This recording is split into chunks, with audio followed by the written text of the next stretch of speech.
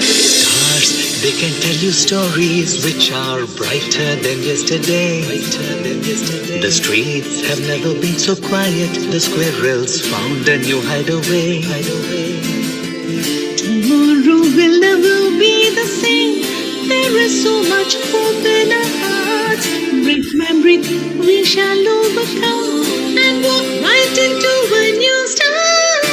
Welcome to the brand new world.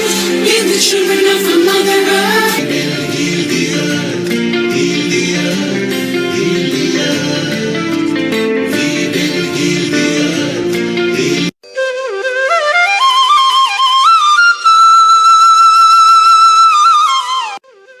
Namaste. Please join us this Sunday on a free global online episode, Vegan and Vegetarian Kitchen, achieving good health gastronomically.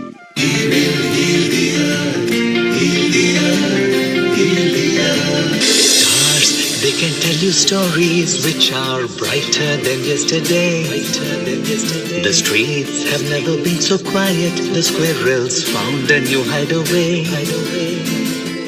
Tomorrow will never be the same. There is so much hope in our hearts.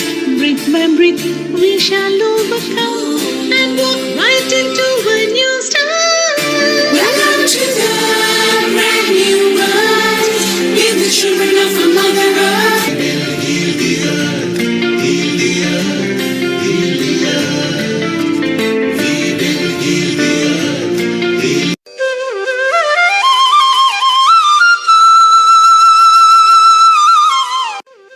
Namaste. Please join us this Sunday on a free global online episode, Vegan and Vegetarian Kitchen, achieving good health gastronomically.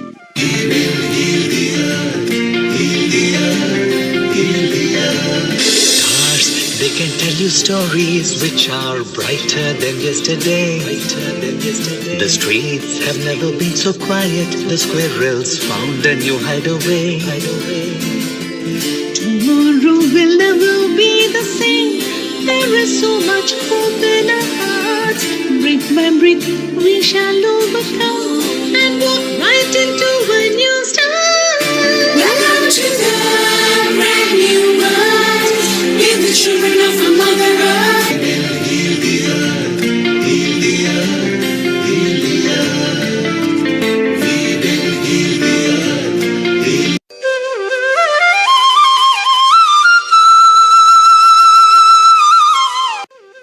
Namaste. Please join us this Sunday on a free global online episode, Vegan and Vegetarian Kitchen, achieving good health gastronomically.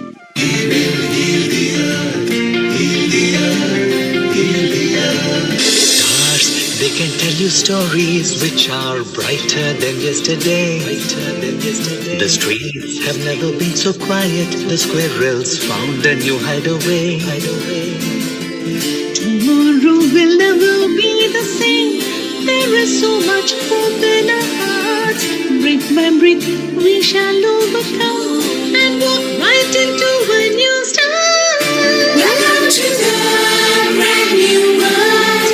Give the children of our Mother Earth. Heal the earth, heal the earth, heal the earth. We will heal the earth, heal.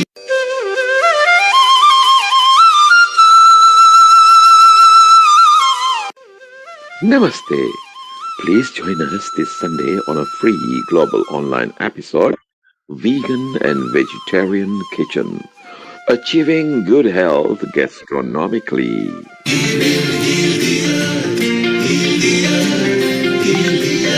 Stars, they can tell you stories which are brighter than yesterday. The streets have never been so quiet. The squirrels found a new hideaway.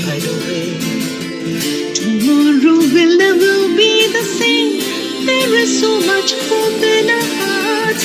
Brick by brick, we shall overcome and walk right into a new start.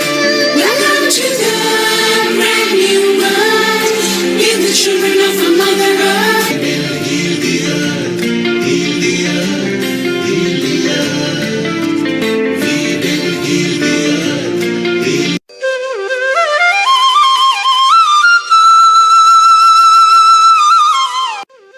Namaste. Please join us this Sunday on a free global online episode, Vegan and Vegetarian Kitchen, Achieving Good Health Gastronomically.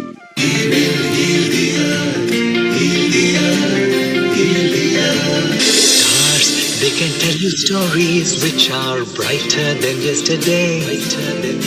The streets have never been so quiet. The squirrels found a new hideaway. Tomorrow will never be the same. There is so much hope in our hearts. Brick by brick, we shall overcome and walk right into a new start. Welcome to the brand new world. Give the children of our Mother Earth. Heal the earth, heal the earth, heal the earth. We will heal the earth.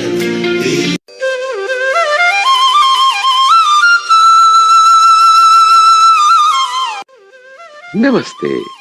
Please join us this Sunday on a free global online episode, Vegan and Vegetarian Kitchen, Achieving Good Health Gastronomically.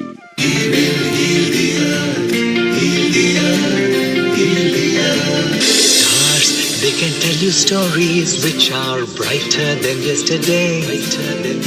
The streets have never been so quiet. The squirrels found a new hideaway. Tomorrow will never be the same. There is so much hope in our hearts.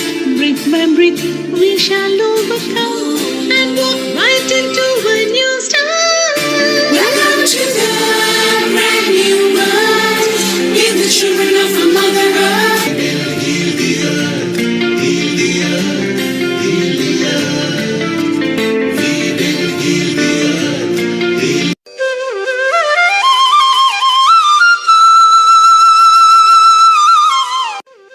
Namaste. Please join us this Sunday on a free global online episode, Vegan and Vegetarian Kitchen, Achieving Good Health Gastronomically.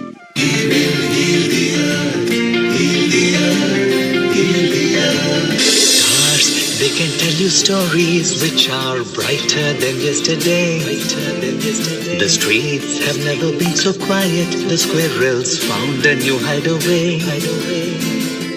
Tomorrow will never be the same. There is so much hope in our hearts. Brick by brick, we shall overcome and walk right into a new start. Welcome to the brand new world. Give the children of our Mother Earth. Heal the earth, heal the earth, heal the earth. We will heal the earth.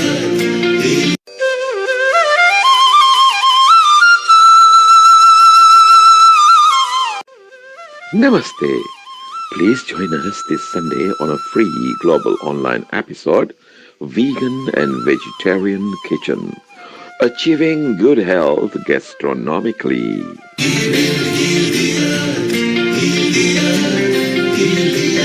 Stars, they can tell you stories which are brighter than yesterday. The streets have never been so quiet. The squirrels found a new hideaway. Tomorrow will never be the same. There is so much hope in our hearts. Brick by brick, we shall overcome and walk right into a new start. Welcome to the brand new world. Give the children of our Mother Earth. Heal the earth, heal the earth, heal the earth. We will heal the earth.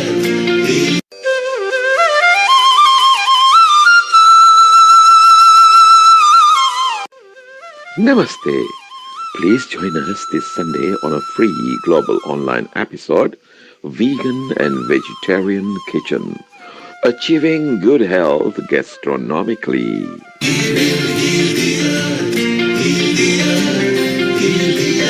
Stars, they can tell you stories which are brighter than yesterday. The streets have never been so quiet. The squirrels found a new hideaway. Tomorrow will never be the same. There is so much hope in our hearts. Breathe, man, breathe, we shall overcome and walk right into a new start. Welcome to the brand new world. Give the children of the Mother Earth. Heal the earth, heal the earth, heal the earth. We will heal the earth, heal.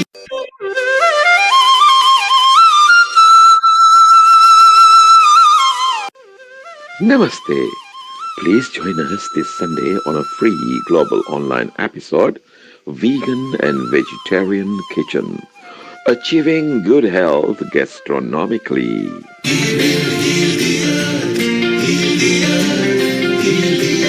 Stars, they can tell you stories which are brighter than yesterday. The streets have never been so quiet. The squirrels found a new hideaway. Tomorrow will never be the same. There is so much hope in our hearts. Breathe, man, breathe, we shall overcome and walk right into a new start. Welcome to the brand new world. Give the children of the Mother Earth. Heal the earth, heal the earth, heal the earth. We will heal the earth, heal.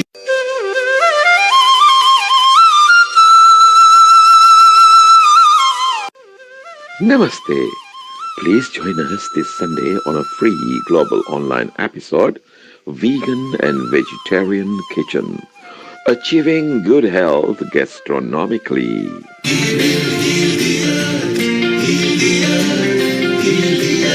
Stars, they can tell you stories which are brighter than yesterday.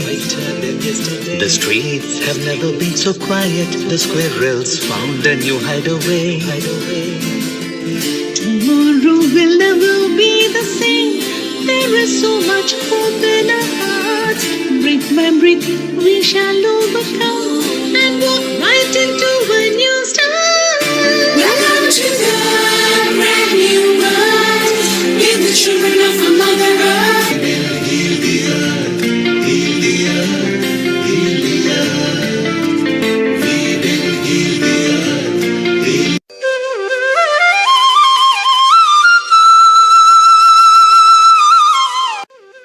Namaste. Please join us this Sunday on a free global online episode, Vegan and Vegetarian Kitchen, achieving good health gastronomically.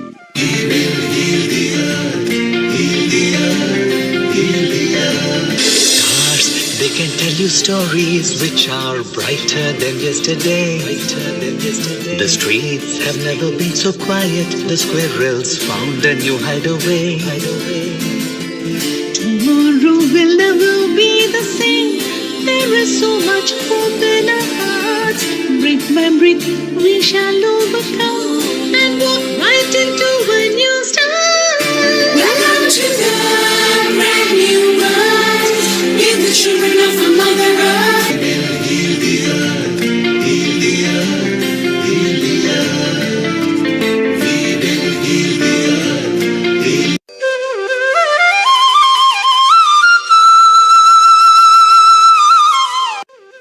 Namaste. Please join us this Sunday on a free global online episode, Vegan and Vegetarian Kitchen, achieving good health gastronomically.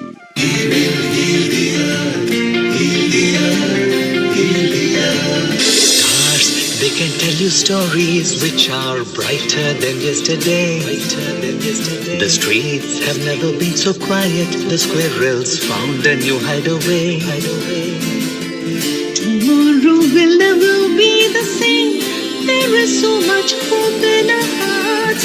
Breathe, man, breathe, we shall overcome and walk right into a new start. Welcome to the brand new world. Give the children of the Mother Earth. Heal the earth, heal the earth, heal the earth. We will heal the earth, heal.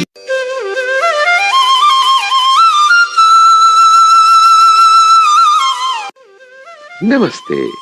Please join us this Sunday on a free global online episode, Vegan and Vegetarian Kitchen, achieving good health gastronomically.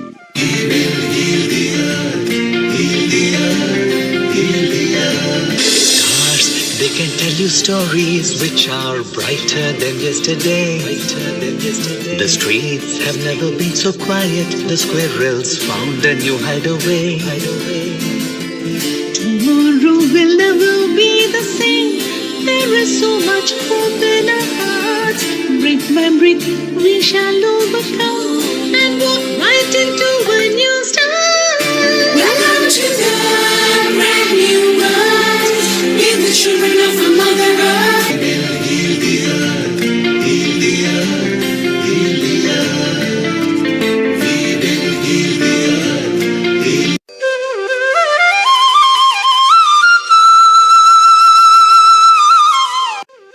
Namaste. Please join us this Sunday on a free global online episode, Vegan and Vegetarian Kitchen, achieving good health gastronomically.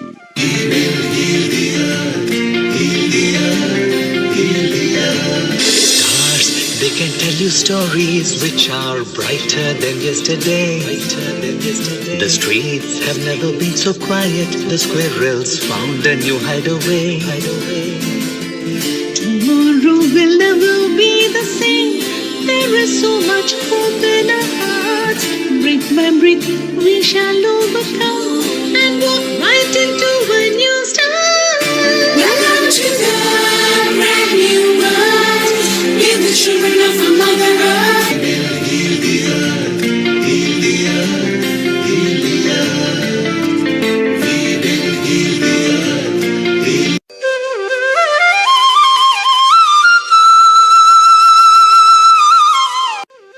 Namaste. Please join us this Sunday on a free global online episode, Vegan and Vegetarian Kitchen, achieving good health gastronomically.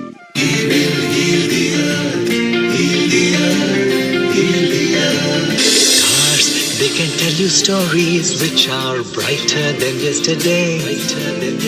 The streets have never been so quiet. The squirrels found a new hideaway. Tomorrow will never be the same. There is so much hope in our hearts. Brick by brick, we shall overcome and walk right into a new start. Welcome to the brand new world. With the children of our Mother Earth. Heal the earth, heal the earth, heal the earth. We will heal the earth, heal.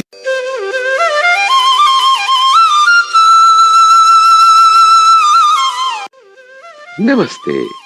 Please join us this Sunday on a free global online episode, Vegan and Vegetarian Kitchen, achieving good health gastronomically.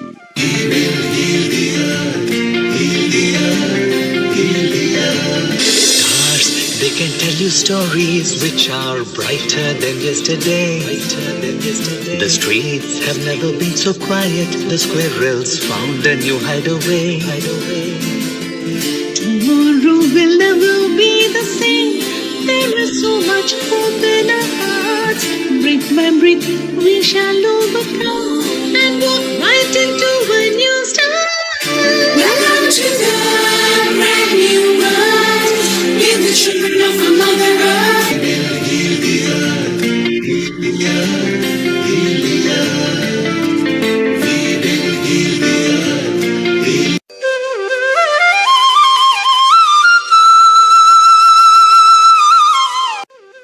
Namaste.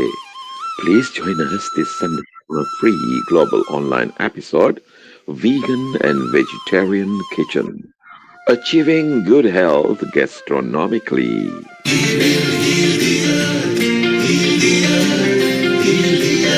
Stars, they can tell you stories which are brighter than yesterday. The streets have never been so quiet. The squirrels found a new hideaway.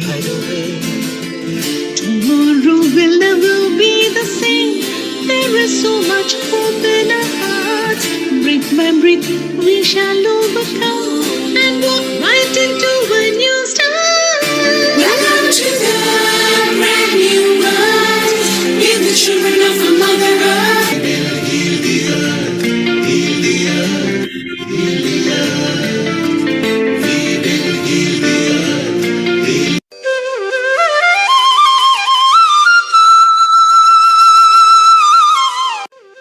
Namaste. Please join us this Sunday on a free global online episode, Vegan and Vegetarian Kitchen.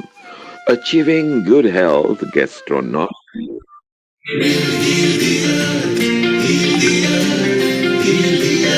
Stars, they can tell you stories which are brighter than yesterday. The streets have never been so quiet. The squirrels found a new hideaway. Tomorrow will never be the same. There is so much hope in our hearts. Breath by breath, we shall overcome and walk right into a new start. Welcome to the brand new world. We're the children of a Mother Earth. Heal the earth, heal the earth, heal the earth. We will heal the earth, heal.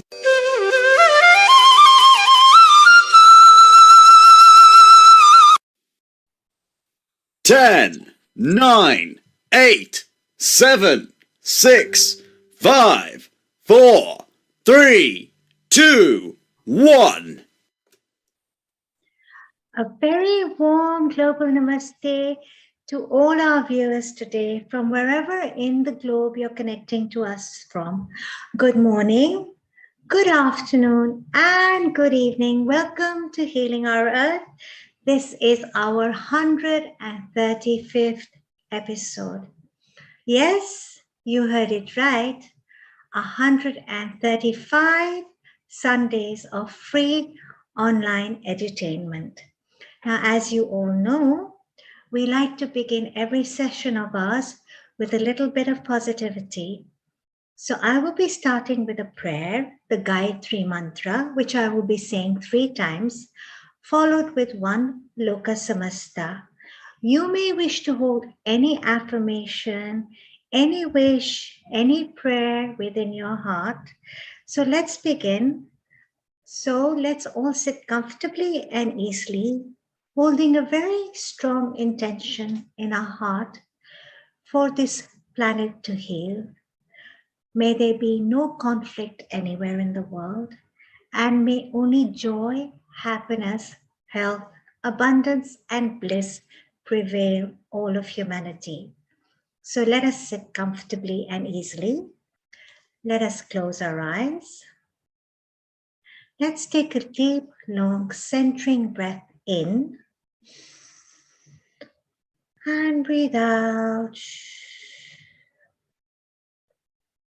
One more deep, long, centering breath in and let go. I will be saying the Gayatri Mantra. You may wish to hold any affirmation or say any prayer within your heart. Om Bhurбhuva Swaha Tatsavitur Vareniyam Bhargo Devasya Dhimahi Dhiyo Yona Prachodayat. Om Bhurбhuva Swaha Tatsavitur Vareniyam Bhargo Devasya Dhimahi Dhiyo Yona Prachodayat. Om Bhurбhuva Swaha Tatsavitur Vareniyam Bhargo Devasya Dhimahi Dhiyo Yona Prachodayat. Loka Samasta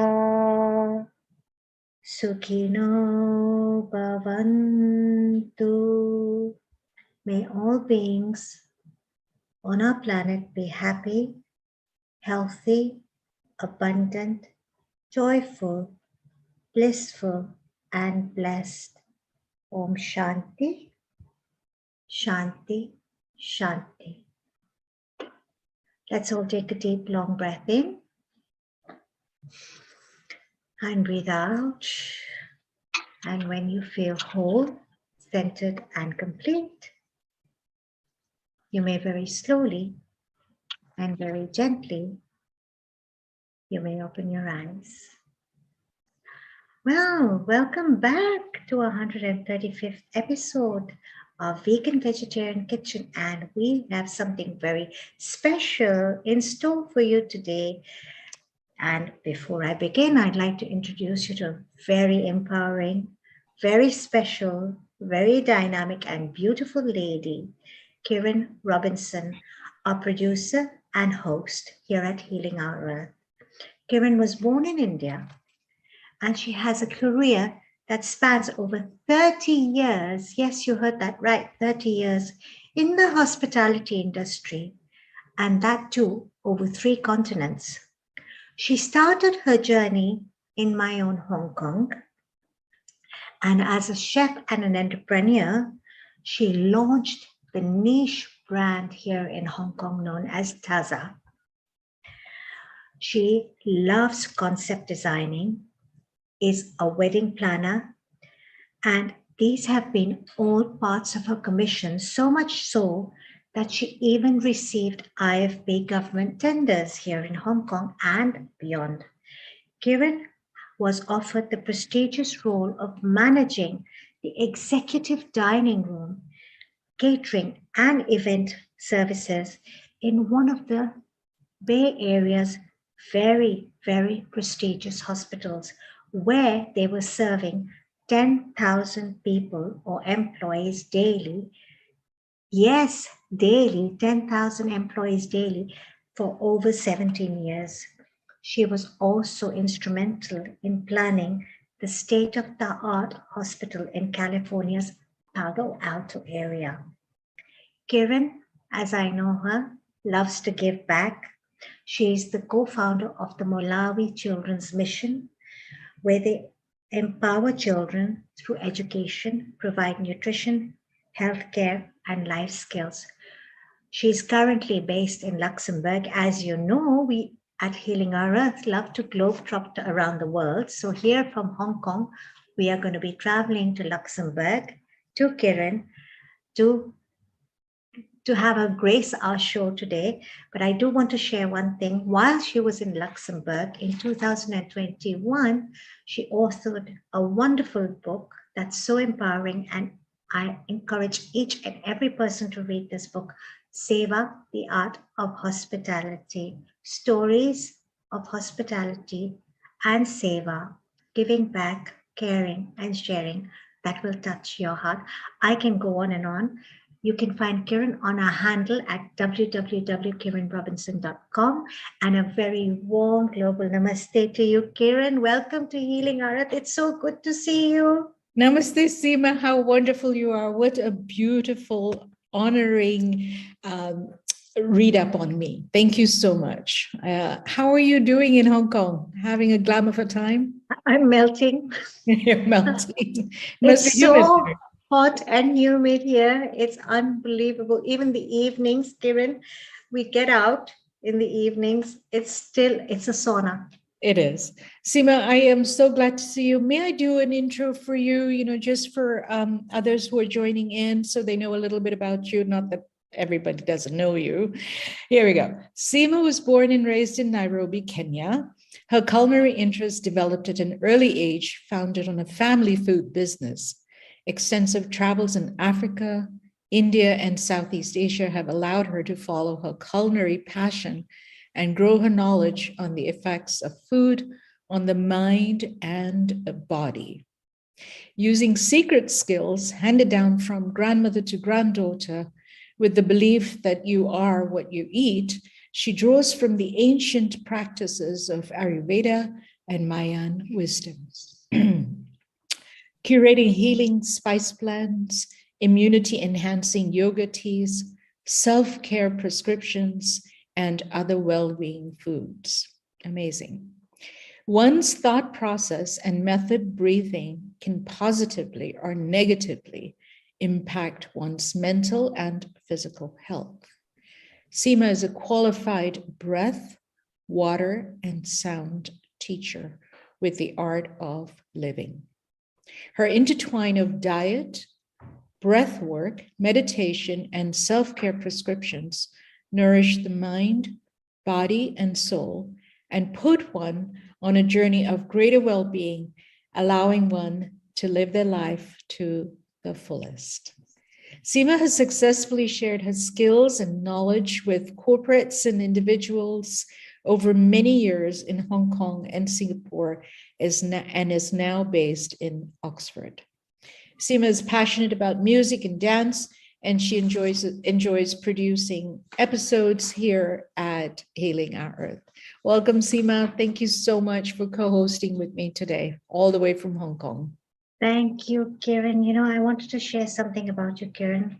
Oh, You focus on communities, working with chefs and women entrepreneurs, and this has been very inspirational for me, your mission to impart the experience of hospitality with others.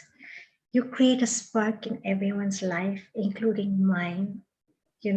Whenever we've had conversations, what you share so willingly and so openly. So for that, I want to thank you deeply from the bottom of my heart. I'm speechless.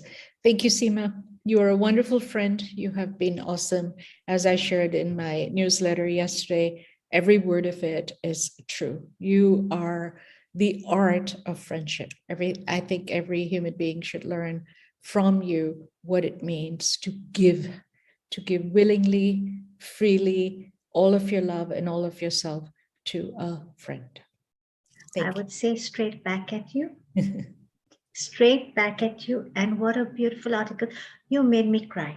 Oh, well, enough about ourselves. I was so touched. I was so touched and very deeply touched. So I want to thank you for that. And I would encourage everybody to read Kiran's articles. She has a monthly newsletter. Am I right?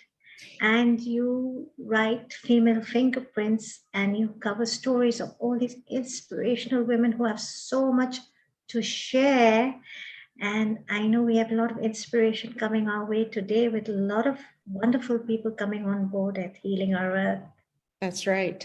And you know what, Seema, nothing gives me more pleasure than, just talking about women, celebrating them and empowering them.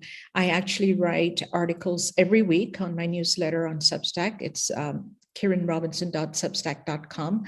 And the monthly features on female fingerprints are about women who inspire and empower. And I, do a global feature on different women from around the world. And nothing gives me more delight than bringing these women to the forefront for the rest of us to learn from them and be empowered by them. So thank you. I have been following you very closely and I've been reading the articles, and each and every article has such a profound message for us. Just when you think you've nailed it and you know it, and you say, oh my goodness, this is just a new ray of light, boom, something just comes up to the surface, very powerful. And you're a prolific writer, and everything you do, everything you write reads so beautifully and so well. Thank you. It's easy to do that when you're surrounded by women who are open, who want to have a voice and who want to put it out there and share their messages. So it's easy to attract those beings, Thank you. You certainly are attracting them. Thank you. Absolutely. And we have so much in store today. I'm so excited. Yes, tell us more, Kevin, what we have planned today. Very exciting. We have a full program. We have our beautiful, wonderful guest, Michelle Whistler. It's going to be her first time on Healing Our Earth. And shall we bring her on and say hello to her? Yes, please. Hi, Michelle. How are you? Hello. Hi. Welcome to Healing Our Earth. Nice It's to be here. so wonderful to have you here. Big global warm welcome to you. Thank you. Michelle Whistler. Michelle Whistler is a certified nutrition coach specializing in plant-based eating and founder of our Conscious Earth. She's a member of the American College of Lifestyle Medicine and follows evidence-based nutrition principles. She coaches busy 40-year-old women, the habits and skills to make conscious food choices, offering them the opportunity to reverse or avoid chronic disease, lose weight, and enjoy a longer health span and lifespan than average. She provides 121 coaching and online group monthly membership. I'm sorry, I meant one-to-one, not 121. She provides one-to-one coaching and online group monthly membership. I beg your pardon. After pivoting from a busy fashion career in footwear and handbags, she dived into the plant-based nutrition course with T. Colin Campbell and E. Cornell, a gut health course with Dr. Will, and help me here with the pronunciation. I don't want to butcher that word. Yeah, it's Bolsewicz. So it's a Polish name, similar to my name, but Bolsewicz, yeah. Bolsewicz. And both Rubies, it's Rubies. Yeah. And Matthew Kinney's culinary education courses. What a great, great bio here, Michelle. Welcome again. Thank you so much. I'm so excited to be here. So let me share my screen here because I have a bit of a presentation before we go into actually making the recipe. Michelle, how are you around? Michelle, Yes, how did you, flip-flop, your pivot? How did that happen? I mean, you were in a fashion career, footwear and handbags, and then you switch. I mean, that's huge. That's very intriguing for me. Do you mind sharing that? Oh, no, not at all. Actually, it was, I really was interested in food my entire life. So even when I was in the fashion industry, I had a regional job here in Asia. So I used to visit all the different countries in Asia. And I always made an extra day in my schedule to go eat at the latest restaurants, the little local hole in the walls. I just love traveling and spending time taking cooking classes in the different areas.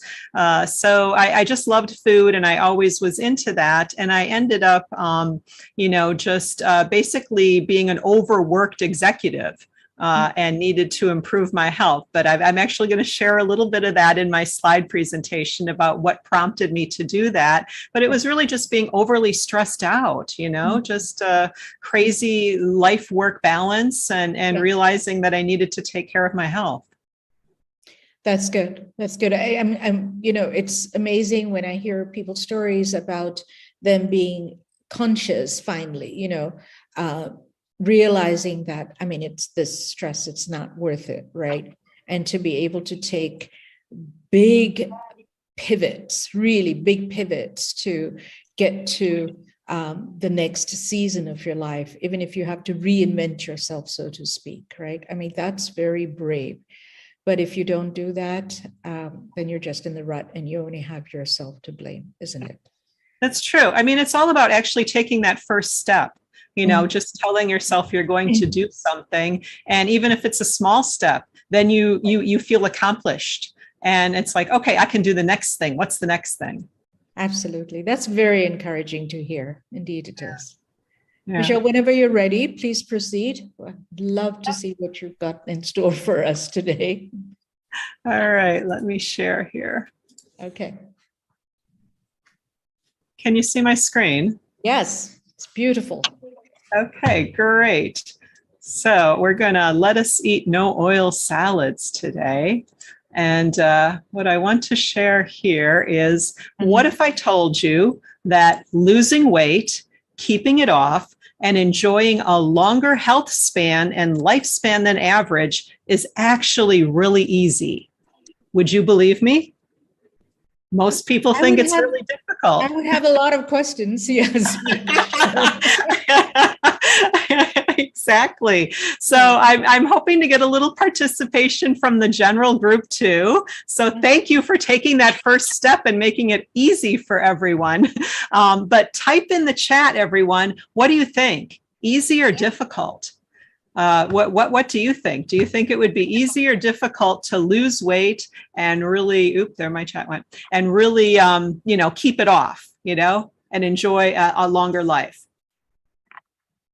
Anyone going to type? Let's see. I'll just give like 5 seconds here. See if anybody's brave. Easy if we know how. That's a great answer. A new ray of light for sure. All right. Yes, actually, most people think that it's really difficult. They think it's difficult because we live in a world with a fast-paced modern lifestyle that basically has evolved to keep us fat, sick, and feeling tired all the time, while we become addicted to both overly processed foods like salt, oil, and sugar, and unhealthy animal foods. We're currently experiencing a health crisis. More and more people are living their last decade of life in ill health. Just trying to get a little bit of a lag on my screen here. Yeah. I love the colors on your presentation. They're so vivid and bright and alive, Thank you. Gorgeous. Thank you. So basically, this fast-paced modern lifestyle sets us up to be marketed at by corporations and the food industry, which then makes quick fix fad diets seem more appealing. Right? Yeah, I've got this delay going on. Just trying to get my slide. Okay.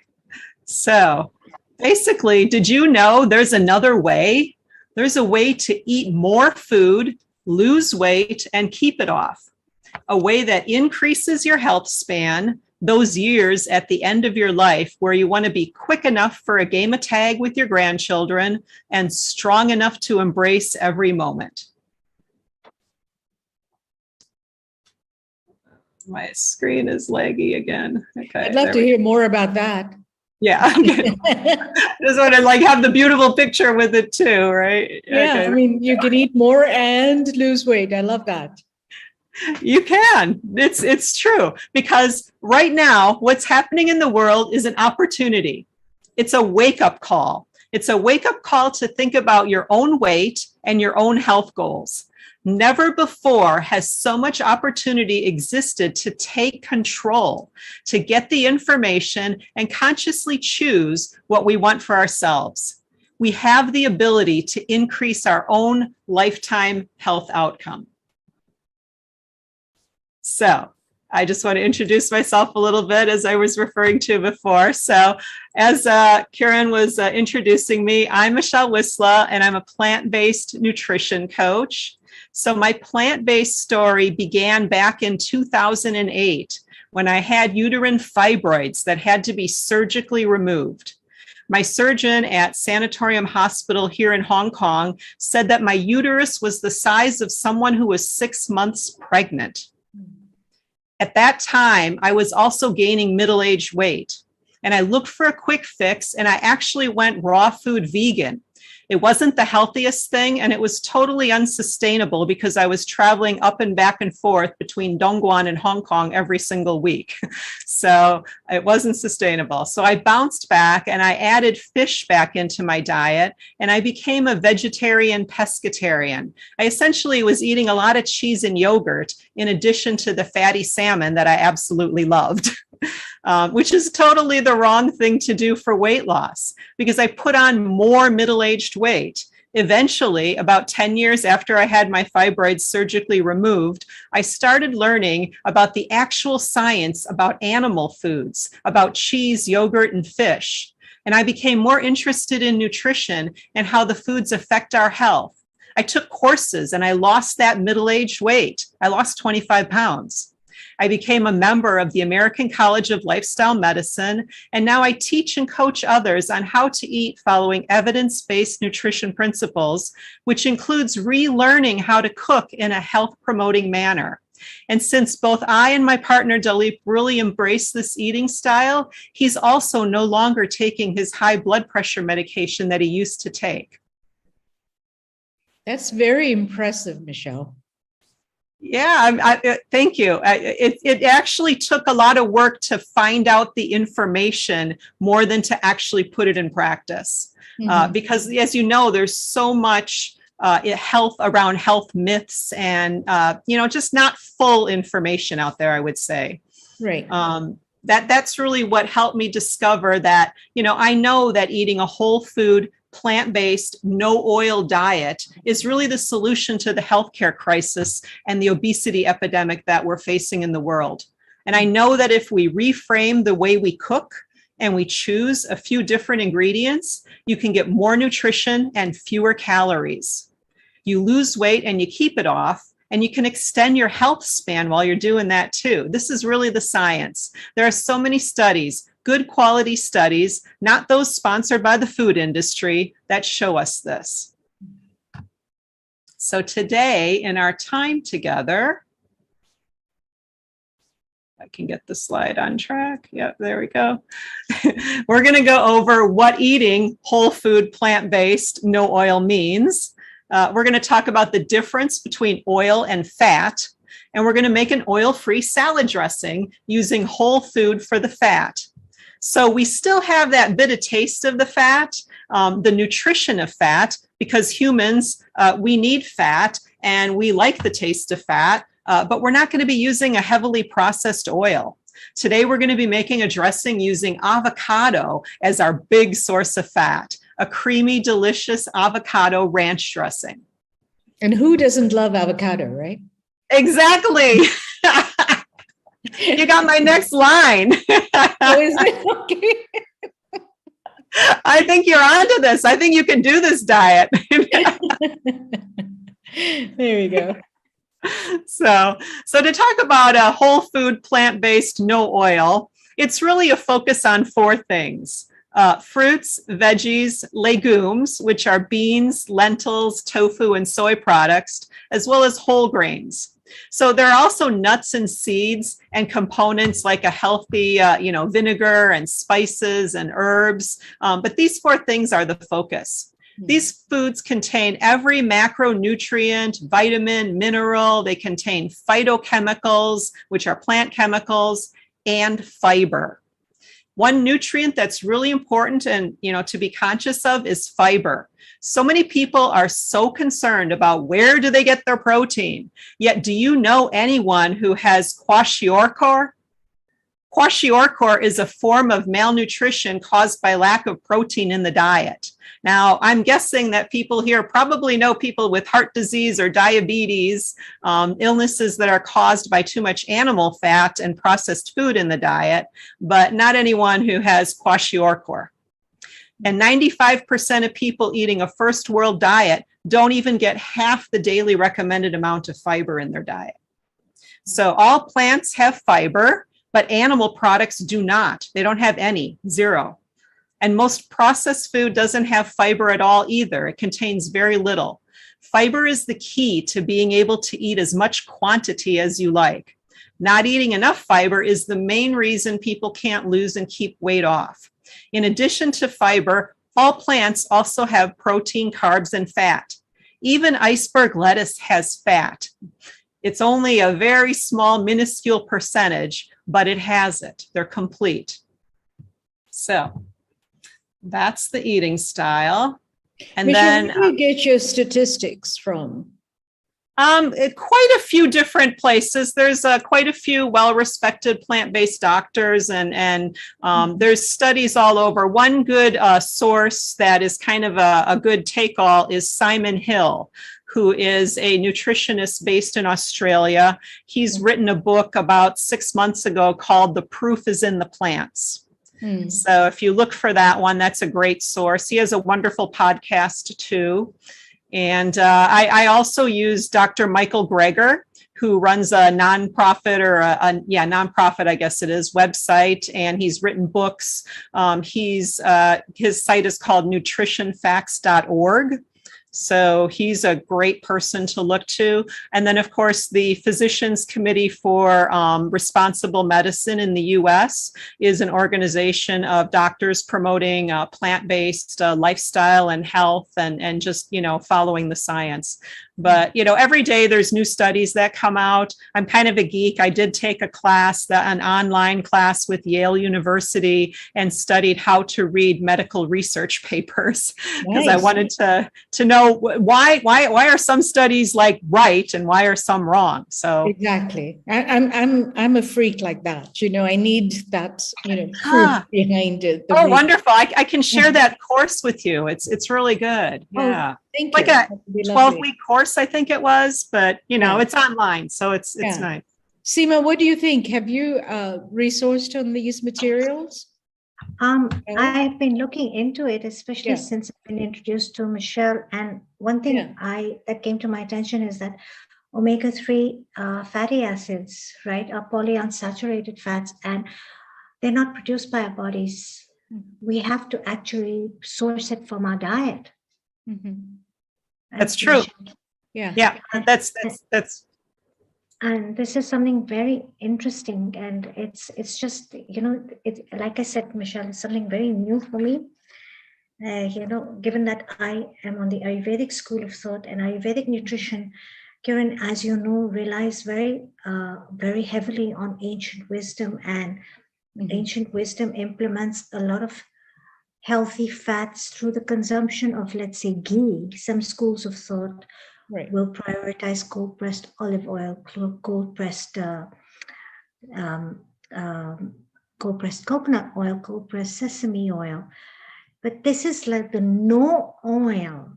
What you're saying is no oil, oil from the pure source of food itself.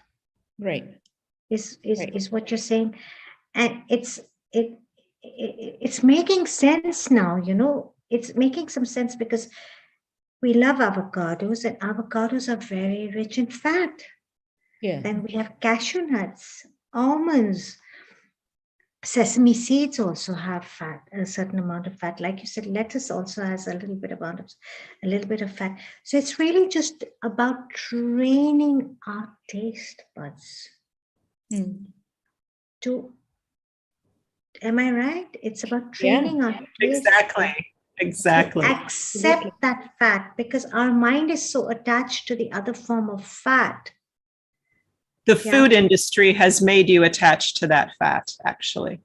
Yes, a lot of food companies are not going to like us for saying this. Yes, but you're right. The food industry has made us very attached, and this is. Well, it was a convenience thing, right? Grab a bottle of olive oil, grab a bottle of dressing. That's how it started, right? The dressing thing, Absolutely. Who's the gentleman at Mind Valley? I forget his name. Oh, yes. What is his name? I can't remember his name either. Kiran, you might remember. I love him because he goes out to the supermarkets and he says, no added sugar. He says, you're likely to buy, he holds a tin, and he says, no added sugar. He says, and immediately you're going to say, oh, it doesn't have any preservatives, it doesn't have any sugar. He said, but no added sugar actually has more sugar than a product that has added sugar. Yeah. And he was reading the contents of the label, and he said, you really have to be aware of what you're buying these days. Even I would say, Michelle, after having this brief conversation with you,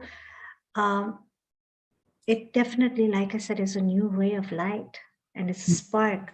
So how can we compensate the fact that we're so reliant on, like, olive oil and ghee, with a more natural form of fat? I think that's where she's going to take us right now.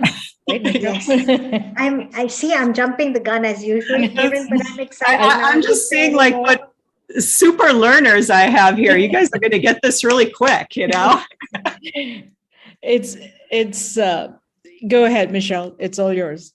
Yeah, yeah. I just want to quickly interject, and I hope I get the order of the words right, but there's a book out there called like Fat, Oil, Sugar, or maybe it's called Oil, Fat. I can't remember. It's like those three words, and it's written about the food industry. It's actually a reporter who basically studied the food industry and how they took the playbook from big tobacco to push processed foods and animal agriculture on people, basically.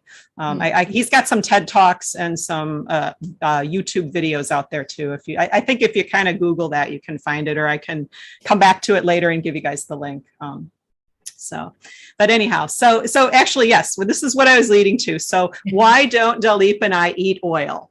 So first of all, I want to be really clear that I don't believe fat is not necessary for human health. Right? So fat is an essential nutrient, and we must have a small amount of fat in our bodies, about 10% in our diets. We have to have about 10% of our calories coming from fat. People will sometimes believe, though, that they need oil in their diet to absorb some of these fat-soluble vitamins. Vitamin A, D, E, and K are fat-soluble, so we do need fat in our body. We need it in our diet, but that's not true. We need fat, not oil, to absorb the vitamins. So now oil is a fat, and that's all it is. Oil is 100% fat. It's not a whole food. It's a fattening, low nutrient processed food consisting of 100% fat. No protein, no carbohydrate, and no fiber in oil. It's just fat. So there are better places to get the small amount of fat that we need in our bodies to absorb those 4 vitamins. Oil is, it's also basically a fast food from the lips to the hips. When fats are ingested in the form of extracted oils, processed oils, they are rapidly absorbed by your body and converted into fat. If these fats were ingested as whole foods, like seeds, nuts, avocado, their absorption would be that much slower, over hours, not minutes, and these fats would be mostly burned off for energy needs and not stored. So I used to be like everyone else. I used to use oil in my cooking and make olive oil and vinegar dressings, since I thought that was the healthiest salad dressing rather than buying the bottled stuff from the supermarket. But for the number of calories it has, oil is just not a good source of nutrient. It's not what I would call nutrient dense. The nutrient density of a food is the amount of nutrients in the food per the number of calories the food comes with. So oil is not nutrient dense. So I can explain that with a little bit of a story, because probably many people here follow and have investments in the stock market. And you try to pick stocks that are not going to go on and give, that are going to go on and give you the most bang for your buck, right? The most return on your investment. You're not looking for junk bonds. So that's what nutrient density is like. It's looking for those foods that are going to give you the biggest return of nutrients for your caloric investment. If you've got 1,500 or 2,000 calories to spend each day, how are you going to invest those calories? I want to invest my calories in something that's got a lot of nutrition and tastes great, and I bet you do too. If we think about some of the foods that typical oils come from, like olive oil or avocado oil, it's from olives and avocados. Olives and avocados have fiber. They have more than just fat. They contain protein, carbs, vitamins, minerals, phytochemicals, in addition to just the fat that their oil version has. And so as Kieran was saying, who doesn't love avocado? So essentially, I'm hearing, that by just cutting off oil, which is all fat, we can actually eat more during the day. More food. It's a big source of the fat, yes. Animal products are the other source.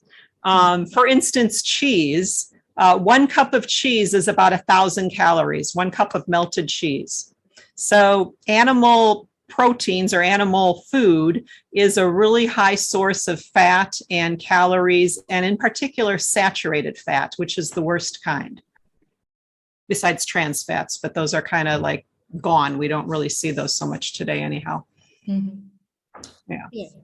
So that's what, nutrient density is like, right? You want to get the biggest return for what you're spending every day. And we can see why an avocado with its many nutrients here is better than avocado oil. We can see that oil is the most concentrated source of fat in our modern day food. And one thing that people don't realize too is that protein and carbs have 4 to 5 calories per gram, whereas fat has 9 calories per gram. So that's why we want to keep the percentage really low. And then with the oil, it has fiber removed. The water's removed. Oil's the highest source of calories we could possibly eat. And it doesn't give us much in nutrition. Any nutrition that it has, we can actually get elsewhere for fewer calories. Olive oil in particular is less harmful than animal fat, right? But it's not as helpful as nuts and seeds. The olive oil polyphenols don't have the antioxidant and anti-inflammatory activity because olive oil has monounsaturated fat. Using olive oil in place of animal fat or other oils high in saturated fat reduces our cholesterol, total cholesterol and LDL cholesterol. So olive oil can be a better choice than animal products or other vegetable oils, but nuts and seeds are even better yet. So it's just a better choice, right? That's putting into practice, how am I going to spend my 2,000 daily calorie allotment, right? Eating avocado instead of avocado oil, right? It's got all the fiber, the protein, even looking, one giant sweet potato has 120 calories. It's the same as 1 tablespoon of olive oil. So, on the previous slide, you could see that there's several parts to eating whole food, plant-based, no oil. And one thing that you can immediately put into action and see the results of today is getting the oil out of your salads. Right? And we're going to make it taste really awesome because we're going to get our fat from a whole food source. So we still have that taste of fat, but we're adding more fiber. So it's a really easy action step to take. It's a great place to start to eat more consciously. Let's get the oil out of our salad dressings and start eating in a whole food, plant-based way. And let's start with the salads, It's summertime. Yeah. Exactly. So there's basically 3 parts to make up a salad. Just, talking about this here, right? Healthy salads are definitely a way of life for people who want to lose weight and improve and maintain their health. But actually the benefits of a salad could be lost when the calorie count is increased tenfold with oil. So I just want to start with the greens here because as the base of the salad, the greens are essentially the main ingredient that makes up the bulk of the plate. What we select for that base will determine our type of salad. But today, because of limited time, we can only pick one type of base, and we're going to focus on greens. And salad greens are usually what people think of when they think of a salad, but there are actually several other things that you could choose for your base besides greens. You can actually, use some things like roasted vegetables. You can get into eating things like quinoa or brown rice, putting that as part of a base. And we really don't have time to get into all of that. So I do have a link that has a lot of different recipes with different bases and salad oils that I can share here in the chat. So we'll just put that there. So that's basically a link that has things besides salad greens, and it has the avocado oil recipe all written out, but we'll go through that today. I'll show you in demo. So thanks, Miguel. I think that will be very helpful for all of us, that link. That's important. Thank you. Yeah, there's like a dozen or so recipes in there. So I've got many different no oil recipes, salad dressing recipes. And what I love about these things too is that you can use them thicker as a sauce. You can use it like a dip too. you know, for dipping vegetables, or maybe some homemade chips that weren't made with oil and sugar. So yeah, you can use it for a lot of things. So in talking about greens, I mentioned Dr. Greger before of nutritionfacts.org. He has a particular way that he eats where he calls it the daily dozen. So in his daily dozen of what he tries to eat, it's 2 servings a day of greens. And a serving is either considered 1 cup raw or a half a cup cooked. So that's really how important greens are in our diet. It's actually one of the most nutrient dense sources of food. Spices and herbs are higher than greens, but greens are really nutrient dense and a good source of fiber too. And then here's just a listing of the types of greens, and this is also in that download. So I just kind of listed out, you know, different ways that we can look at leafy greens. Basically, you know, they have so many different textures, right? So a good rule of thumb is to keep in mind that the hardier and firmer greens, like kale or romaine, can stand up to creamier dressings. And softer greens like arugula and spinach lend themselves really to lighter dressings like a vinaigrette.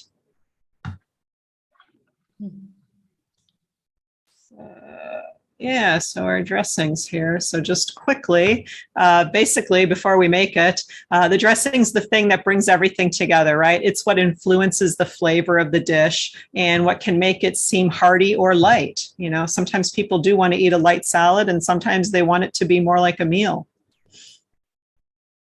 And then dressings, let's see here, made without oil, basically are creamy and rich. Your greens actually can remain crisper without oil because the oil is heavier. So if you make a vinaigrette using maybe like some mustard and nutritional yeast or some other things with your souring agent, your vinegar or your lemon juice, it's a lot lighter on the greens. So it keeps the original taste of the greens too. And then the garnish. The garnish is one of my favorite parts of the salad because the garnish can often be more than just a finishing touch.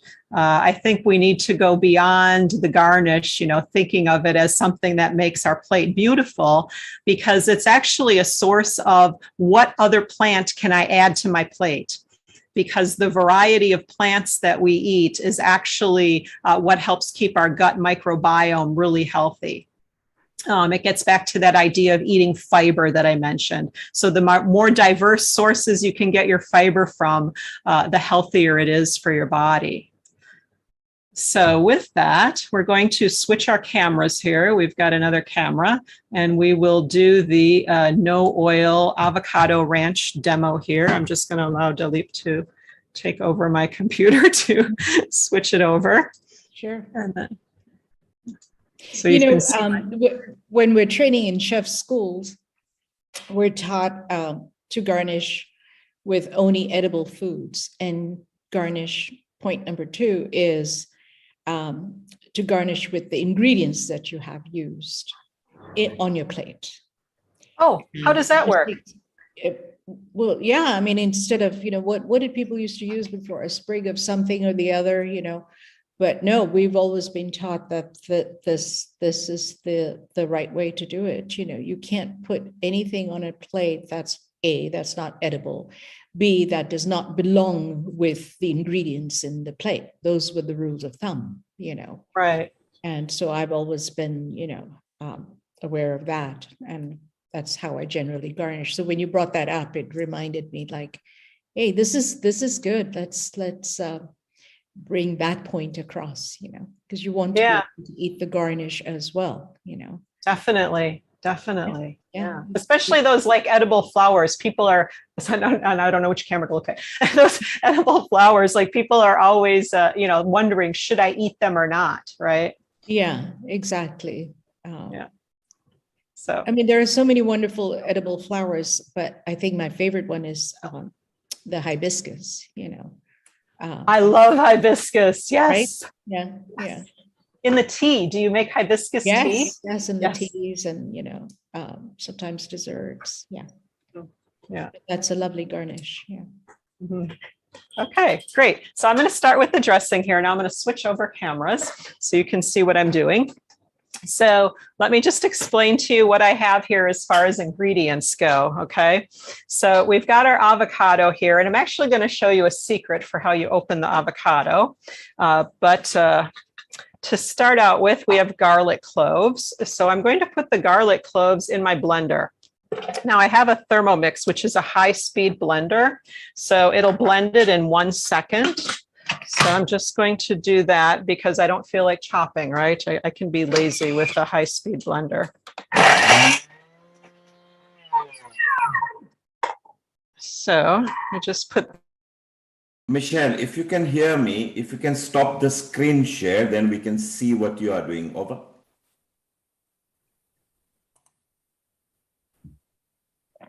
There we go. Thank you. Perfect. Carry on. Sorry. Sorry. I'm here. That's okay. That's great. Now we can see your pretty face. Okay, good. All right. So what I did is I just chopped my garlic. If you can see that. Yeah, I can see that it's there. Okay. Good. Yep. All right. So basically just chop the garlic. And now for the avocado, I have a trick here. And one of the things is when you're shopping for an avocado, you look for ones that have that little butt still on it, because then when you take it off, hopefully it's a light color inside and not dark. That looks pretty light to me, so let's hope. That should signify that it's a good avocado and it hasn't gone totally stringy and bad. And I know a lot of people will cut their avocado in half and then kind of twist it this way, but I actually cut it into quarters. And I'm going to show you why this is a little bit easier. I can do it properly. All right, there we go. This is a lot simpler to get the pit out. You don't have to dig your nails in. It's a lot quicker. And then the other thing about avocados to know is that most of the nutrition is in that really dark green spot here along the side. So what you want to do is you don't want to dig into it with a spoon. You want to actually peel it. So peeling the avocado skin, you will leave more of that green intact. So it's actually, you're keeping most of the nutrition is in that green part, and you don't want to leave that behind if you're digging it out with a spoon.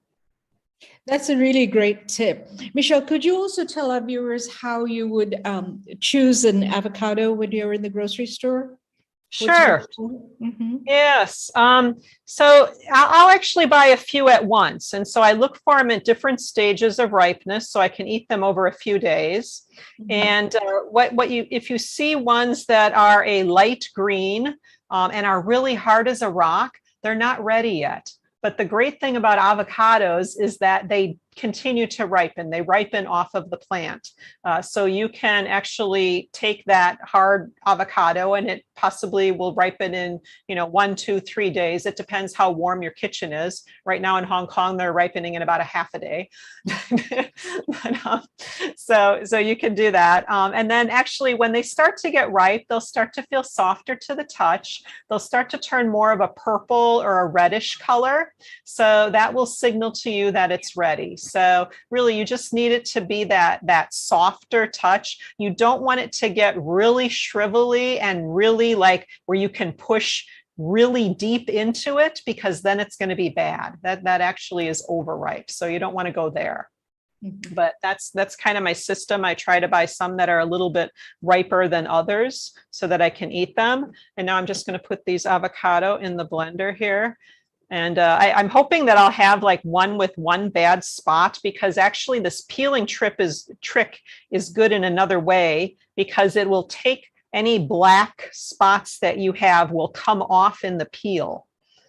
So this is really actually awesome for not having any bad parts of your avocado. Michelle, I'm from Africa. And in Kenya, we get these really big apple avocados. They're huge. They're like great granddaddy avocados. And my mom, in fact, my uncle, my maternal uncle, has an avocado tree in his garden. So my aunt would always get baskets full, and my mom would always go over and steal a few avocados from my mommy or my aunt and say, Abba, give me a couple of avocados. And they'd be raw. And she had a trick, mommy had a trick of ripening her avocados really fast. She would lay a bunch of bananas on top of them. And she said, if you put bananas on top of avocados, they ripen faster. And Kiran, won't you agree they do? They somehow like the bananas, and they have ethylene gas. Yeah. It's true. It's the gases that help that. But my daughter also lives in Africa, and they also have a huge avocado tree, and they call it apple avocados or something like that. Big ones. And I'm like, what should I do with this? It'll feed the whole family, right? But they ripen very fast, naturally, because of the warmth in the kitchen as well. And I would just, try to be creative and just make a salsa. I mean, what shall I do once I've peeled this ginormous avocado? And the children just love that because they can enjoy that with cucumber spears and carrot sticks and things like that. So that's another way, eating healthy, have a bowl of avocado salsa. Exactly. So healthy. So healthy. Exactly. Kenya isn't as hot as Malawi. We have air-conditioned weather all year round because Nairobi is, although we're not far from the equator, we're on a high altitude. Right. So sometimes it won't ripen so fast. So my mom was always putting bananas on the avocados. And she'd always tell us we'd remove the bananas. And she'd say, how many times have I told you to leave the bananas on the avocados? But it's the same with apples as well, right? They have the natural gases. Am I right, Michelle? Yes, that's true. Yeah, you want to, like in your refrigerator, keep the apples in a separate section because otherwise it'll cause the other things like maybe broccoli to ripen too quickly or go bad. Interesting. I now that's something new for me.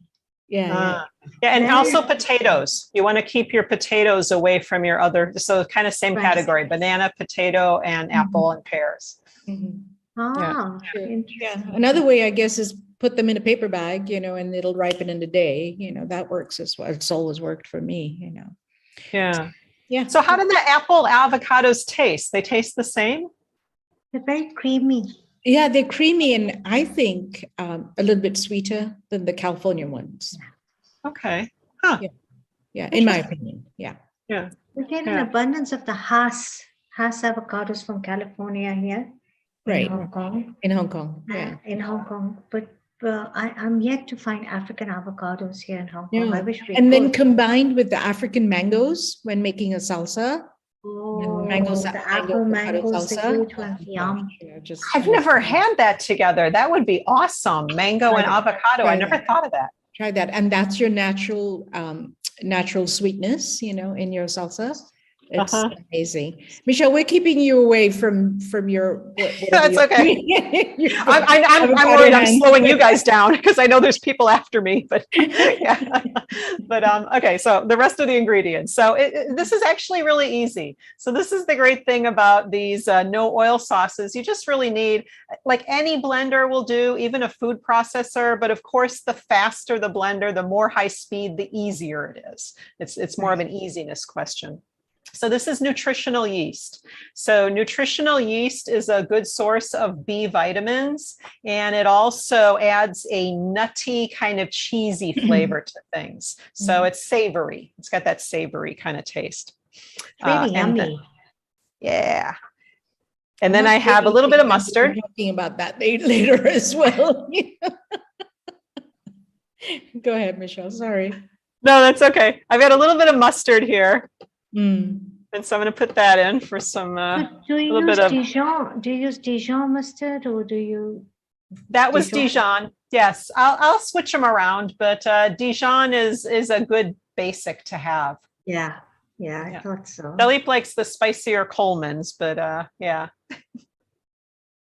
So, okay, then I've got some spices here, some onion powder, chipotle powder, and then I'm using plain black pepper, but often I'll use lemon black pepper. So that's really yummy too, if it's got a little bit of lemon in it. They sell it that way in the store, but I just don't have any on hand right now.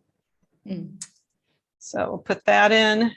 And then lemon juice. So I've juiced 1 lemon. So the other thing about the way I like to cook and the way I like to teach people, because it's easy, is I try to use like easy to understand portions rather than saying a 1/4 cup of lemon juice. It's a whole lemon, and they're kind of similar, kind of not. So it's not going to turn out exactly the same, but we're doing home cooking here. We're not in a restaurant. We're not trying to repeat something exactly for every single guest, right? Yeah. It's just And we up to what can you have. taste as we go, right? Exactly, that too. Yes, yeah. You just juice another lemon if you want it more tart. And then I've got my dill. So this is a ranch dressing with a lot of dill in it, and I just chopped it fresh, and it smells heavenly in our kitchen right now. So if anything would make you hungry, it might be probably the smell of this. Do you use apple cider vinegar as well in your dressings, Michelle? I do. I use them fairly often. Yes. Yeah. I switch around. Depends on the dressing. That's Nice. easy to have if you don't have lemons on hand. You could even switch it out in this one. So You're this holding recipe. my favorite milk, Oatly. Is that Yes. oat milk? Try not to Yeah. make it. I hope it's not too noisy as I'm shaking it. I love Oatly. I've actually stopped having dairy. I'm doing the Oatly in my tea and my coffee, and I'm loving it. It's good. I think it's the creamiest. I also drink a lot of soy milk. So just because that's really, really healthy, but I do think the taste of the oat milk is a little bit nicer, but they do have some, I think it's rapeseed oil in here, which I don't really like. So, but it's convenient. So can't always make my own oat milk.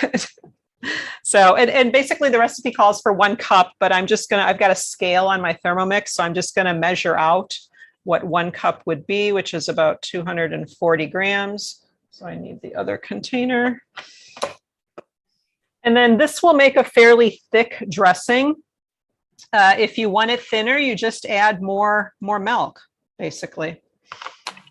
So I'm not putting in, I have chives here. I'm not putting those in because I'm going to mix them by hand. This won't take too long. It might be a little noisy. I'll try and cover the mic.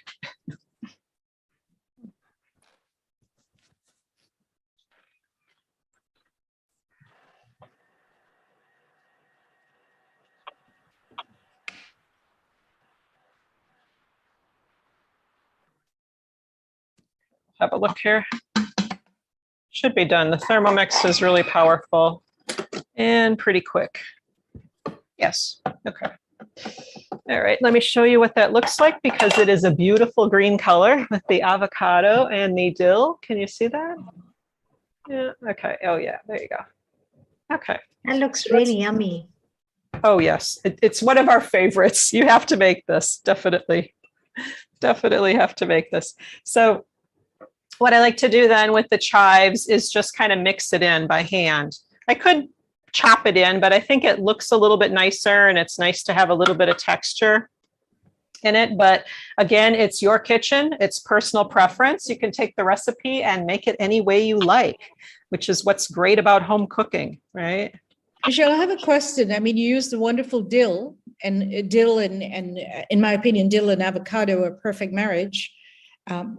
So are chives or green onions and avocado, depending on which, culture you're leaning towards.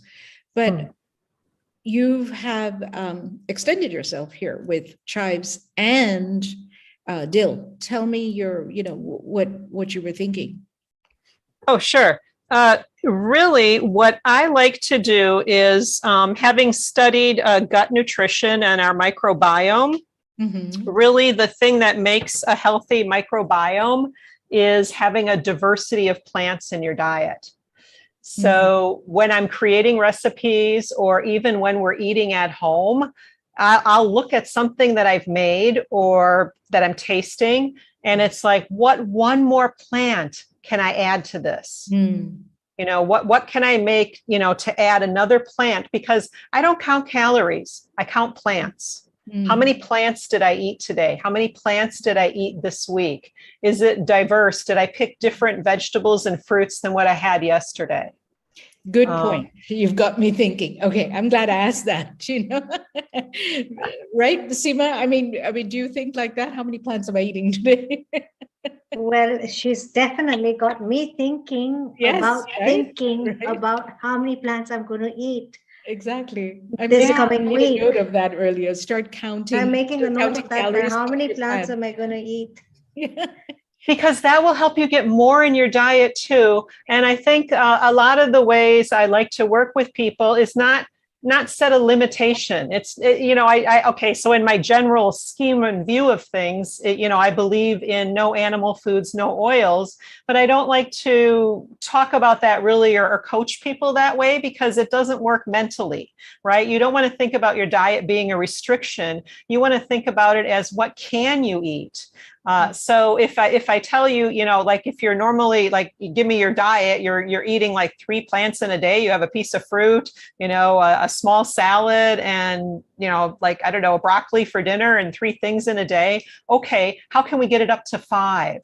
How can we get it up to 10? How are you going to eat more plants in a day? Because I think by putting those extra plants on your plate, you're crowding out the other stuff. You only have 1,500 to 2,000 calories. You don't eat that much more usually, right? Your daily calorie intake is about the same. So the idea is to look above and beyond, look far and wide, and start counting the plants. Okay, cool. Yes. Yes. I like it. Okay. Yeah. I like So, so that is really my presentation today. What we're making the no oil dressing and explaining a little bit about that. So Philippe can help me switch over so I can put another. I just put the link. I don't know if it got lost in the chat. I'll put it back. Can I just paste here? Okay. I actually just received your, as you put your link up, I clicked on it and I put in my email and I received your book, your recipe book. Oh, wonderful. Yeah, so I'm very, very excited. I do have one question because my creative, I'm Kiran, you know how crazy I am in the kitchen. Your juices are flowing. I'm just suffering now. I'm thinking of an Indian dal makhni, for example. It's buttery and it's rich. So I know you have an Instapot, right? Am I right? So you could either put it in a pressure cooker with, the onions, the tomatoes, the ginger, the garlic, and of course, no tinned tomatoes, everything fresh, and all your spices, your turmeric, your green chili, your cumin and everything. And you could really cook this up into a creamy mush. But to give it that butteriness, we normally put cream and butter into it. So would you say cashew cream, just soaked cashews, blitzed and added into it? Cashew is one of the most neutral. It's one of the most neutral creams that you could use. I don't know, like sometimes with a lot of the food, I go to tahini too, but that's quite a nutty, it's got a different taste, right? So I think part of it is, although we can say like, we'll make like a plant-based burger, like a bean burger, or we'll make, like I do, plant-based pulled pork using oyster mushrooms. It's all about the barbecue sauce. So we have things we can say are similar, but I really think it's about discovering new taste too. Right? Not everything's going to be the same. Oh, and you did ask about this a little bit earlier. Actually, our taste buds in our mouth turn over about every 2 weeks. So if you can kind of, tell yourself, I'm not going to have oil or I'm not going to eat a high fat diet, I think is really what it takes to recenter your taste buds for about 2 to 3 weeks. Your taste buds kind of lose that. Now, you may still have a habit of, I don't know, sitting down in the evening and watching TV, eating buttered popcorn. So that's separate from your taste buds. That's part of the habit of what you're doing, right? So there you might need to go into some different habit formation. But your taste buds themselves change every 2 weeks or so. Michelle, I'm still thinking, we might be strapped for time, but I have to say this. Since we all have lived in Asia, Kiran, you're from Hong Kong, Michelle, you're from Hong Kong as well. We all love our dandan mian, right? The noodles, the dandan mian. So let's think, what if we opt for buckwheat noodles or soba noodles, which are a lot more nutritious? and we cook them up, and we have this plant-based vegetable broth with no oil. So we can put in our celery, our onion, our carrot, everything, and we can make this very dense broth. And then we can just add it homemade nut butter, almond or peanut, tahini, and if you're gluten-free, well, you're having the noodles, so obviously you're not gluten-free, so you could add soy sauce to it, and you could add your blitzed chilies and garlic. Yeah. And I think, Kiran, what do you think? Sounds absolutely delicious. Pro. It would work without the oil, right? And you could throw in your, as it's boiling into the hot soup, you could throw in your beans, like your pak choy or choy sam or whatever you want. You mentioned soy sauce. I mean, if you've got that umami flavor going, you don't miss the oils anyways. So right. Yeah. The tahini actually brings in that fatty content, and as does the nut butter, right? The homemade. I make my own nut butter at home. I just keep churning my peanuts till they turn into butter. Yeah. Exactly. Yeah. No, those are great ideas. There are lots of options. I think we need to write a book, girls. Exciting. We have so much information here. And we do, but that was wonderful, Michelle. Thank you so much. Michelle, can we you're welcome. Can we just have a look at the finished product one more time, just for for a refresh? I can probably show here. Yeah. There we go. There we go. Bring it to the camera. Yeah. That's gorgeous. Yeah. Very nice. Smells good. I wish you were here to smell it, because it smells so good. I'm over here. That's gorgeous. Yeah, I just want to dive into it now. Thank you, Michelle. That was beautiful. Thank you. I hope we didn't inconvenience you with having to do a presentation and open up your kitchen and do a recipe for us. No. It really was. It's fine. No. I'm happy to share, and I'm glad to connect with everyone who's here. This is actually a wonderful experience. So thank you. I'm so happy to hear that. It was so lovely to have you. Seema, do we have anything? I just oh yes, there we go. There's Kiran's son. And so yes, I'm going to buy the book. There's my mum there. Can we zoom in? Isn't she gorgeous? And I think I am pretty much predominantly featured in this book. I assume so, considering I'm a son. If you get a chance, come and buy this book. You can buy it online as well. Do it for me. Thank you. I love it. God bless him. Thanks, Neil. God bless him. I have the book. Thank you. Seema, I hope you will meet Roshan, since you are there right now. I will meet Roshan, and I will be meeting Michelle and Dalip very soon. And I have to admit, I'm a tad intimidated to cook for them, because she's given me a strict thing, no oil at all. This is what we eat. But you know what? Like I said, it's a new ray of light, and I will be taking some tips from you, Michelle. Fantastic. Dive in. You can do it. Beautiful. It's easy. I will be chatting with you on WhatsApp. And I just wanted to thank you one more time, Kiran, for introducing Michelle and bringing her on board. This has been great for us. Michelle is awesome. Thank you. And thank you, Michelle. Thank you, Dilip. Thank you, Bina, for connecting us. It's all about connections and friendships, and you're meeting Bina as well, right? Yes. So not just 2 weeks down the line, and we'll be meeting, and we'll FaceTime you. Perfect. I would love nothing more. Thank you. Thank you.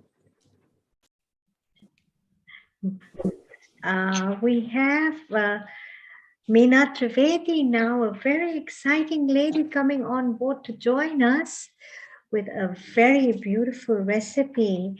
So I'd like to say a very warm global namaste to you, Meena ji. But before we start, I wanted to say something about Meena ji. Meena ji is our in-house singer and performer here at Healing Our Earth. By profession, she's a singer and a performer and a music teacher.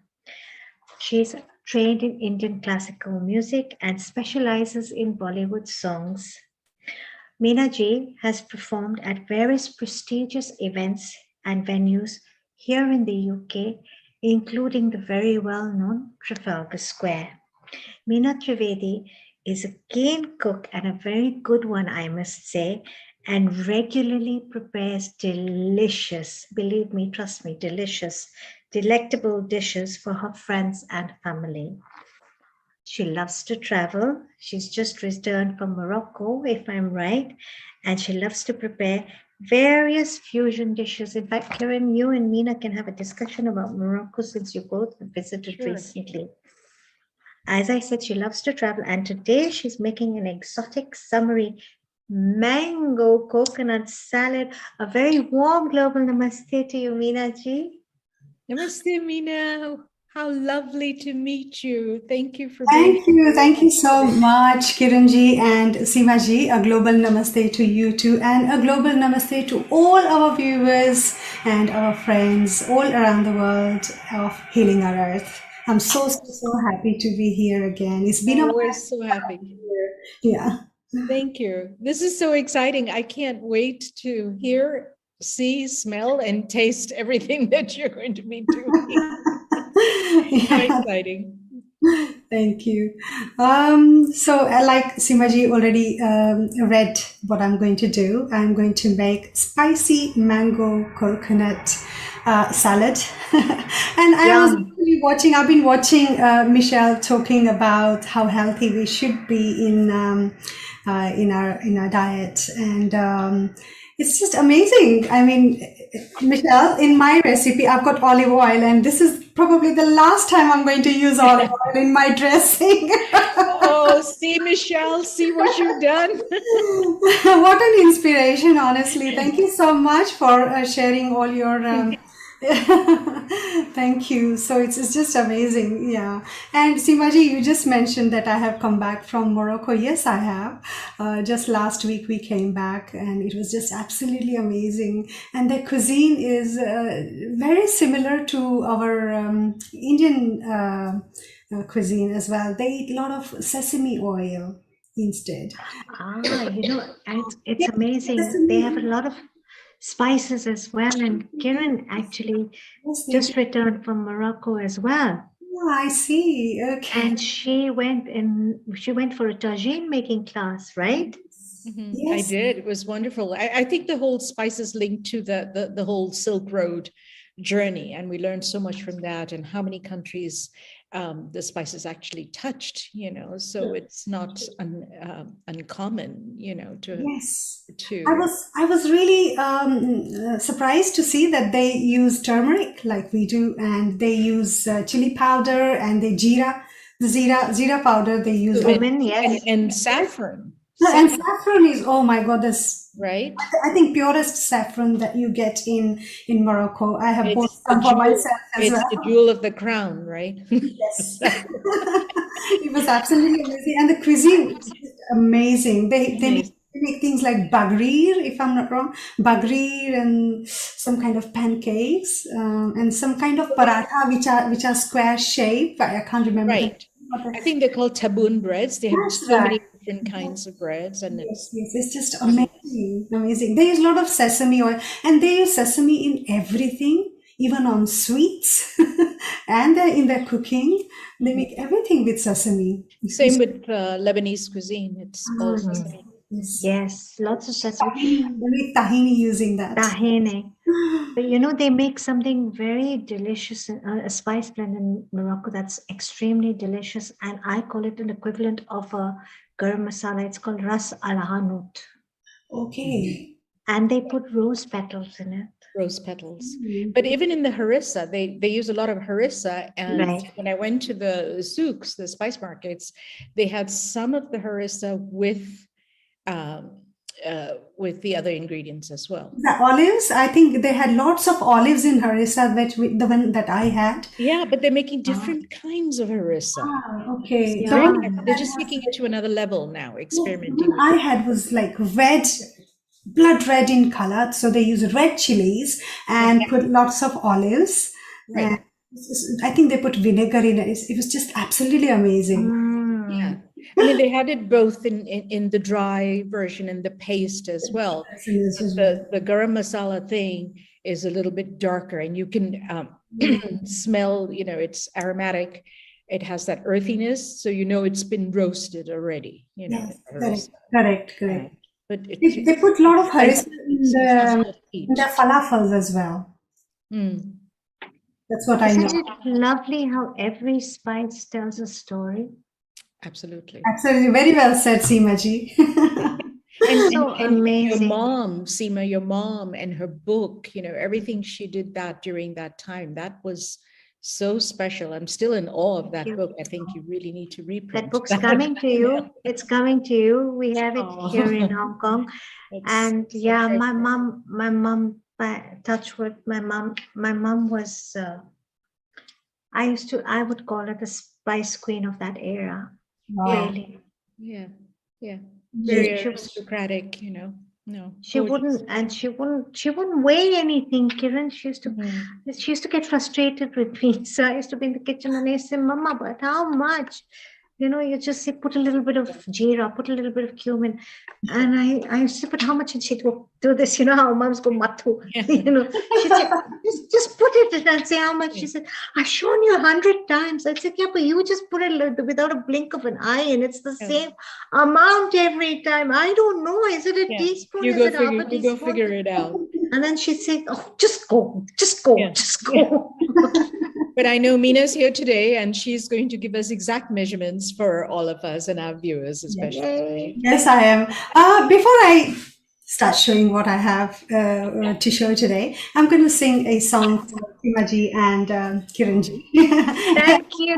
You are our singing chef, so please sing a song for us. Thank you. Ji, zarur, why not?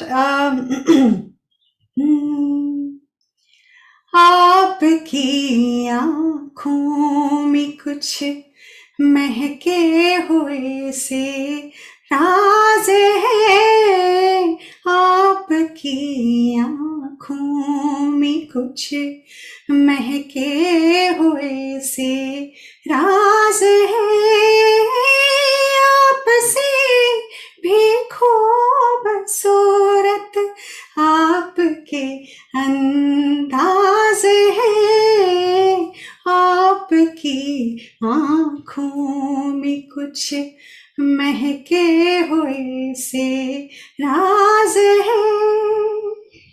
So this was nice for both of you. You both wonderful ladies. That's sweet. Can you just tell me in a few words what that meant? Right, Michelle? Is Michelle still there? Michelle? I'm sure you'd like to know, right? It's a very romantic song, actually. Beautifully sung by Kishore Kumar and Lata Mangeshkar from the film Ghar. And a very, very popular song in that era. And Aapki aankhon mein kuch mehke hue se raaz hai, means there are some suspicious things in your eyes. आपसे भी खूबसूरत आपके अंदाज हैं. Your how do you say andaz in English? Your thoughts or your actions? Actions, I would say, yeah. Your actions, Antos, yes, they are even more beautiful than yourself. That's what it means. So lovely. So romantic, right? Very lovely song. Thank you. Very popular song. Very, very popular song. Just being able to sing in the kitchen, it's kind of like what you do when you are prepping yourself, but to be able to sing in the kitchen, it brings joy, right? Happiness, joy, like you're ready to do it, and it's the love that pours out of you into what you are preparing for your family, for your loved ones. Very true. Right? Very true. Is that how you feel, Meena? Yes, absolutely. I never cook without singing. I'm always singing when I'm cooking. Always, always. My music is always on and I'm singing along with it. Oh, that's so inspiring. I love that.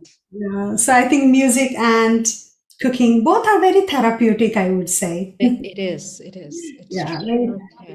It's Good. like, well, thank you. it's a kind of therapy. Yes, I usually turn my music on when I'm in the kitchen, but I wouldn't dare sing. That was very lovely. Oh, thank you so much. And now coming to this, yes, I'm going to make spicy mango coconut salad today for all of you in this beautiful weather, beautiful summer that we have got in Britain this time. And I don't know if you can see here. I have got some rocket. Rocket. I've got some ripe, yummy, sweet mango. They are cubed very nicely. And these mangoes are from India. They are called Kesar mango. They are from Junagadh. I have actually been to Junagadh to see how they grow these mangoes and how they are, oh my God, they are in acres and acres of lands. And it's just absolutely amazing how wonderful they look in there. So yes, I recently bought these Kesar mangoes and I thought I could put this in my salad today. And I've got some yummy, nicely chopped spring onions. I have got some red pepper. Oops, red pepper. And these are pomegranate seeds. They just give that color and that crunch in your salad. And for topping, I have got these are flakes of coconut. Flakes coconut, coriander, slivered almonds, some blueberries I have in this weather, a slice of lemon, and some walnuts. Walnuts are my favorite. I just love them. I can eat walnuts in just bulk. And yes, Michelle, this is for you. I've got olive oil in my in my dressing, and I have got some green chilies, finely chopped, some thin slices of ginger, some jaggery, which we use a lot in our Indian cooking, along with some khatta, the sour things. And this is a whole big lemon of, whole big size of lemon.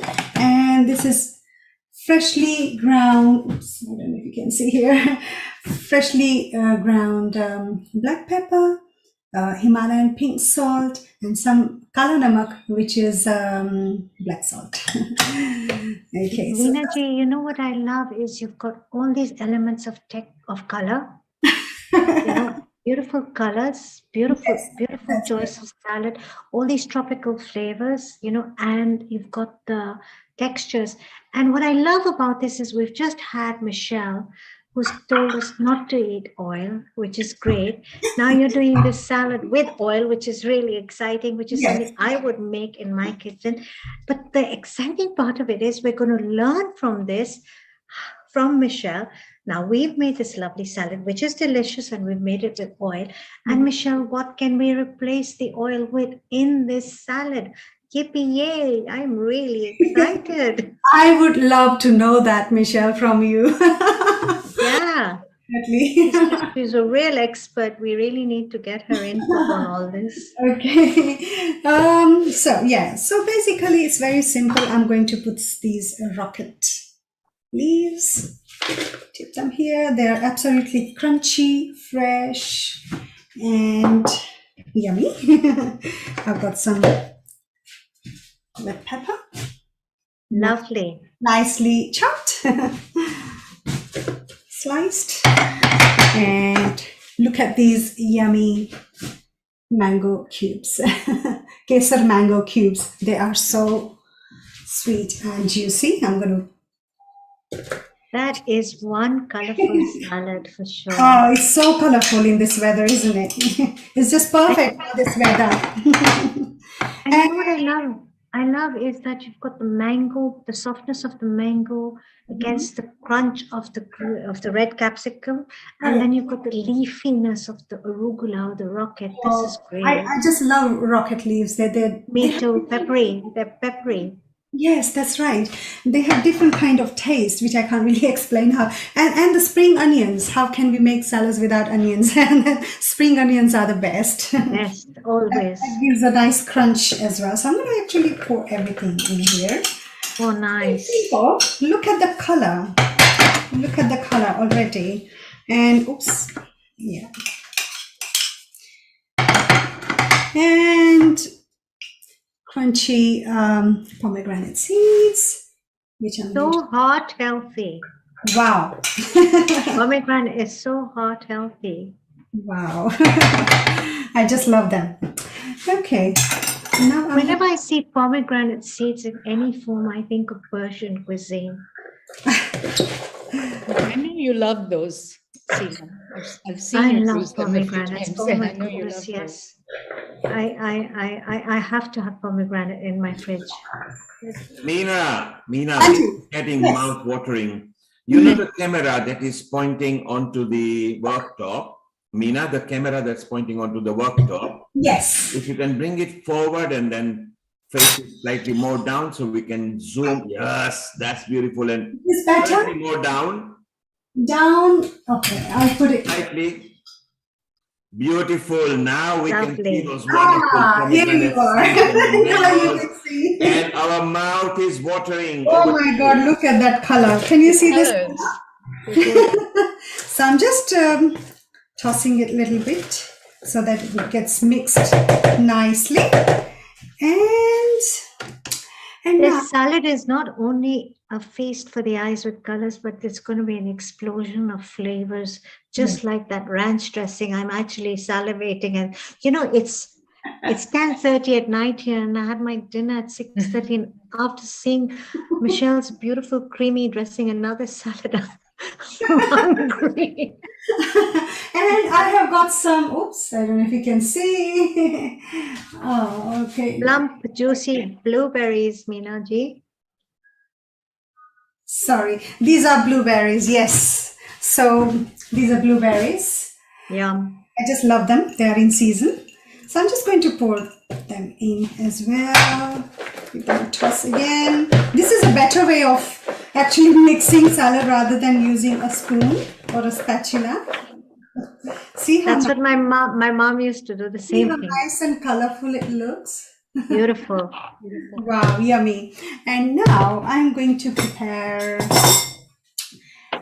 dressing.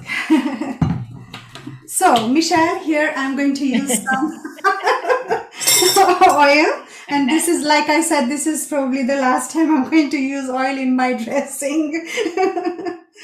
Oh. Michelle, look what you've started, huh? Yeah, she's Oh my gosh.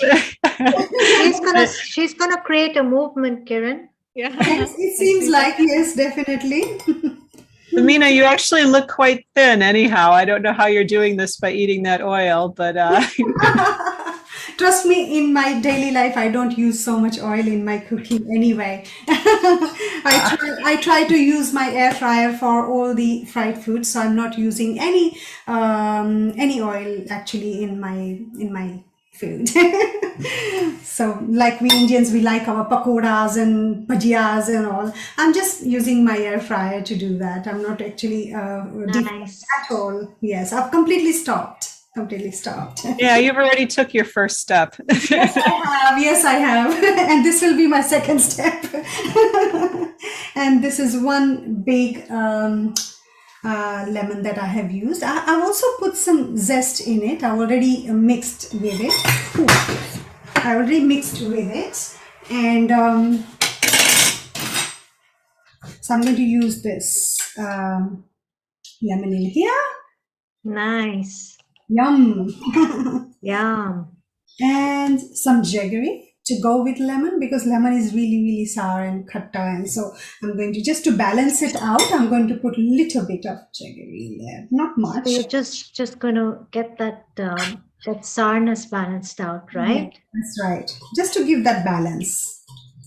Okay, now I'm thinking Michelle here, okay? Sorry, forgive me. This has really impacted me, okay, in a huge way. So I'm thinking olive oil, replace it with what? So I'm thinking of tahini.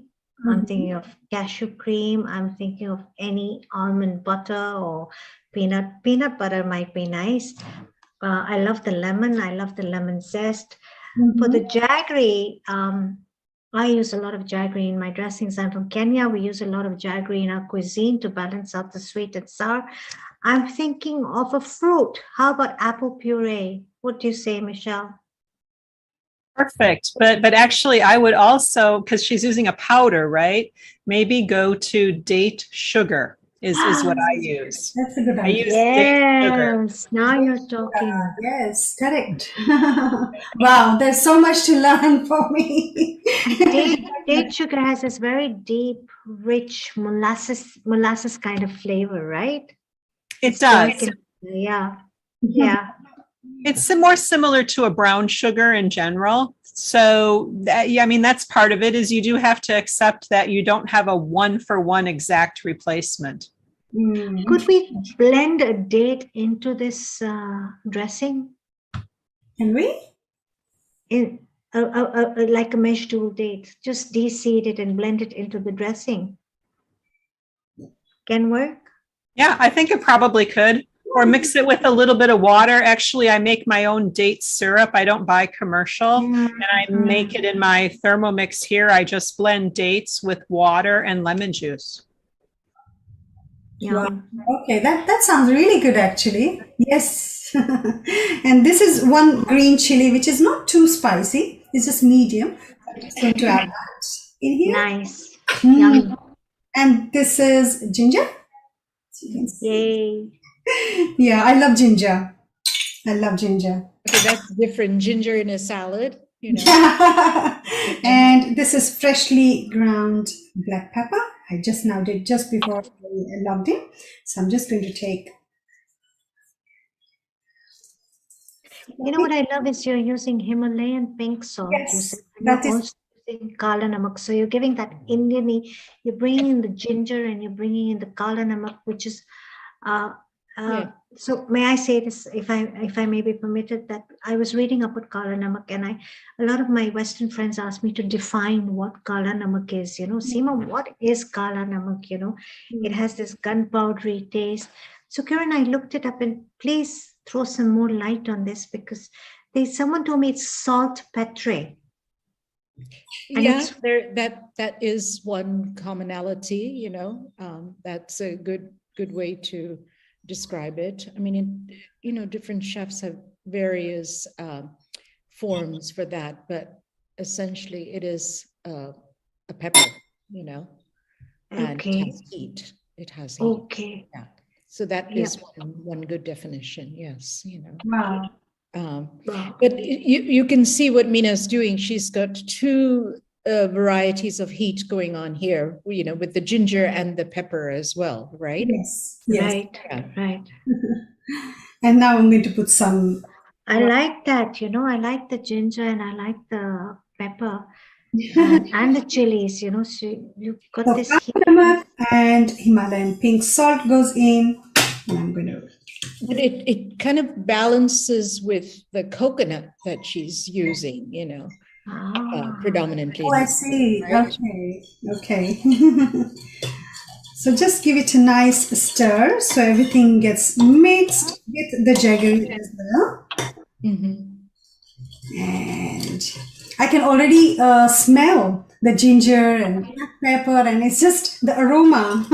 It's already enticing aromas. You've got, must be getting the ginger coming through. I'm going to pour this nice dressing in here. Wow. Yum. This is going to be our dinner. It looks so colorful. You know, they talk about eating your rainbow. And that's pretty much the rainbow there, I would say. You've got, you know, every color you can think of. Nina, what song would you attribute to your salad here? Okay, good question. You know, when it comes to singing, yes, I'm always ready to sing. Okay, let's hear you sing some lyrics that go with the salad. Okay. Since this is about rocket leaves, okay, so this is about patta, so I'm going to sing patta patta boota boota. There you go. There you go. Lovely. Goes with my salad very well. Okay. So, here's the song.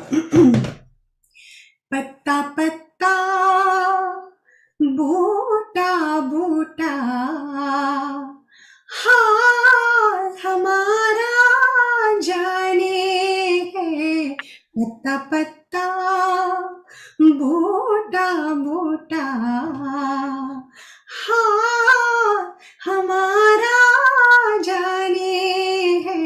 पत्ता पत्ता जाने न जाने गुल ही न जाने बाग तो सारा जाने है पत्ता पत्ता बोटा बोटा हाल हमारा जाने है पत्ता पत्ता कोई किसी को चाहे तो क्यों बुरा समझते हैं लोग कोई किसी की खातिर तरसे अगर तो हंसते हैं लोग बेगाना आलम है सारा यहाँ तो कोई हमारा दर्द नहीं पहचाने है पत्ता पत्ता बूटा बूटा हाल हमारा जाने है पत्ता पत्ता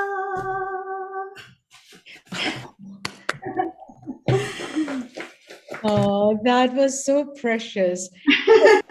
Thank you so much. What is butta butta? Is that corn? Butta? No, pata I don't know what buta buta means. Patta patta.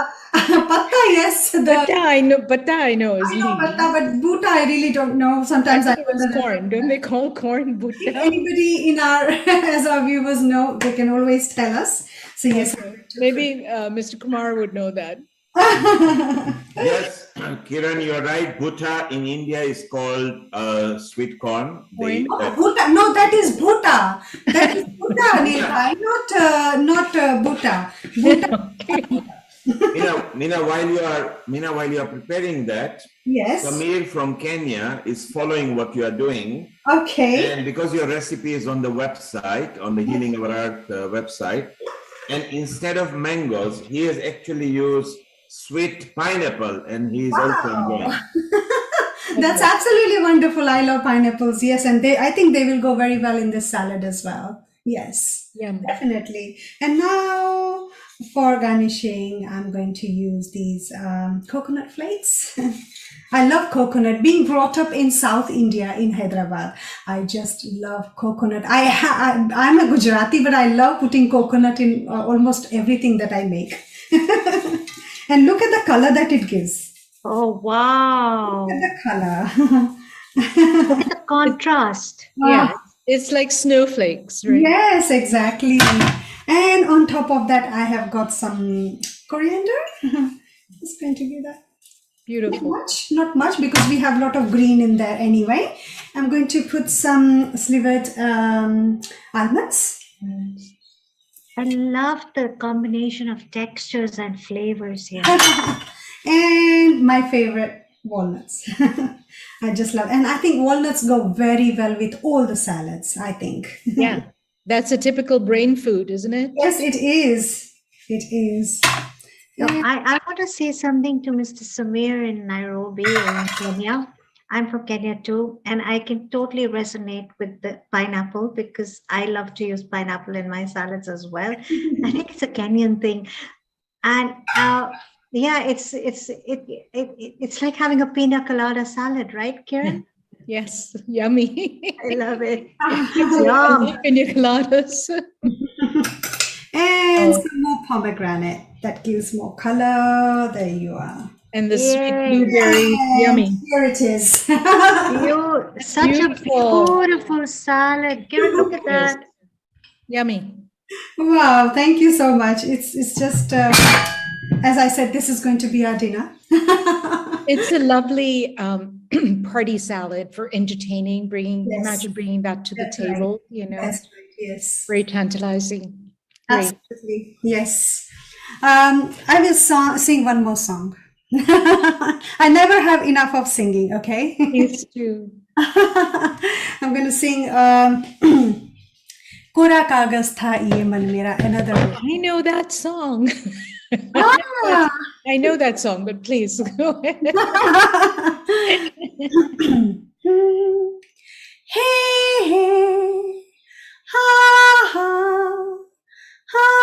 hmm, hmm, hmm, ha, ha, ha, ha, hmm, hey, hey. कोरा कागज था ये मन मेरा मेरा मेरा लिख दिया नाम इस पे तेरा तेरा तेरा कोरा कागज था ये मन मेरा लिख लिया नाम इस पे तेरा सुना आंगन था जीवन मेरा बस गया प्यार इसमें तेरा टूट न जाए सपने मैं डरता हूँ निस दिन सपनों में देखा करता हूँ हो टूट न जाए सपने मैं डरता हूँ निस दिन सपनों में देखा करता हूँ नैना कजरारे मतवारे ये इशारे खाली दर्पण था जीवन मेरा रच गया रूप इसमें तेरा कोरा कागज था ये मन मेरा लिख लिया नाम इस पे तेरा तेरा तेरा and this is for healing our earth actually this song I was singing this song keeping healing our earth in my mind because I have been part of healing our earth for the past more than 2 years and I have grown so much since then so I'm so grateful to healing our earth. Thank you Neelji for making me part of this as well. I'm really happy to be here. That's so precious. Thank you, Meena. Thank you so much. Energy, your voice, I always say this transports me to another place. And I could see that Michelle was even smiling, and Kiran, you were swaying and smiling. You know what? Your Music voice has is no so language. Music has no beautiful. language, but yet it can touch your heart. It does. And, you know, as much as music touches our heart, when someone cooks with so much love, and passion the way you have today, and I know the way you always do because you always send me these lovely snapshots of recipes Yes, I that do we share exchange snapshots with each other. It would touch anybody's heart and soul. And you know, Kiran, I love that salad. Now I'm jumping to something. I know you had a salad program. Yes. You're the queen yes. of salads. This is the queen of salads here. Yes, we need to bring that in quickly, right? Yes, tons of salads. They're magical, you know. Wow. It does look nice actually. On Gorgeous. the screen it looks really nice as well, yes. Even your presentation, Meena, that bowl is so lovely, you know. It looks very classy and You know what, Kiranji, I got this from Morocco. They are very good with artisan. They make beautiful such bowls and they make such beautiful things with ceramic. They do, but you have good taste to pick. Thank you. Thank you. I do collect these things wherever I go, in whichever country I travel. I pick up their local things that they make by their hands. That's good. I love plates because a plate is important. You know, when you're plating food, again, going back to cooking school, you know, they teach you how to plate. Yes, right. correct. So I'm into making plates. My daughter, my youngest, has a art studio in California. Wow. I'm going to be visiting again. So when I was there last summer, I made my own plate. Maybe I'll show it at the next show. And a plate makes a huge difference. It's because it's a vessel that you can showcase your product in. So it's important to match the plate to your food. Right. Would you agree to that? Absolutely, absolutely. Bang on. Yeah. No, global namaste to everybody. Thank you so much. And hopefully I'll be again here soon. What a delight. We got 2 for 1. We got singing and cooking. And Meenaji, I can your sing all voice. night and all day. Please stay on. Sorry. Please stay on, please, and please keep singing because you sing so beautifully, Meenaji. It touches our heart. She's got some magic in her voice, doesn't she, Kiran? And does. Michelle, wouldn't you agree? Yeah, the whole melody and everything, just gorgeous. I have those wonderful. Oh, thank you, thank you. Yes, Nina, can you lift the final presentation on the Yes, other? I Can you can. lift it near the camera? like this. Yes, bit more. That's it. Well, there you are, the scrumptious. Yes, beautiful. Just run with the ingredients again. Wow, the ingredients are rocket leaves, pomegranate seeds, peppers, spring onions, and on top of that, I have put some, for topping, I used all the nuts that I had, which is walnuts, almonds, and as you can see, some blueberries and pomegranates again.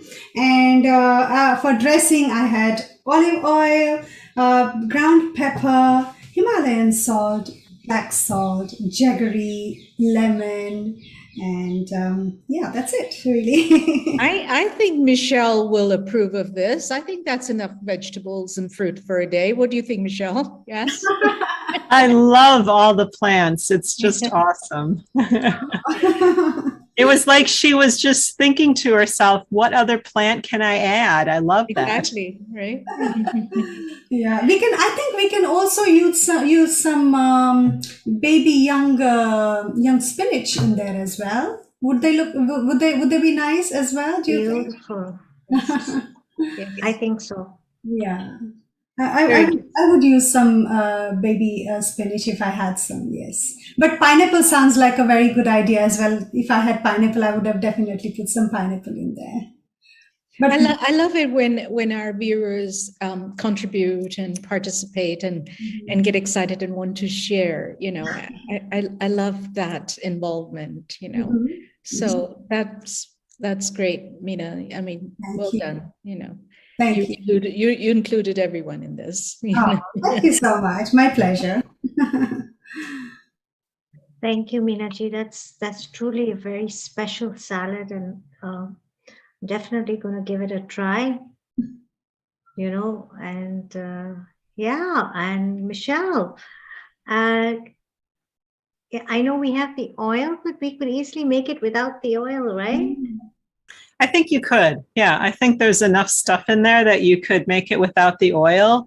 And if you want to get that fatty aspect, I almost was thinking because she's adding so many plants, you could just chop up avocado and add it to it, right? I mean, I think you could do well to do that. So that could work, I think. Wow. Okay. Very yummy. But if you're looking for that, you know, a little bit of liquid to have everything tossed together. And if you're missing that, and if you're not using oil, I mean, you've got the juice of the pineapple, you know the juice of the blueberries will also secrete into your mouth, you know, when you bite into them, you know.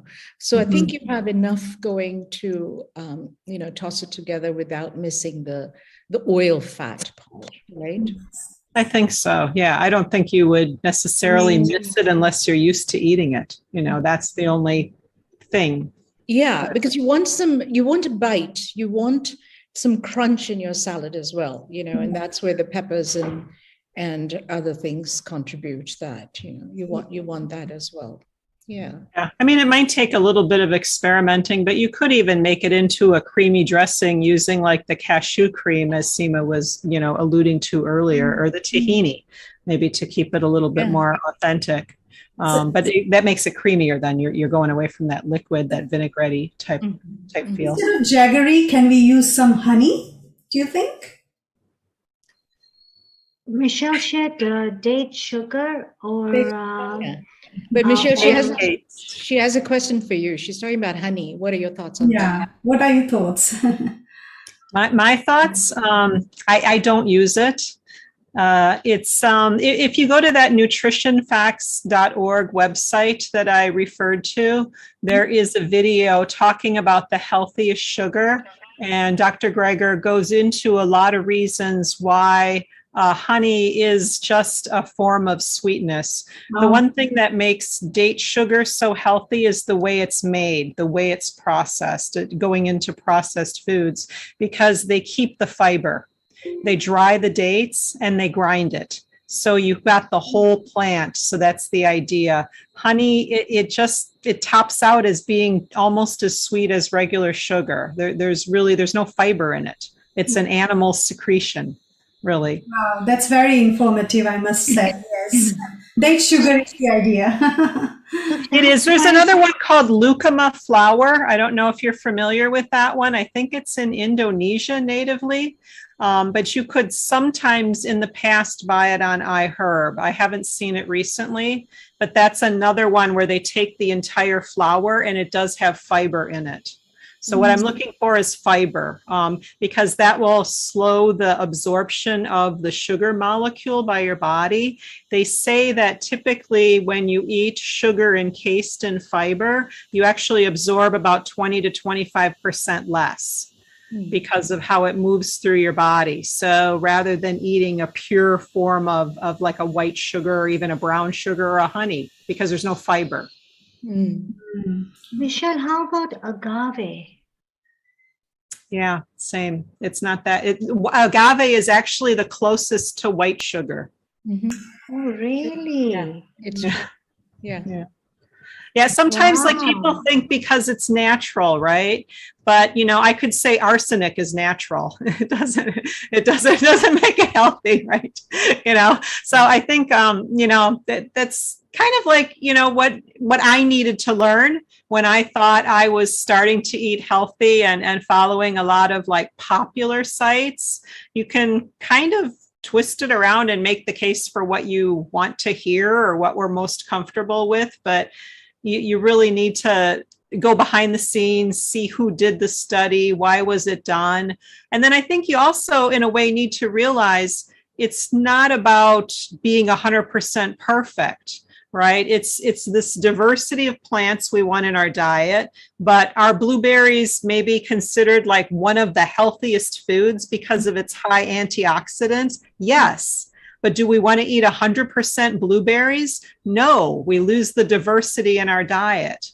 So you have to somehow strike a balance. And a lot of the studies say 90% or more plant-based. So that could leave room for you to have your oil once in a while, right? It sounds like you're just using it in the salad. So if you're not eating that salad every single day and you're keeping that oil to be about, or that fat to be 10% of your calories or so, you're in a good place.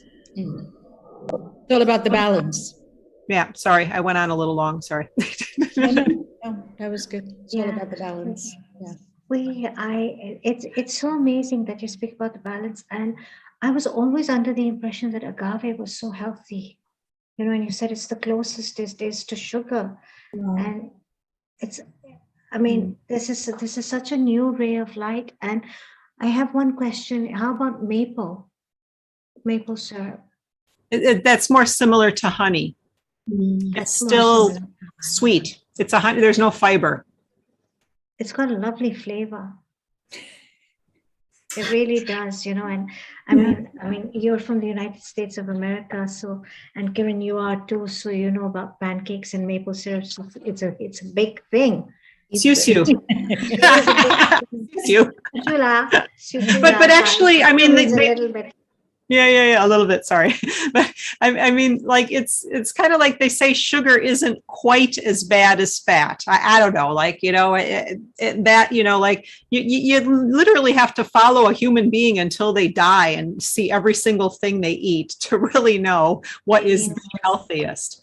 All these studies point to X% lower your risk from this or that, right? So we try to work it out the best we can. Very, very insightful.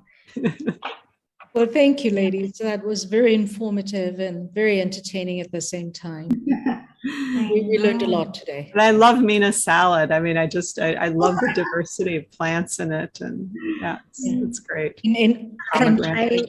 I get that crunchy. From now on, I'm going to think how many plants did I eat in a day? Definitely. Yeah. You know, and I loved the salad too. I love the colors, and I think we have Ranju Ben here with us, joining us, and she'd like to say something. Hello, my name is Ranju. Can I ask a question to Michelle, please? Sure. Yeah. Nice to meet you. Nice to meet you. Thank you. I've been listening to all these healthy options, but regards to the salad and the salad dressing and the oil mixture and everything, how about mixing up with 0% yogurt, 0% fat yogurt in the salad? That's how I eat my salad. Just mix it up with, just do a selection of different salad stuff and mix it with 0% fat yogurt, and I love it. Yeah, yogurt has a nice creamy taste and it does make a good base. I try to go to a plant-based yogurt. So I look for like like an oat milk yogurt, or a yogurt made from soy, or a yogurt made from almonds. Actually, I've seen in the market too. So I don't eat animal foods. I don't like dairy in particular. It's also been shown in a lot of studies to not be good for human health. Basically, you're getting a really concentrated source of animal hormones just naturally. It's not even whether the cow was fed hormones. It's because that 800-pound cow was meant to grow a 60-pound calf to an 800-pound cow in about a year. So they're getting so much growth hormone. It's just not good. And I know you mentioned 0% fat, but a lot of it is the fat in animal yogurt. So that's kind of my thought on that. But, again, it's not about perfection, right? It's about trying to keep that, like bad stuff to maybe 10% or less of our calories. Okay. Does that answer? I hope that answers. But try a soy yogurt or an oat milk yogurt. They actually can be really creamy. And if you're a cook, you can try making your own and see how it goes and see what you like. Yeah, I'll try the oat yogurt. Yeah. Thanks for your advice. Thank you very much. Thank you. Yeah, sure. You're welcome. Hope that helps.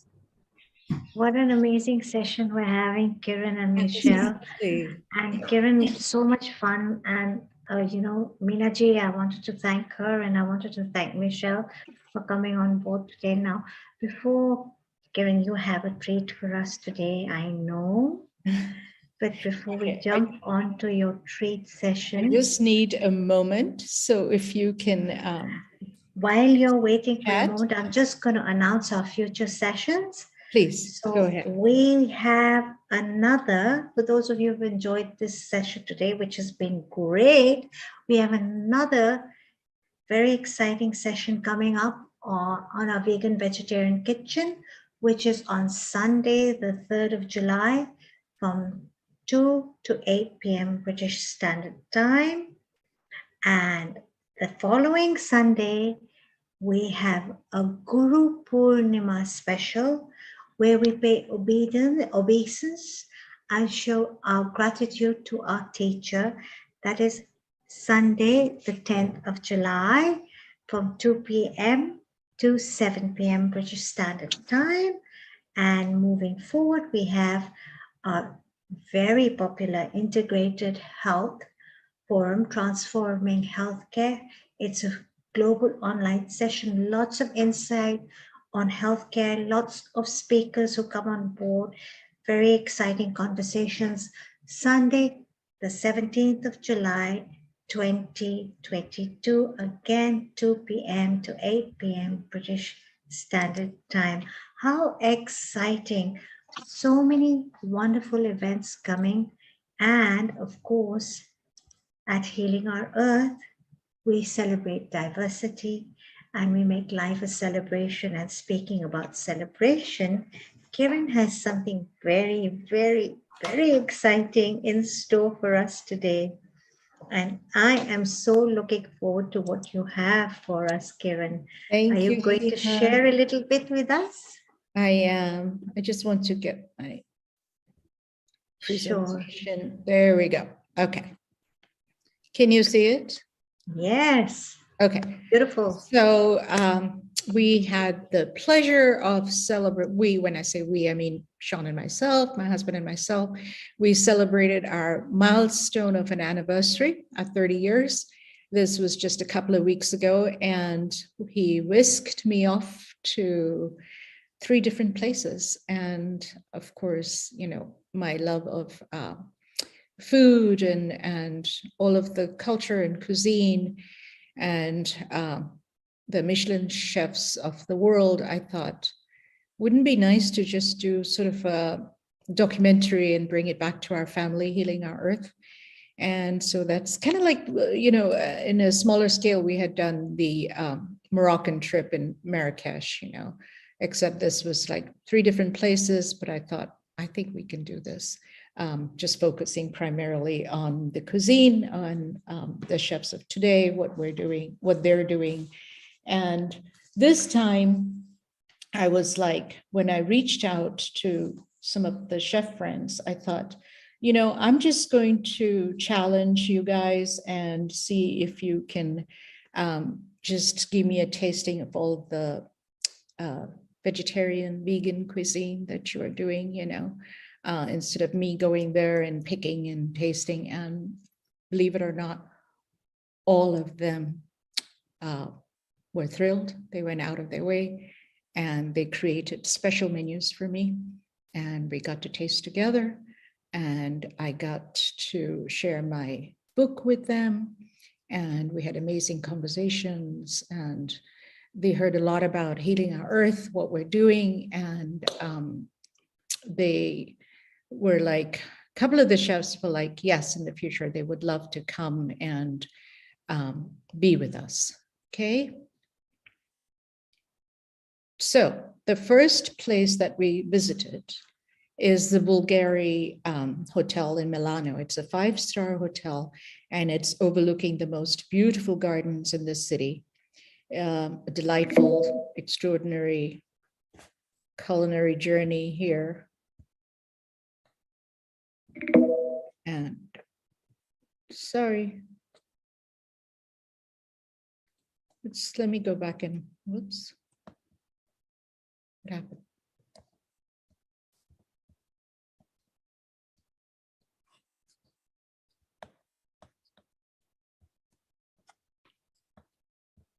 Okay, all right, there we are, back again.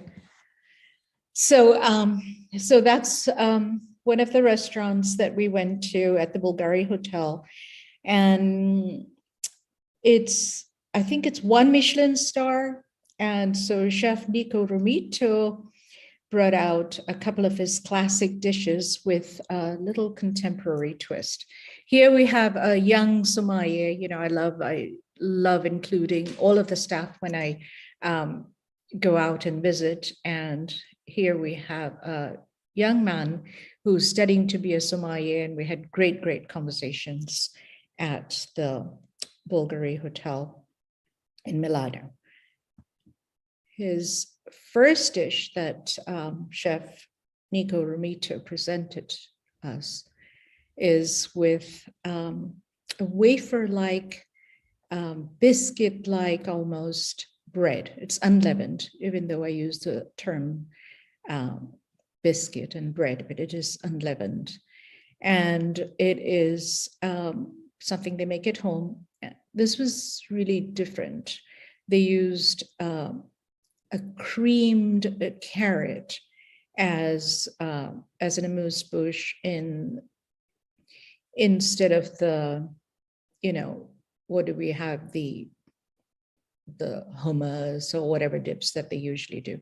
It was sweet, but I could tell that there was no artificial sweeteners. There was no sugar in it. It was just the confit of the carrot with no added sugar, and it was phenomenal. There we go. We had a little bruschetta as well. And again, look at those artisanal breads, wafers, flatbreads, bread with herbs and things. And of course, the baby vine tomatoes grown locally with a tiny sprig of basil there. And that was their preemie.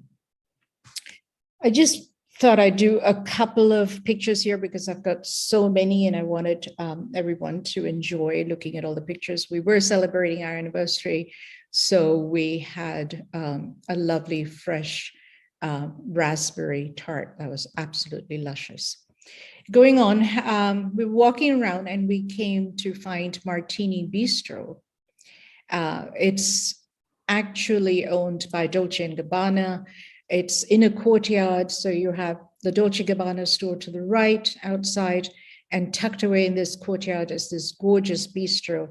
And we thought that would be a great place to sit down and relax and have a cappuccino, and talked to some of the staff, and they are absolutely phenomenal in their service and attention to detail. So it is essentially a collaboration that blends Italian traditional and modernity. Here we go. All right, we were staying here at the Dorchester Group, and the executive chef Acanto Milano at the Hotel Principe de Savoia, which is a Dorchester collection. So Chef Alessandro Bufalino has a heart of gold. He met me a couple of times and gave me a tour of his beautiful classic Italian restaurant that has a contemporary twist at the Dorchester. And this is outside. We decided to sit outside. He came up, met, and we took a picture with the book. So the first thing that he brought to the table was an amuse-bouche, which is, as you see there in that, on that gorgeous vessel right there, which looks like marble, in very intriguing shape. And the contents of that amuse-bouche is a phyllo pastry shaped like a cigar. So I called it the cigar-shaped pastry. But what it has inside is avocado mousse. So it's filled with avocado mousse, which is at both the ends, it's dipped with crispy chia seeds.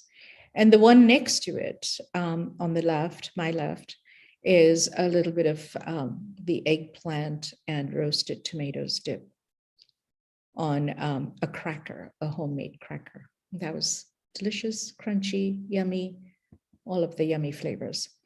So we all know porcini is a fall mushroom, and chefs just love porcinis. However, what I learned this trip was that the young porcinis are available just for 2 weeks in the start of summer. And you have to be well acquainted with your vendors in order to get this chunk of gold, as they call it. So what chef did was he put up a special menu. And when I saw the taglione ai funghi porcini, I said, yes. And that brought a smile to his face. And he was like, okay, here's someone who knows what's in season and what's good to be enjoyed. And of course, we ordered that. The priceless porcinis were definitely sweeter. They still had that earthy taste, but definitely sweeter than their counterpart that you find in the fall. And it was just perfectly created with a very, very light broth. And next to it was another version of the same beautiful baby porcini with a little bit of shaved Parmesan. Just by itself was nice and crispy. The porcini here on the right is actually toasted. Very interesting. And there he is again. We were in his kitchen, really pristine kitchen, and a wonderful gentleman who gave me a lot of his time. Thank you, Chef Alessandro. All right, Now, well, you know, we can't just eat in the hotels. We have to explore outside and see what is going on in the real world. And I wanted to just pay homage to what I don't know if you guys know Stanley Tucci. Stanley Tucci is an actor, and he's done tons of travel food documentaries, you know, being an Italian himself. So he travels all over Italy to showcase the beautiful restaurants. And I had paid close attention to Ratana.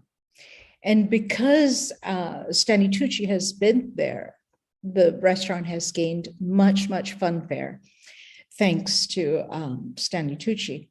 And here, I got a chance to meet Chef Cesare Battisti and one of his sommeliers, Martina, a young lady who is still finishing her sommelier course. She was very helpful, and she helped with the translation as well.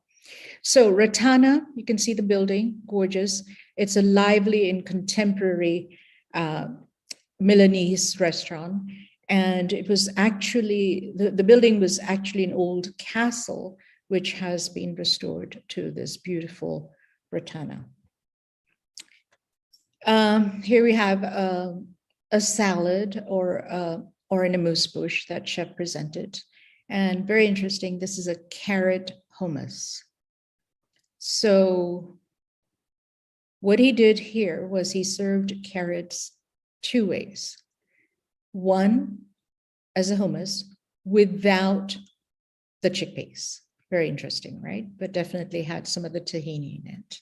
And then he had purple and red carrots, baby carrots, and white carrots that he just shaved off. And that lent an extra crunch. And you can see some of his homemade chips as well. Amazing. And then a couple of other dishes that he presented was the bucatini al dente with pomodoro. Very plain, very simple. The tomatoes here are actually sweet. There's no tanginess at all. They're sweet, delicious, and the basil is fragrant and fresh and delicious. The pasta always al dente. To my right, we have cauliflower three ways. Very interesting. He has written a cookbook, and I found that recipe and the picture in his cookbook as well. So he has in that cauliflower, he has toasted, roasted some of the cauliflowers, shaved ever so tenderly with care, and he has the puree. He has salsify, as well as a lovely sauce to go with it that was sweet as well as tangy and had a little bit of earthiness as well. Bravo. That was like really hats off to that dish. And there is Chef Cesare and his charming sommelier Martina. They were both amazing. You can see that wine collection behind him. Amazing. It was a great, wonderful evening. We learned so much from these awesome people. Nothing to do with food, but I thought I would include Cathedral Duomo de Milano. A little bit of history is, here I am on the rooftop. This was actually constructed from 1386 to 1965. It took 6 centuries to complete this amazing marble and brick cathedral. All right, so we leave Milan. We started in Milan. We leave Milan and we go to this amazing place called La Chèvre d'Or in Èze, in France, on the French Riviera. It is a medieval resort, a building that has been there for a long time. And it used to be a medieval village. And they've kept it the way it is without touching, and they've just put in little suites. There are no rooms, just suite. And the lovely thing about each suite in this magical place is that it's named after and was built after artists like musicians and writers. So in our suite, we had a beautiful white baby piano, and that was my inspiration. And then I actually did some writing in that room. Gorgeous sights. And here we are in a 2 Michelin star restaurant, which is situated high up on the peak. And there's that gorgeous view. We have a table by the window, gorgeous view, and overlooking the beautiful Mediterranean. I'm sorry, I'm just fumbling with my notes and I'm looking at the Le Chef d'Or. So what chef did here for us is he created a menu for me. And it started with the variations of lemon on ice, as you see to my left, and then Eric Auvert on a delicate pearl and onyx spoon. I think the spoons are actually for caviar. And then little pastries on lentil bowls for effect. And there's a salad at the back as well. Really amazing, different, gorgeous presentation. I could have just lived there. So let's go here. The first course, so this is a tasting menu of 5 vegetarian courses. Green asparagus, nice and plump, with a burnt lemon and Nice citrus smoked dressing. So the citrus, meaning the lemons, actually came in from Nice. And then there's a garnish of edible flowers and herbs with a little bit of dressing on the side. To the right, we have carrot with puffed quinoa crust and a sweet spice jus. And look at those gorgeous, vibrant colors, absolutely delicious. He did a fennel as well, and the fennel textures, there we go. There's no fennel here, it's the aubergine, but he did a fennel textures declination with samphire. Samphire has a very distinctive and salty taste. It has vibrant stalks like asparagus and can be used in raw salads. So there are 2 types of samphire. One is marsh and one is rock. Of course, it's more palatable to enjoy the marsh one than the rock. The artichokes to the right, they were crunchy, and the name he had for them was petit farci. They're slightly stuffed with pine needles. How interesting is that? You know, the chef using every part of all of the plants. To the left, we have aubergine.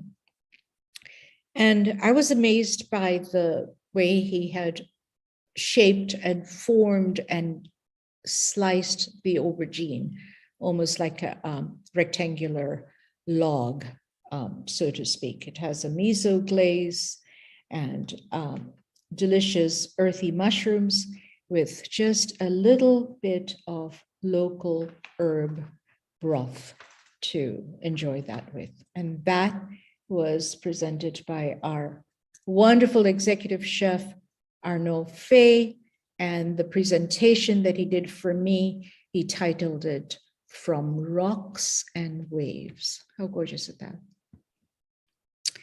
Here we are in the kitchen. I found myself in the kitchen as per yummy, wonderful, usual thing that I love to do, walk into people's kitchens. And as I walked in, the team was preparing my artichoke course that we showed earlier. And let's hear this.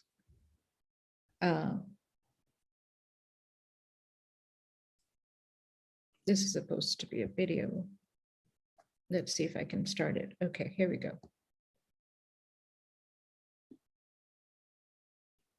No.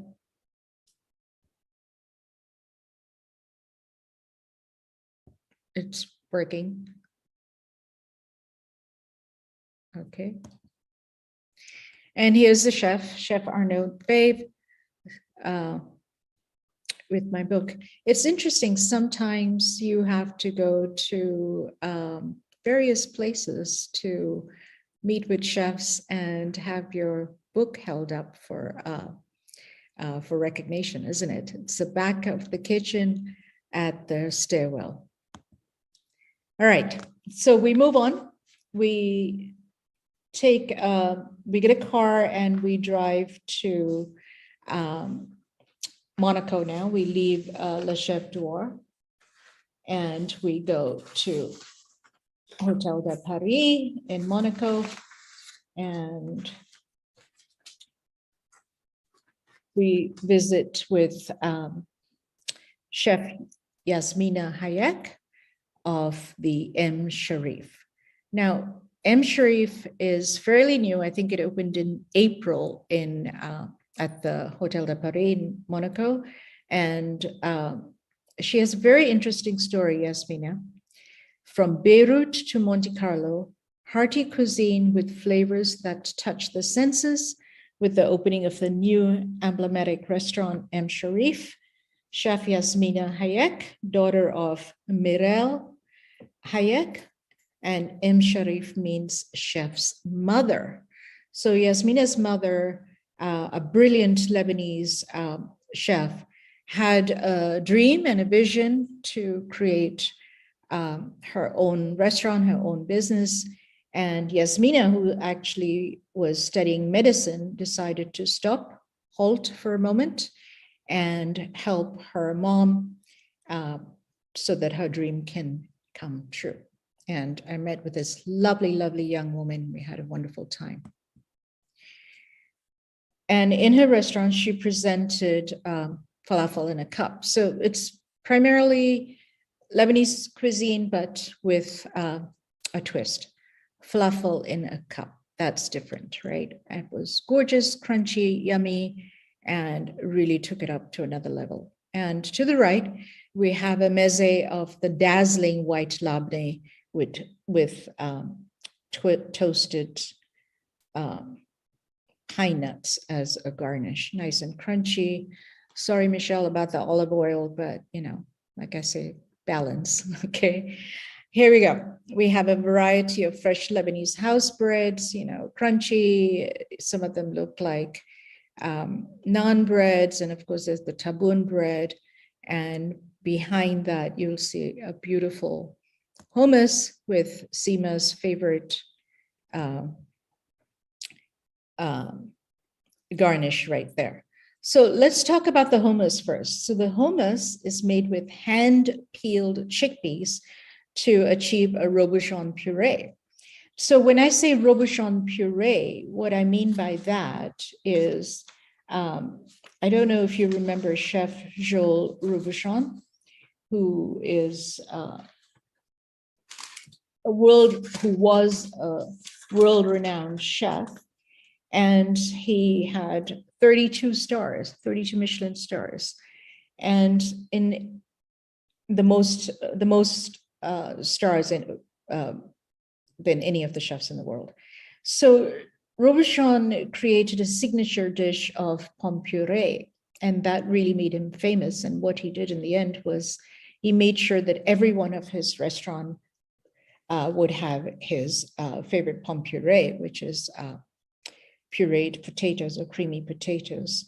It wasn't, it's a very easy recipe with just fingerling potatoes or Russian banana potatoes, whatever you can find, or Yukon Gold potatoes, a lot of butter and a little bit of milk, but it was the techniques that he had formulated which made his potatoes just soft and milky. It was a little bit of work, but grinding it, passing it through a grind in the food mill, and then to complete it, to make it even smoother, running it through a potato ricer and a drum sieve. And of course, the whole process is emulsified to make this yummy and rich.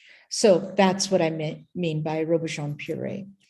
And then next to that, we have a beautiful pastry wrapped delicacies with yogurt dips. They did a vegetarian version for me for this. It was just crunchy and spicy, and there was a little bit of harissa in it. And then a yogurt dip, kind of like the Indian raita to go with it. Very clever, very different. Actually, let's go back there. It reminds me of the Moroccan cigars that I used to make when I was catering back in Hong Kong. And instead of doing a baklava, I would make these pastry cigars with the nut filling in it. And we're at the end of this, and it's a lovely walk and conversation with Chef.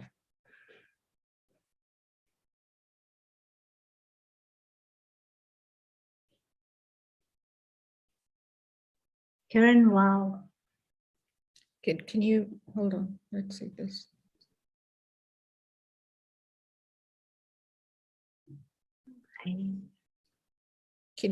Is it moving? No, it's not moving, but I want to say, I'm going to beautiful presentation. I'm going to have Sean look at this and see if we can bring it back again afterwards, Okay. Because I really want you guys to, see the whole, the beautiful gardens, This woman was just absolutely gorgeous. Okay. So we now move on to, so Hotel de Paris has Alan Ducasse's restaurant there. And of course, it was just heavenly. We had to dine there, have a taste of what new things Alan Ducasse is doing. And what did we have there? We had Chef Dominique Glory, and he created a gorgeous menu once again for us. And I think we were talking about hibiscus flower earlier, and this is where we tried some. So first of all, we had this gorgeous bread at the table, artisanal flatbreads, paper thin flatbreads, mimicking an artist's palette is what I'm calling it, with pressed vegetables or painted olive paste. So there were actually two. I've only included one picture. So this one has real pressed vegetables and is just flat and wafer thin and crunchy. So you can see it has radishes and zucchini and baby carrots actually pressed on the bread. Is that amazing? And the other bread had olive paste painted on it. Here's a little amuse bouche of microgreens in its natural state and with nothing else, just the natural sweetness of the herbs and the microgreens. Italian Treviso wild mushrooms flown in from the city of Treviso with radicchio and roasted yeast. And I think, Michelle, we talked about the roasted yeast earlier in your presentation as well. And this was just used as a nice sprinkle on top for a lovely crunch. I'm going to look at my notes here to see what I have on. Yeah, I did mention roasted yeast or nutritional yeast flakes is what Michelle and we were talking about. They're not for baking. They are plant-based and they impart a lovely umami flavor to the food. It has a nutty and cheesy flavor, again, like Michelle was saying. Some of them are fortified and some are not. There are lots and lots of nutritional benefits, and it is a complete protein with all 9 essential amino acids, just like in rice and beans. So these are some of the lovely new things that the chefs around the world are experimenting with right now. To the right, we have mountain morels with hibiscus flower and the pollen as well. Not just the flower, but he's included the pollen as well. Normally we use hibiscus flowers for teas or jams, but to see it in this gorgeous dish with the morels, it was really awesome.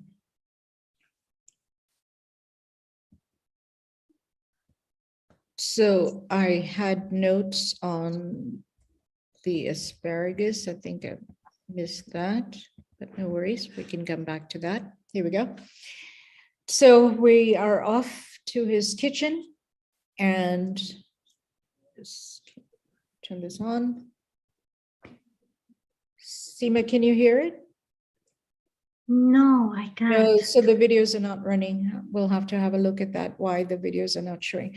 Okay, so Chef takes us back to his kitchen. This is Chef Dominique at Alain Ducasse, and voila, surprise, he has a dish prepared for me in the kitchen. And this is interesting. Seema and Michelle, we have a lot of kumquats in Hong Kong. We use them primarily during Chinese New Year, whether the whole pot bring good luck, as a decoration or to eat or make desserts with. So he actually confit the kumquats as well as the summer asparagus, and he made a little avocado dressing and emulsification on this side. It was absolutely heavenly. And I did have a little chat with him. Sorry, the video is not working again. I do apologize. We will look into that. But that whole meal here we are in, the one holding my book is Chef Dominique. That whole meal was mountain morels with hibiscus flower and pollen, the wild mushrooms radicchio and roasted yeast, the green asparagus with yuzu condiment, and on a tart and fragrant citrus fruit that grows in East Asia. We had trumpet zucchini with green figs and Provence garden vegetables cooked with black truffles and served with a delicate basil ginger broth. So those were some of the interesting things we tried out here. And it's always sad to leave their kitchens, but voila. On the last evening, we decided to go up to the roof at Le Grill at Hotel de Paris, and gorgeous room. And we have a little amuse bouche here for tasting, roasted summer tomatoes with basil. So they're not just roasted, they're twice cooked in the sense that they were confit first and then finished with a little roasting. To the left is the garden vegetables with herb vinaigrette. I think there were two kinds of herb here. It was basil and dill, if I'm not mistaken, and it was just amazing. To the right, morels and baby spinach risotto garnished with Parmesan crisps. Now, I think in all of my experience, this was the lightest risotto I've ever had. Normally a risotto is creamy, not necessarily because of cream added to it, but it's because of the product. The risotto rice is naturally starchier, so it appears to be more creamy. But this was the lightest risotto I've ever had. And it was easy to digest and absolutely delicious on the palate. My favorite dish, puffed souffled potatoes. So every time I go back to Hotel de Paris, I have to have potatoes, just even by itself as a little starter dish. souffled potatoes, or twice puffed potatoes, as they're called. This is the grill's signature dish since Winston Churchill days. Now, Winston Churchill was a frequent visitor here, and he has his own private room. And I had posted a lot of pictures and done articles on that during my last trip. So the potatoes, again, they're very much technique oriented. They're trimmed at the edges to form a rectangular football shape. And I've made these many, many a time during my catering days. So they're first blanched in oil and then fried in hot oil again, all the whiles we're shaking the pan. And that's when they start beautifully puffing up. And I usually serve mine with tarragon aioli. And here we had a creamy, buttery sauce, which I don't think I got a picture of.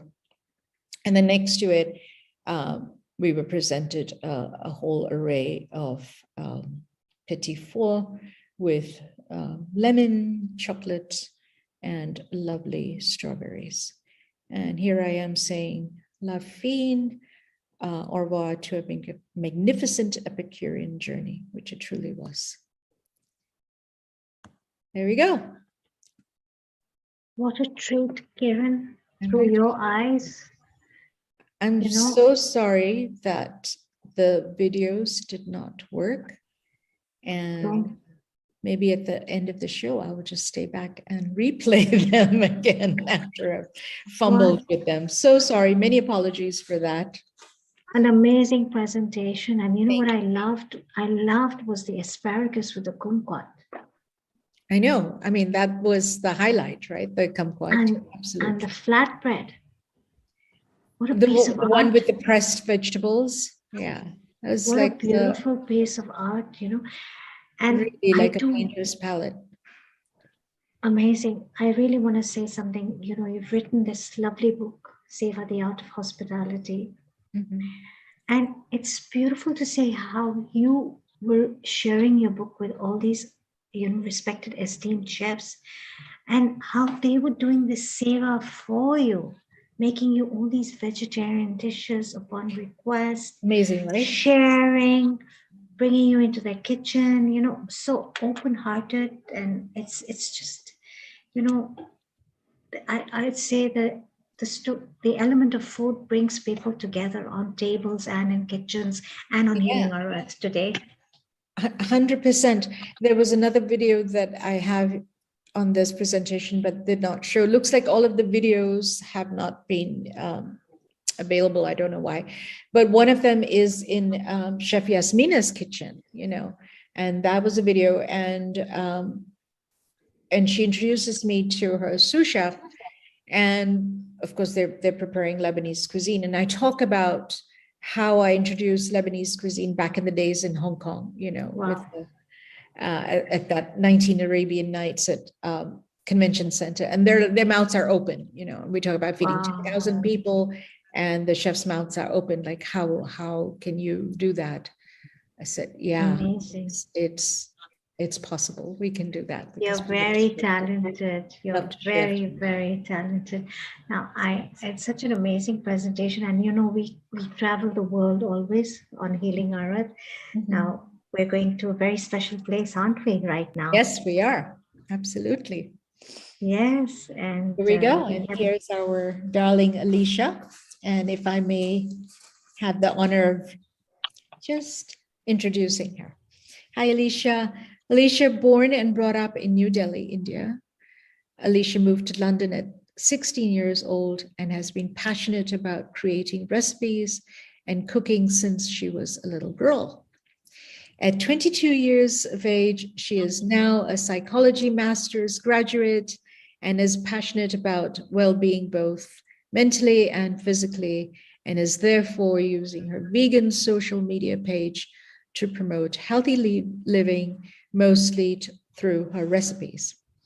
Alicia has been vegan for just over a year and has dived into her Indian roots and started learning the health benefits of using nature and plants as her source of medicine, using naturopathic and Ayurvedic teachings. She also started learning about Dr. Sebi's nutritional guide to alkaline eating and how a lot of his teachings correlate with ancient Ayurvedic teachings.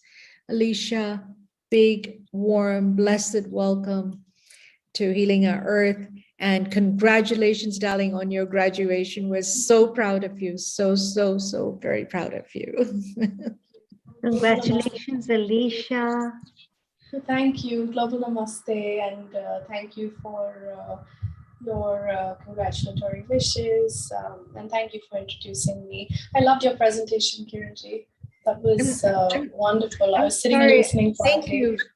But I couldn't see and I couldn't converse with Seema like we normally do.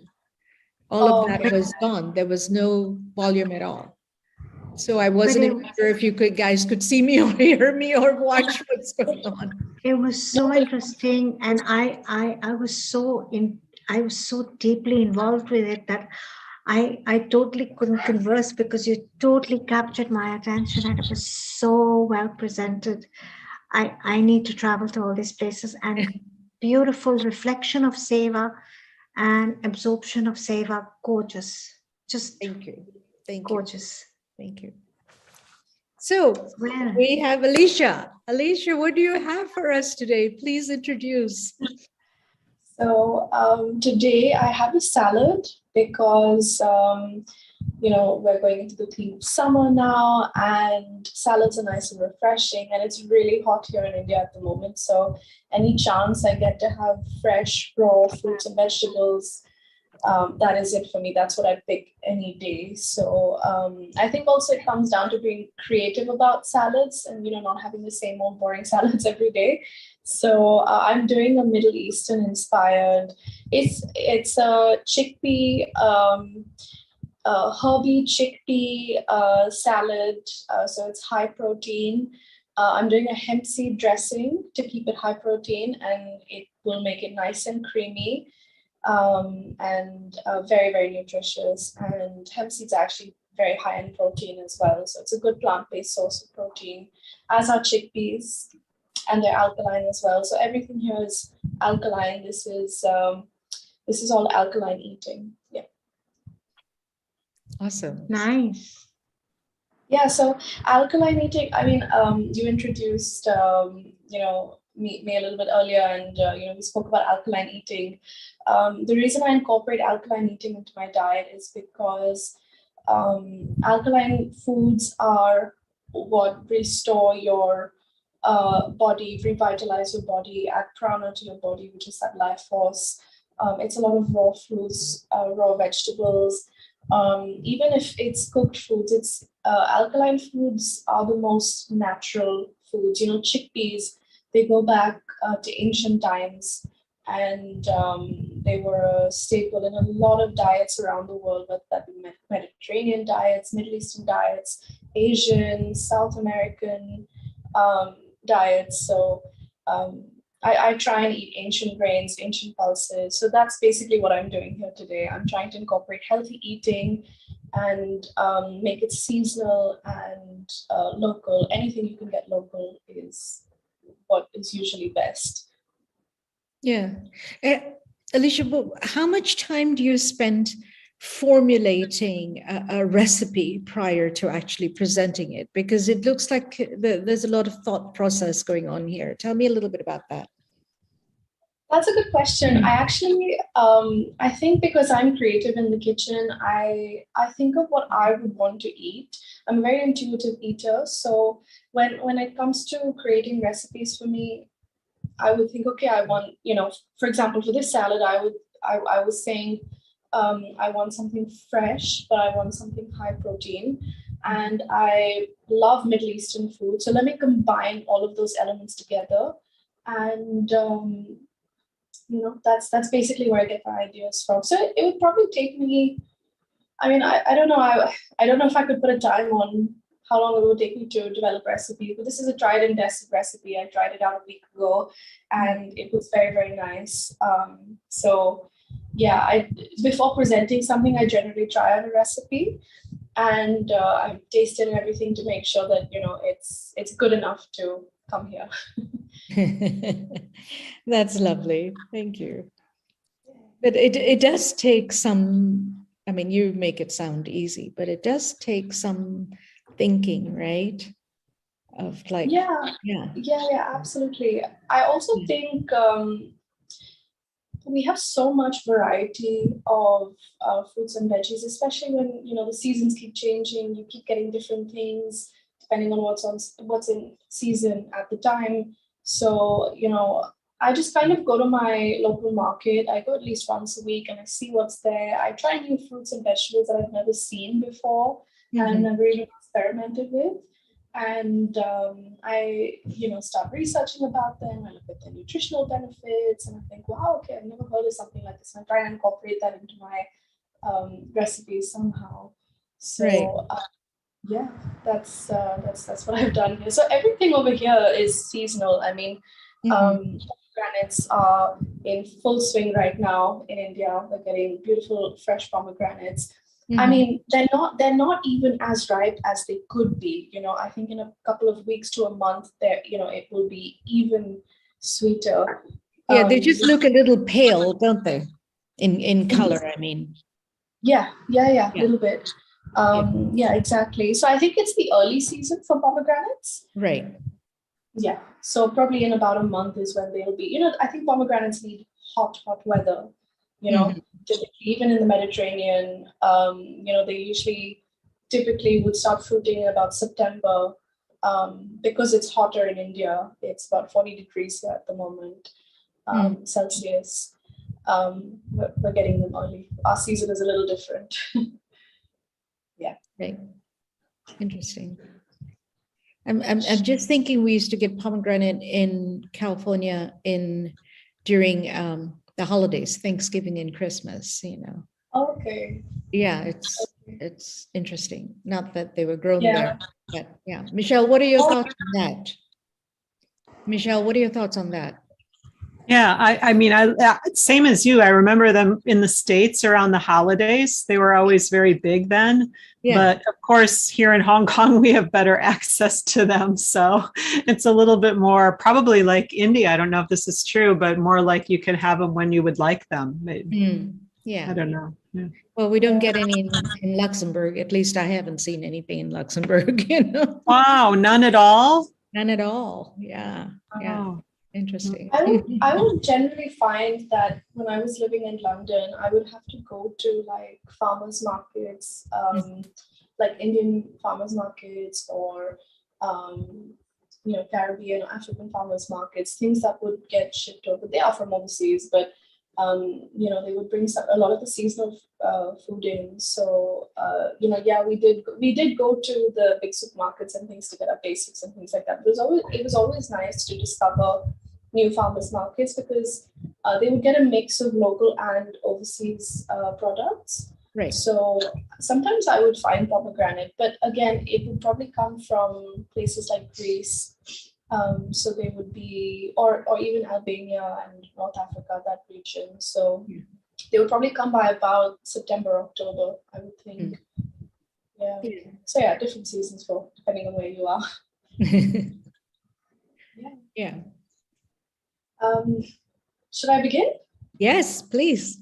Okay, so I will start with the base, and this is a lovely fresh salad, lots of herbs over here. So I'm gonna start by talking about some of these herbs. This is coriander, also known as cilantro, in South America and Mexico and places like that. So this is a great herb. It is obviously it has a lot of flavor.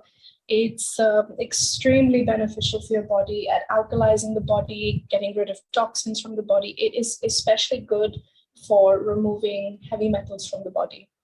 So if and a sign of having heavy metals in your body is things like fatigue and lethargy and stuff like that, just based on our diet and our lifestyles and our everyday lifestyle.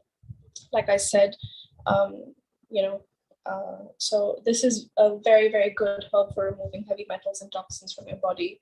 So I'm chopping everything from scratch here so that you guys can obviously, be in on the entire process.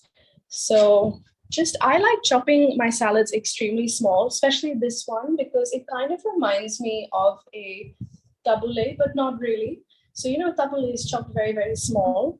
Obviously, this is not a tabbouleh. It's got coriander. Tabbouleh has parsley. You could use parsley, actually, if you can't get a hold of coriander. And if you feel that parsley is, more local to you, go for parsley. That's a beautiful herb as well. And even more alkalizing than coriander. So which kind of parsley do you use, Alicia? The curly one or the flat leaf? So I prefer the flat leaf parsley, but in India we only get curly leaf. Yeah, but when I was in London, you would get the choice of both. I always thought that the flat leaf had a little bit more flavor. I don't know if that was just me, but I felt that it had a lot more flavor. Would you agree? Well, I never used curly parsley, and back in the days, curly parsley was more like a garnish. You would see it on every little, hors d'oeuvres and things, and right. I remember like banishing that. I just feel like it's not. It has nothing to offer. Yeah. But yes, you're right. Flat leaf parsley is absolutely packed with flavor. For Mediterranean cuisine, Italian, all of that. It's absolutely delicious, Actually, so many places use parsley. So many different countries use parsley, like you just said, Italian as well, and pastas, and their fresh minestrone soups and things like that. Yes. So, beautiful, beautiful herb. I love parsley so much. So that is actually a great herb. Curly leaf, unfortunately, we don't really get flat leaf parsley over here, like I said. So I do miss it sometimes, but I find, what I do actually? This is a good tip. Yeah. So we get this type of coriander and parsley. We get the root intact. Right. So actually, I chop it from here so that it's still got that, base. And you can actually just put this in soil and it'll grow new parsley or coriander. So I could get another batch of coriander just out of this. You could do the same. Yeah. And we stronger flavor too, right? Yes. Yeah. Perfect. Yeah. I also think herbs lose their flavor the more they're kept around. Sure. And they dry out and the nutrients kind of dilute. Especially in the refrigerator, I feel. Oh, yeah. Yes, definitely. I prefer to put them in a glass of water on my kitchen counter. That's what my mom does. Oh, really? Yeah, she does that with herbs. She tends to put that on. She tends to put them on the kitchen counter, and just leaves them out in a glass of water. Because I think the temperature in the refrigerator just kills them. It kills it, definitely. Yeah. That happens to a lot of fruits and vegetables. Like I even like leaving my tomatoes out, for example. Well, tomato is a fruit, right? Anything with seeds is considered a fruit. It should be left out. Definitely, but we all put them in the fridge, or we used to anyway. But you just lose the flavor completely if it's been refrigerated. So I've been using these little hacks, and they do make a difference. They make a big difference. Yeah. Michelle, what do you do with your fruits and vegetables? Yeah, I mean, like similar idea. It kind of drives me nuts if I go to the grocery store and you get the tomatoes because they're always kept chilled, and so they've killed the flavor. And it's like it just makes me loony because it really does make them lose flavor. Other things I keep in the refrigerator, and that's simply just a function of where we live, because we're up. Our kitchen is on the rooftop level, so I don't keep the air conditioner on 24/7. So it literally it's way too hot up here to keep my stuff out. I don't keep much out. So I do put but tomatoes I'll keep on the counter. But I don't know, apples, pears, like those kind of fruits I'll put in the refrigerator. Yeah, I think some of the fruits can obviously take the colder temperatures.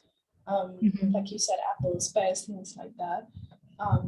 It's really hot here as well. So actually a lot of the times you can't even leave fruit out here. So we kind of leave it out at night, and then we try and consume it first half of the day, like fresh fruits and things like that. So salads, you know, because at night the temperature drops a little bit and it's better.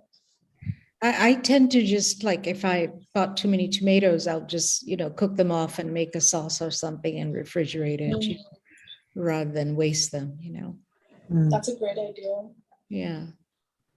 Yeah, actually fresh salsas are a great summer snack, aren't they? I mean, with some nachos or any potato chips or anything. But Alicia, even tabbouleh, you just brought that to my attention, and I'm like, oh my gosh, I haven't made that in years, Yeah. It's so like refreshing. I love Middle Eastern inspired salads because they have so much flavor, all the herbs and all the fresh fruit, veggies. They're just, I personally love them. This is mint as well, so I'm putting quite a bit of mint. This is another very, very cooling herb, and it cools down your body very well in the summer. So we make a lot of drinks with mint. We'll often put it in a nimbu pani or something like that to keep it refreshing, and because some days if you're out in the day with this type of temperature, it's so hot that you come home and you really feel like you're going to faint. Sometimes you need some hydration. That's right. Nimbu pani is like the best thing. Lemon water with like Himalayan salts and mint, and to kind of hydrate your body.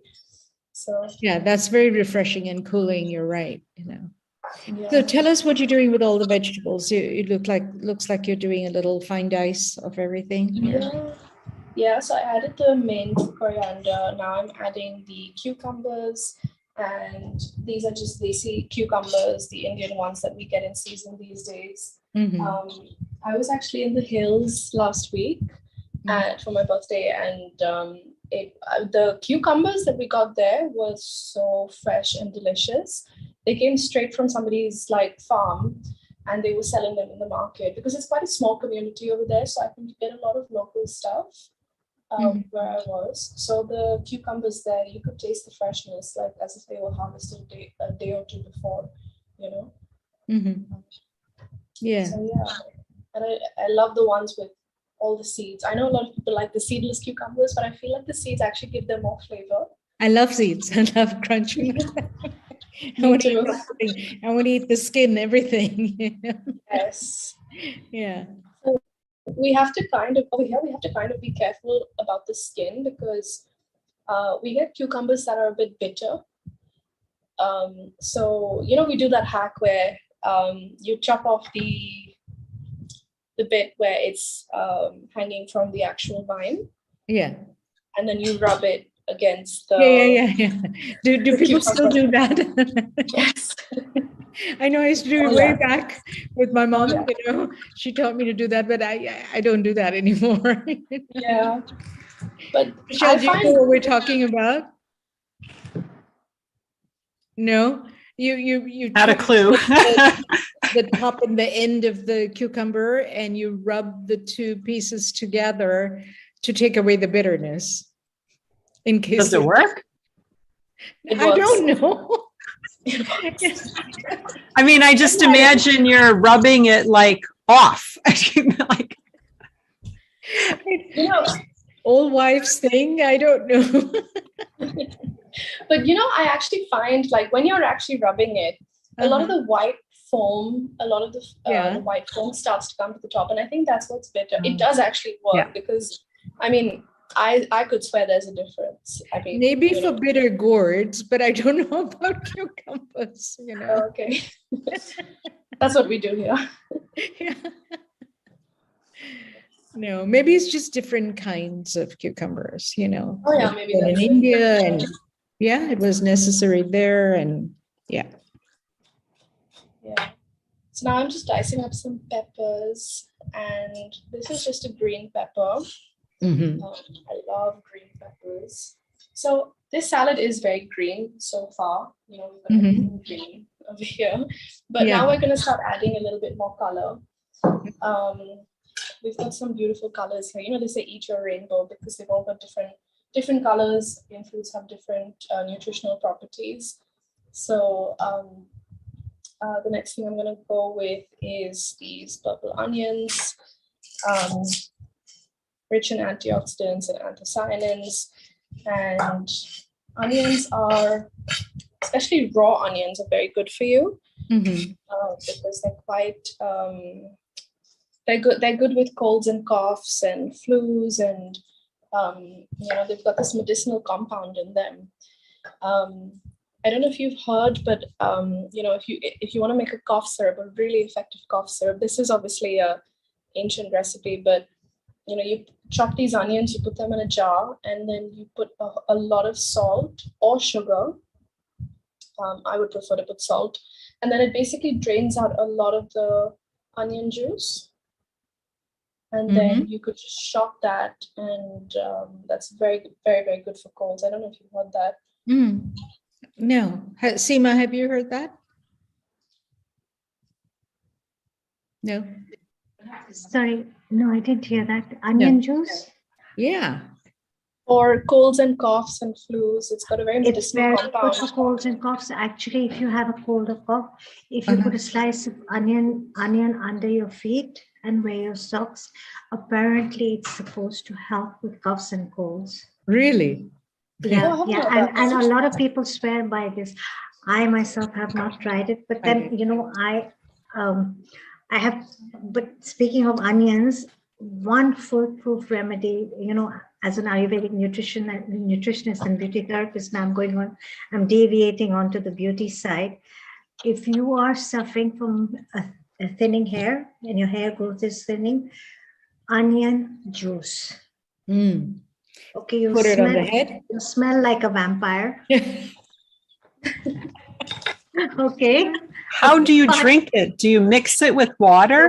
What you can do is you take coconut oil and you slow simmer your That ain't onion gonna happen. coconut oil with black seeds and curry leaves, and you turn it black. So it's actually a foolproof formula to prevent your hair from thinning and helping it not gray so fast. And so are you ingesting this, or you? No. Then you simmer it. You can ingest it. I mean, it's food, right? You turn it black, you burn it, and then you sieve it, and then you put it in the partings of your oil. This is like old grandma's ways, ancient wisdom. And you put it in your hair, and anybody you want to keep away from you will keep away from you. If you want your spouse to keep away from you for that day, just put that oil in your hair. I promise you they'll run a mile. Your children will run a mile. And you can peacefully enjoy your hair, but then you shampoo. But surprisingly, when you shampoo your hair, the smell comes out. The foolproof. Well, it better come out. Ayurvedic formula to stop premature hair graying and increase your hair growth, and it actually works. You get very shiny, beautiful, thick hair twice a week. Perfect. But you haven't experimented with that yourself. I have. You have experimented. I have. Shall I be mean? Oh, okay. And now my husband's not watching the show. I wanted to be far away from me. He's in those grumpy moods. Put the hair oil on. You'll have a very peaceful day. They won't come near you, won't say anything to you. They'll put their hands on their ears and say, Baba, no. Smelling so bad, let her just stay in the kitchen. It smells really bad, but it really works. We should works on your hair, not keeping people away from you. Know what I used to get put in my hair, like when I was in school and we used to be naughty and we didn't dye our hair. So our middle school like coordinator, she would she would always threaten us that if we didn't tie our hair, that she would come and put mustard oil in our hair. And we all never really listened to her because we wanted our hair open in school. But she actually did. She actually got a hold of me one day, and she took me into her office, and she put mustard oil, raw mustard oil. It's got this pungent smell, and she put it into my hair and plaited my hair up and tied it up tight. And she said, "Now this will teach you to, not leave your hair open in school." And that was traumatic, to say the least, I think. And if you're talking about trauma, let me tell you, whenever we visited back home in India, my grandmom, she would look at us and she would say, "What is this? They're in the sun all the time." She would take out, all these ancient, and it's rubbed down on me. Kiran, if Kiran can hear me right now, it's rubbed down on me. She would take, you would know about this, she would take besan or chickpea flour. She'd put turmeric into it and sandalwood and yogurt and all different herbs and spices, skin-friendly spices. And she would, strip us down. We were very young, so we would be stripped down naked, sitting in the courtyard on these patlas or these little wooden benches, just 2 inches above the floor in height, and she would rub us down with this upton. We call it upton in Ayurveda. So this, or we'd say body scrub, and rub us down, and then she'd apply hair oil in our hair, and very often she would use mustard oil. She would squeeze lemon into mustard oil and say, "Oh God, their hair's not shiny, it's so limp and dry. What do? Your children are overseas." She would give my mom a long lecture. "You don't know how to look after your children. Da da da da da da da da. Kuch nahi aata. Inke balon mein tel lagao." You put oil in there, and she would take the slice of lemon, dip it into the mustard oil, rub it into our hair, and then Alicia plait our hair really tight, into traumatized. We were traumatized. Yeah, it feels like that. But the next day, we were shining. After our shower in the evening, we would have a shower in the evening, and the oil would be left in our hair overnight. We were shining, literally shining. And sorry to say, handed down from grandmother to granddaughter, I didn't strip my children down or put them in a courtyard sitting on a patla, but I did oil their hair and exfoliate their bodies when they were younger. I wish I could get to do it now, but they're big girls now, and they're like, "No, leave us alone. We don't like it." I think it's just the smell more than anything, because it's so strong. Mustard oil smells very, very strong. Yeah. And at that age, I don't know, in school especially, at that age, you don't want that in your hair. I think I snuck into the swimming pool bathroom and had a shower. I think that's what I did to try and get it off immediately. Like a good hour later. But was that allowed, to just, put oil without a parental permission in any child's hair? I don't think they really considered that. I mean, I went to school in India, obviously, like they got away with a lot, like so it was just, I guess, their form of discipline, Right. I'm not advocating for it, but I don't know. I guess times have changed a lot now, because in my children's schools, it would be like, also if a child had a small skin rash or a sunburn, you would actually have to write a letter to the school saying, "I'm sending her ointment or her aloe vera gel in her school bag to school, and please allow her to apply it on her skin at lunchtime, at lunch break, or just before or after school activities." I mean, in Hong Kong, they're pretty, at least the international schools here are pretty strict with what you put into your children's bags. You know, they don't let children just carry any medication just like that, any ointment or cream or anything just like that. They're quite strict. I love the way that purple cabbage is coming around here. I love the colors you've chosen, you know, all the rainbow colors.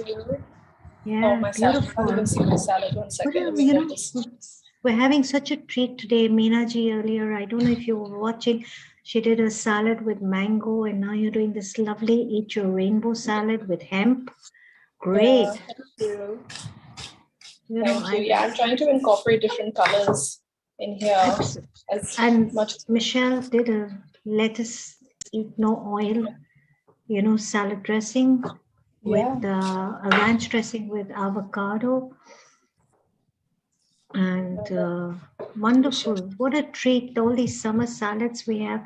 Alicia, you know, while you're cutting up your salad, like hemp seeds, every time I mention hemp seeds to friends of mine, they like, they're a bit taken aback, and they're like, you know, that's from the cannabis sativa plant, which is actually in effect marijuana. Am I right? It is, but you know, I think the marijuana plant has been demonized a lot. It's, you know, I just think marijuana is like medicine. I mean, when I go to Kasoli, to the hills, we have a home in the hills, and I talk to the locals over there. They're not using it for recreational purposes to get high. I mean, I'm sure some do, but you know, whenever you mention it, they say, "Oh, it's the best medicine," you know. And it just kind of grows wild over there, and so that's why it's you know, kind of known by everybody. People have they take the marijuana leaf or even the hemp leaf. They're two different plants, I should specify. But they are very, very similar, and they have a lot of similar properties. They're just different strains, and they're just different varieties. So hemp is different, marijuana is different, but even marijuana is extremely medicinal, and hemp is extremely medicinal. It's been used to treat a lot of schizophrenics, seizures. It's been used to treat dementia, Alzheimer's. I can't remember which one, either dementia or Alzheimer's.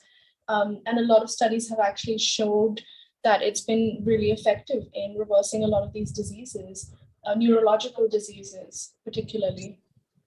So correct me if I'm wrong, that hemp seeds have cannabinol, right? Which is the version that doesn't get you high, whereas marijuana has THC, which is tetrahydrocannabinol, which is the version that can get you high, right? Yes, yes, but it will only get you high if you actually heat it, or if you cook it. So, or if you either smoke it, cook it, or heat it anyway. So it releases the THC. And if you add fat to the mixture, then that will release even more THC into whatever. Now, hemp seeds are very high in omega-3 and omega-6, am I right? I believe so, yes. And they're typically known for their high protein content, plant-based protein. They've got some very essential amino acids. And they're extremely nutritious. Like I said, they're good for neurological functioning, cognitive functioning. They just promote, a healthy nervous system, and very good for immunity. So they're happy foods. Quite literally, yes. It's funny you ladies bring this subject up, because I was just reading a medical journal on that just last week. I mean, everybody has different thoughts, but I see Michelle smiling away, and I want to hear what Michelle has to contribute to this conversation. Well, I do eat hemp seeds every day in my cereal. So we have that as part of our cereal mixture. So, and it's because it is good for you. It's a whole plant food. It is high in protein. But, you know, all plants do have protein. So it's not that I'm like hooked on that. It's more just the diversity of plants, having seeds in our diet. You know, it's a good thing to eat. So, yeah. Mm. Interesting. And it is high in omega-3 and omega-6. Actually, primarily omega-3 is the one that you really want to try to get into your diet, because most people have too much omega-6 in their diet from the processed foods and the animal foods. So it helps to combat that with the omega-3s, which is really healthy. And gut cleansing as well? I don't know anything in particular. Like I haven't really seen that there's studies on gut cleansing, but it's good for gut health as far as being, for gut you know, health. yeah, for diversity in your diet. You know, it's just one more plant to add, and it's a seed. You know, seeds and nuts are really, really healthy for us. They are indeed very high in zinc too. So then Alicia's favorite hemp seed oil would be okay for you, Michelle? No, because it doesn't have the fiber. So, I mean, it's about eating the whole food. So I'm, you know, personally, and what I teach and what I've learned from, you know, the people that I follow are about eating the whole food. So yeah, hemp seed, like I was saying with the avocado and the olive, right? Eat the avocado itself, eat the, you know, olive itself. Don't go for that oil because it's missing half its stuff. Got it. I agree. Actually, it's best to eat foods in their original form, their whole form. You get, because the fibers as well would help you digest a lot of the sugars in, for example, fruit, right? So a lot of people juice their fruit, but I like to just eat the fruit on its own or put it in a blender and not strain it, because you've got the fibers and it helps you digest the sugars from the fruit. And it doesn't spike your insulin, because you actually need fiber to manage your insulin levels as well in your body. Yeah, so, exactly. Yeah.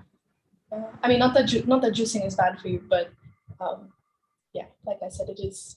I agree with you there for sure. Yeah, you're missing some things when you're juicing it. So again, I go back to that, you know, if you're eating 1,500 calories in a day, take the fiber with it. And the fiber actually helps you absorb, like you're saying, your insulin doesn't spike, but you don't absorb the calories because the fiber's pulling it through your body. Absolutely. Yeah, it's good coming out the other end. digestion, yeah. Yeah, absolutely. So I'm just going to quickly go over everything that I've put into this salad. So as you can see, I've got, I put red and green onions just to give it some, you know, color. And I love green onions. I put tomatoes, cucumbers, the herbs. I also put a green bell pepper. I put half a green bell pepper, and I'm putting half a green chili because I do want a little bit of spice. So I chopped that extremely finely. So, you know, I'm not getting big chunks of really spicy chili. And last two things I'm adding before I add the dressing is cooked chickpeas. Now you can use cooked chickpeas or you can use sprouted chickpeas. They're more nutrient dense. You can even use sprouted lentils. That increases the bioavailability of nutrients as well by extremely large percent. So I have cooked chickpeas today, so whatever you have on hand is good. So I'm adding that to the salad.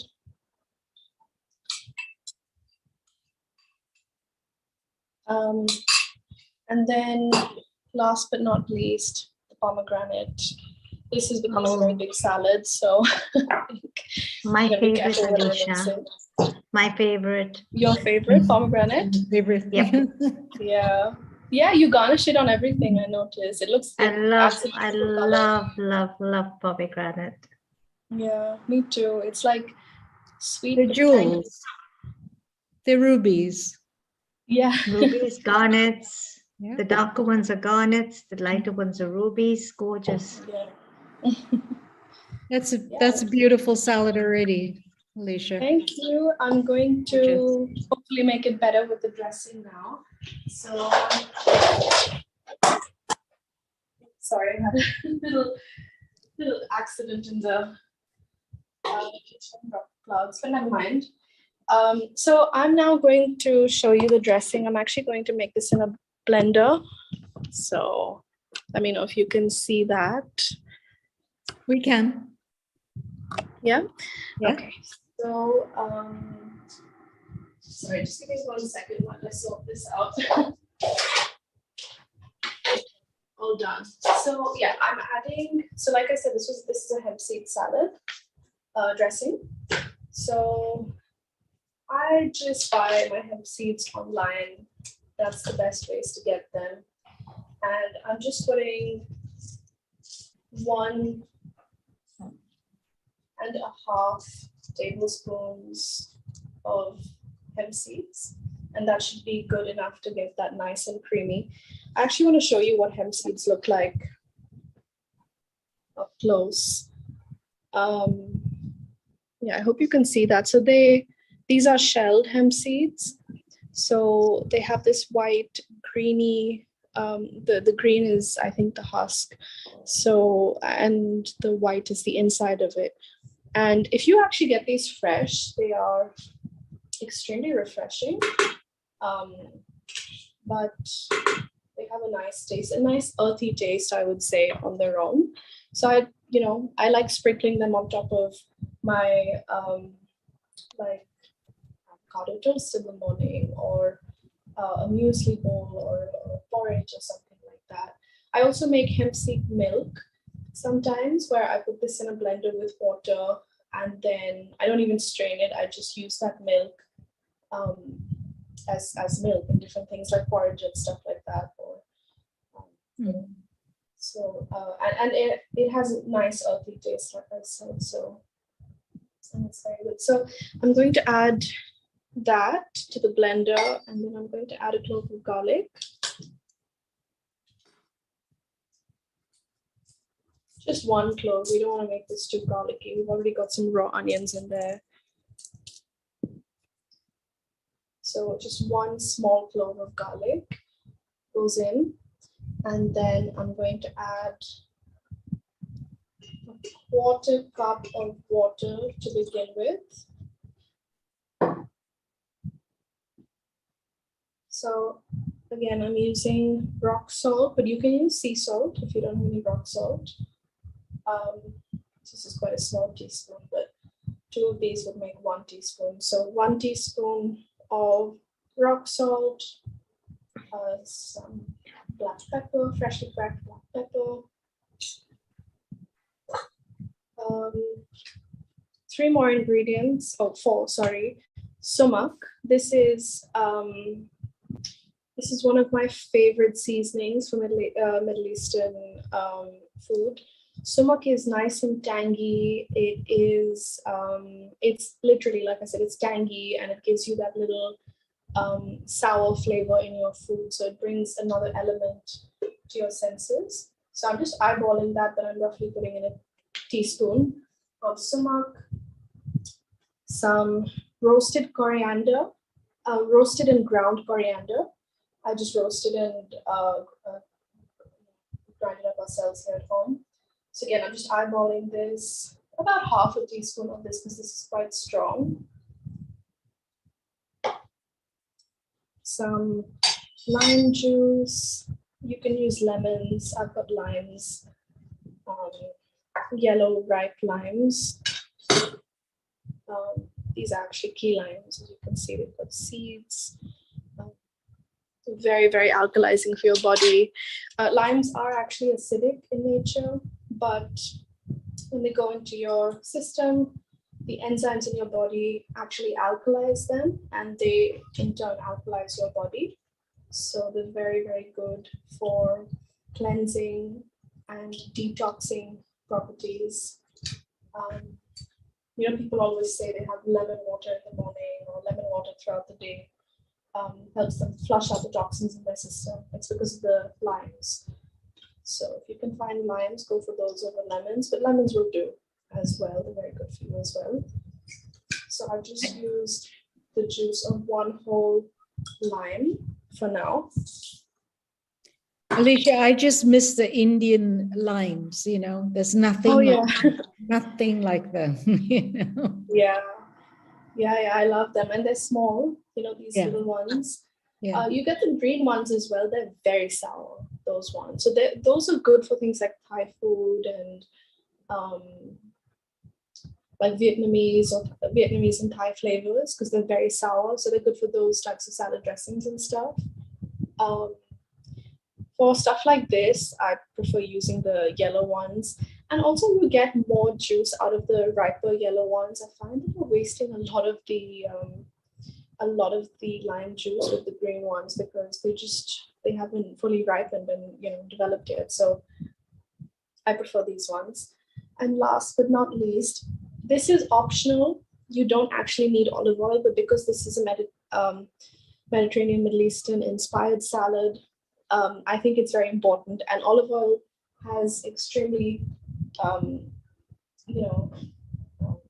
it's extremely nutritious. I've added about a tablespoon of olive oil, and that should also emulsify a little bit and make it a little thick in the blender. And all of this, will come together and you'll see it'll turn out very, very creamy. So I'm just going to pop that now into the blender and blend this. I hope this isn't too loud. Go for it.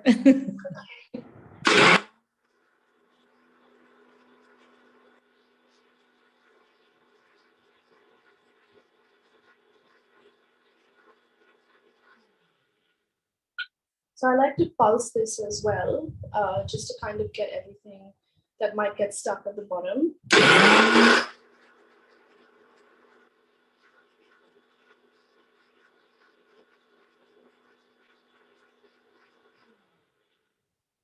Right, there we go.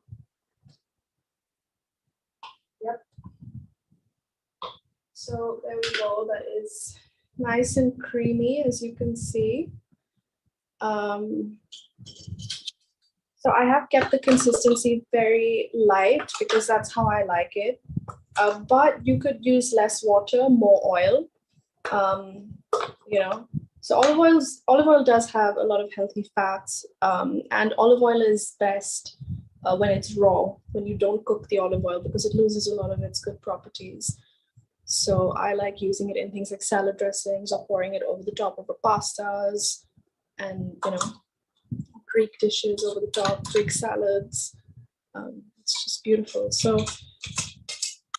there we have it. Now that is our salad done. I'm just going to give this a good mix and present this. And hopefully it tastes as good as it looks. It looks so colorful and crunchy and yummy. I love chickpeas. Thank you. Yeah, I love chickpeas as well. Also, what you have here is so many different textures, which I think is so important in food, personally, because it makes it exciting. It makes you want to eat the food. And it's so nutritious. This is such a nutritious salad. So, and it's filling. You're not going to be hungry after eating something like this because it's got, so much fiber. It's got protein. It's got carbohydrates. But, the chickpeas also have carbs. Complex carbs though, so it's well, the chickpeas in itself are so filling, right, with the fiber content. Yes, absolutely. It's chickpeas.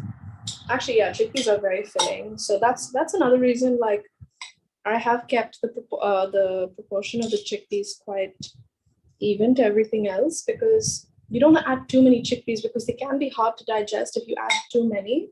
Mm-hmm. So, it also comes down to how you eat them. You want to make sure that you're not swallowing the chickpeas whole. You're actually breaking them down. You're chewing them with any food, really.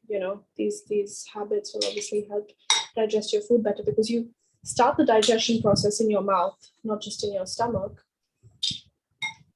Alicia, I just had a thought. Just watching you toss that salad, I just pictured chopped, diced beetroots in that. Yeah, that would be great. So I actually was going to put radish, but I forgot that it wasn't in season.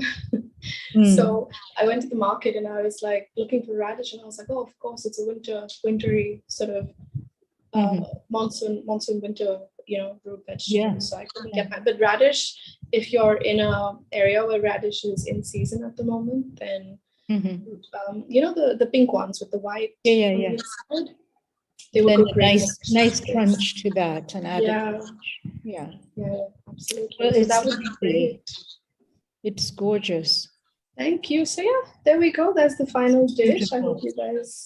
you all enjoyed that. And It's like a bale puri and a chana something, whatever. Seema, help me here. What chana something? I don't know what I'm saying. It's no, you're absolutely right. It can come, it could be a perfect topping to a bale puri salad. Yeah, right? Yeah, it would be The tamarind delicious dressing, yeah. with the tamarind dressing. And I would also stuff it into my pani puri. Yeah, there you go. Yeah. Because it's got the chickpeas for a healthier version of a pani puri with the tamarind, and you get the crunchiness of the puchka or the puri, and you're the pani puri queen, you know that. And then you put in that the cumin infused water with the tamarind chutney, and you have that explosion of flavor, the crunchiness, and then you got the raw salad, and you've got the boiled chickpea, and I mean, you think of all these flavors dancing in your mouth. Wow, it's gorgeous. Alicia, that whole board is very pretty. It's gorgeous. You should take a picture. Thank you. I've tried to make it as aesthetically pleasing as possible. Yeah, it's very aesthetic. Yeah. Thank you. Thank you. I'm glad you like it. Lovely recipe, Alicia. Wonderful, beautiful, that's all. And so well presented and executed. Thank you so much. Healthy, vibrant, colorful, summery, tasty, delicious, all the way from Delhi, Alicia. Thank you so much. Thank you. Lovely colors, right? You're awesome, Alicia. Always there for us. Thank you. Always I hope there. you enjoyed your graduation party and can't wait to hear what you're going to be doing next. You're amazing. Thank you. I will share that with the Healing Our Earth family first, of course. There are things in the works, so I'm quite excited. Love to hear. Love to know more. Thank you. Thank you for hosting me. So good to see you. Namaste, Alicia. Thank you. Namaste. Wow, Kiran. Yes. We've traveled to India and now we're traveling to an incredible journey. America. And look where we're going now. Yes, absolutely. South America. Oh, amazing. And we're going to be meeting a very special lady by the name of Priscilla Vasquez Ruilova. I hope I've said that correctly. Priscilla is a tea sommelier, a tea taster. She has 10 years of experience in the Tao of tea. She studied with teachers from different parts of the globe, just to name a few: China, Mexico, USA, I may say Mexico, if that's the right way to say it, the South American way, Mexico, and etc. She studies and practices the Japanese tea ceremony in the MOA school and has done so for the past 6 years. Wow, amazing. Priscilla directs tea experiences in different countries and enjoys teaching the Tao of tea. She is now growing the tea culture in Ecuador, and she can be found on an Insta handle, and I love this name, Casita de Té. Now, correct me if I'm wrong, does that mean the home of tea? Yes, it means little house of tea. Good morning, good afternoon. I'm very happy to be with you guys again. Thank you for having me. I'm very honored. Muchas gracias. Thank you very much. And a very warm global namaste to you, Priscilla. And thank you very much for joining us here at Healing Our Earth. And you are going to be, I myself am a tea lover. Okay. I grew up very happy you are. I grew up drinking umpteen cups of tea, and I hail from Nairobi, Kenya. And as you may know, Kenya has Kenya is ranked as one of the world's finest teas as well, along with Assam and other parts of the world. But of course, we know there are different teas. There are different leaves of teas. the different flushes of teas. And what I find so amazing is that you are all the way in Ecuador and you're reliving and bringing this wonderful tea culture into your country from something I'd say a tea ceremony which actually had its origins in China. Right? Yes, it have been in China. Tea and tea culture and tea ceremony have been happening for more than 5,000 years. So it is spread around the world, and we have tea in different places, amazing places like you have in Bro, and like you mentioned, China, Sri Lanka, Kenya, Japan, and even here in South America, in Ecuador, we have a growing tea culture, I would say, but we are working on it. It's amazing, what really catches me is that the tea ceremony originated in China originally. And today it's quintessentially one of the, today it is one of the most quintessential experiences in Japan. Yes, actually on Thursday, I connected with Mexico. There was this friend of mine. He's an art curator, and he prepared a Chinese exposition about the Chinese art. And there was this lady, she is a Chinese art expert, and we were talking about tea. But it's impossible to talk about tea without talking about China. It is true that Japan took it and make it its own way. And it's beautiful. I cannot say another thing because it is my one of my ways of tea, Japanese tea ceremony. But it started in China. It's beautiful. The way they prepare tea, it's beautiful also. I work with tea in China, in Japan, in Taiwan, in Korea, in Africa, in South America, in Europe, and I cannot say which one is more beautiful. I can say they are different. They are the expression of human culture, of human souls. So I cannot say which one is more beautiful than other. And friendships, here in Hong Kong, if you want to have a strong friendship bond, Kiran would be able to step in here. Presenting someone with a gift of tea is an act of friendship, And when you speak of tea in your tea ceremony, I can't help but think on how aligned you and Kiran Robinson are, our host, Kiran Robinson, this simple act of preparing a drink. It's part of hospitality, isn't it, Seema? For a guest, and you elevate it to an art form, it's hospitality, it is savor. It's an act of, giving that savor, intricately weaving it with movements. Now, I have attended a Japanese tea ceremony in Japan, and what I noticed that it was this very intricate weave of movements performed with great discipline, very slowly, with a lot of awareness. And a lot of grace. Given a lot of grace and appreciated by the recipient.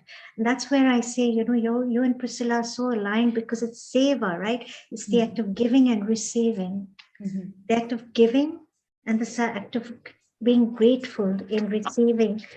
I love it, and isn't it amazing, Kiran? Yeah, I mean, the presentation, because it's and of course we are all of the same mindset, but you have to prepare it. Like the presentation I did of Marrakesh in the Amal kitchen. So you have a chef, and she's in her white coat and everything, and she's cooking and doing this tagine and all that for us. And then we come out and it's time for a tea ceremony, but she's changed her whole outfit and she's wearing this gorgeous robe, you know, Moroccan robe, and sitting on the floor and bowing and bending, and then actually brewing the water for the infused, remember the lavender and the mint infused tea, and the way she poured it and presented it, you know, cleaning the pot first with the first heat of warming, you know, the tea leaves so that they bloom, and then, you know, discarding that and then redoing it again. And it's a timely presentation, but well worth it. It's the whole art, you know, the symbolism of hospitality. You are in my home and I'm here to serve you. And we start with a cup of tea. Very significant, right? Yes, yes, indeed. It's very symbolic. It's you say a lot of things during tea ceremony. It's saying, I care about you. You are saying, you're welcome. Welcome to my home. I care about you. I put a thought in everything I'm going to serve, in teaware, in the tea I'm going to bring to you, in the art I'm going to share with you. It's beautiful. It's beautiful. And I'm going to take care and I'm going to think of the tea artisans that prepare the teaware. And this is something I particularly care about, the artisans that prepare the chawan and the chasen, and that cultivate the tea leaves and bring us the tea. Is something that we need to think more often. There are people working behind the tea that we have in our hands. Very much so. And they work very hard. They work very, very hard. From the hand picking of the tea leaves all the way through the process of it, you know, to down to the packaging till it reaches your home, right? Yes, it's a process. It's beautiful. Yes, indeed. Not only is that beautiful, the tea ceremony or the way of tea, you know, I find let me say this, omtenashi, if it's the correct word, omtenashi, which is a word, Kiran, that coincides so strongly with your passion of seva, because it's to look after guests wholeheartedly. And it's because of that one tea picker, you know, who worked so hard to bring that cup of tea. That brings that cup of tea for Omtanashi to be able to look after the guest wholeheartedly. It's just so lovely. You know, it really is the art of his hospitality. Yeah, but it's in everything that we do, you know, to have that mindset of gratitude, you know, to appreciate all the way down to who went and picked this in the fields, you know, all the way down, whatever you're making, you know, food or whatever, you know, it's going back and appreciating that. It reminds me of Mina, you know, how she sings in the kitchen. That is her way of seva and hospitality. You know, she's essentially pouring her heart and her love into that cooking before presenting it to her family, you know. So same way with the tea artisan, it's the grooming and the getting ready and the bowing down and being lower. Every time you sit down on the floor, it's a humbling position, saying essentially that I am here to save you, or seva you, or serve you inherently. Yes. You know? Yeah. And it can be an honor. Definitely. It's an honor to serve. And sometimes we forget that. We live in this world that has become, you know, escalating, and we forget to live like in this way. Yeah, you're thinking right. that the only way to live is escalating, and we can Yeah. live in this way. And the difference, Yeah, so there's you're difference. saying There's so not only we're escalating. focused on the vertical instead of Yes. horizontal. Yeah. Yes, we can live more horizontal, and that's maybe why inspiring in that today we were talking about cooking. I select some vegetables and fruits from Ecuador that they are handpicked and selected by the people who work with them, and it's like tea. There's people behind these vegetables and this fruit that we have today. It's not just going to the supermarket or the market. There's people behind those, and we need to remember. Absolutely. You know, I always go back to this because this is something that has impacted my life very strongly. I follow a very beautiful spiritual school of thought known as the Art of Living, which is founded by the World Ambassador of Peace, His Holiness Sri Sri Ravi Shankar.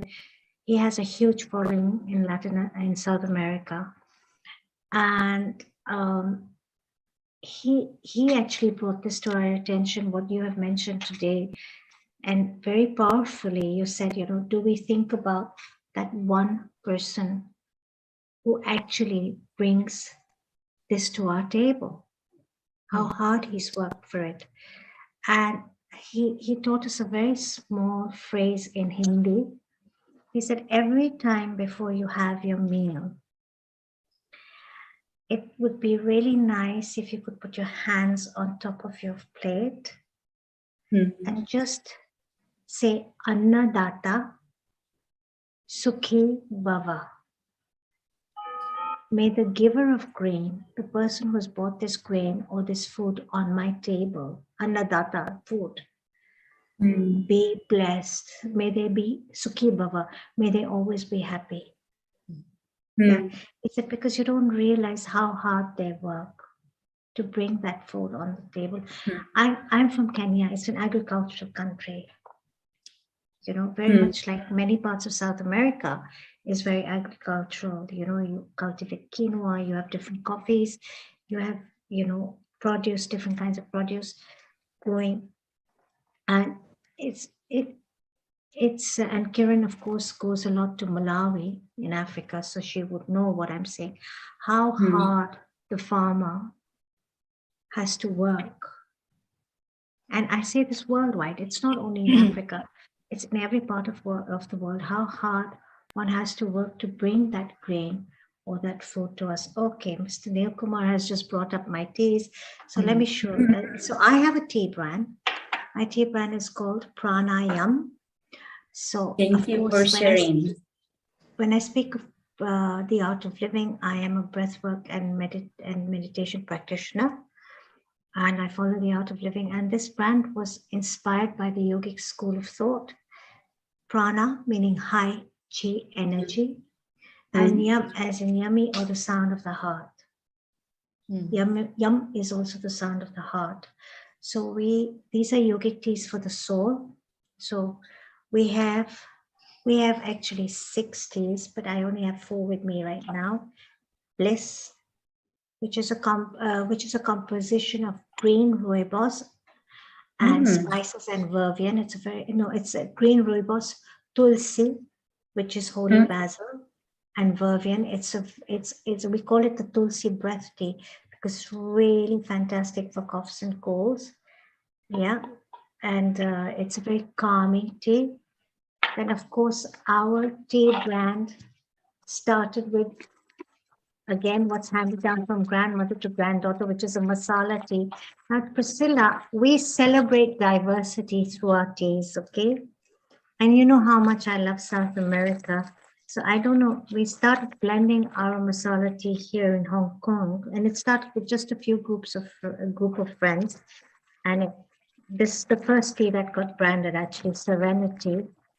And the reason why we call it Serenity is because it has a story of my siblings and I sitting with our parents on our balcony in Kenya, enjoying cups of tea together on a serene Sunday afternoon in the cool breezes in Kenya.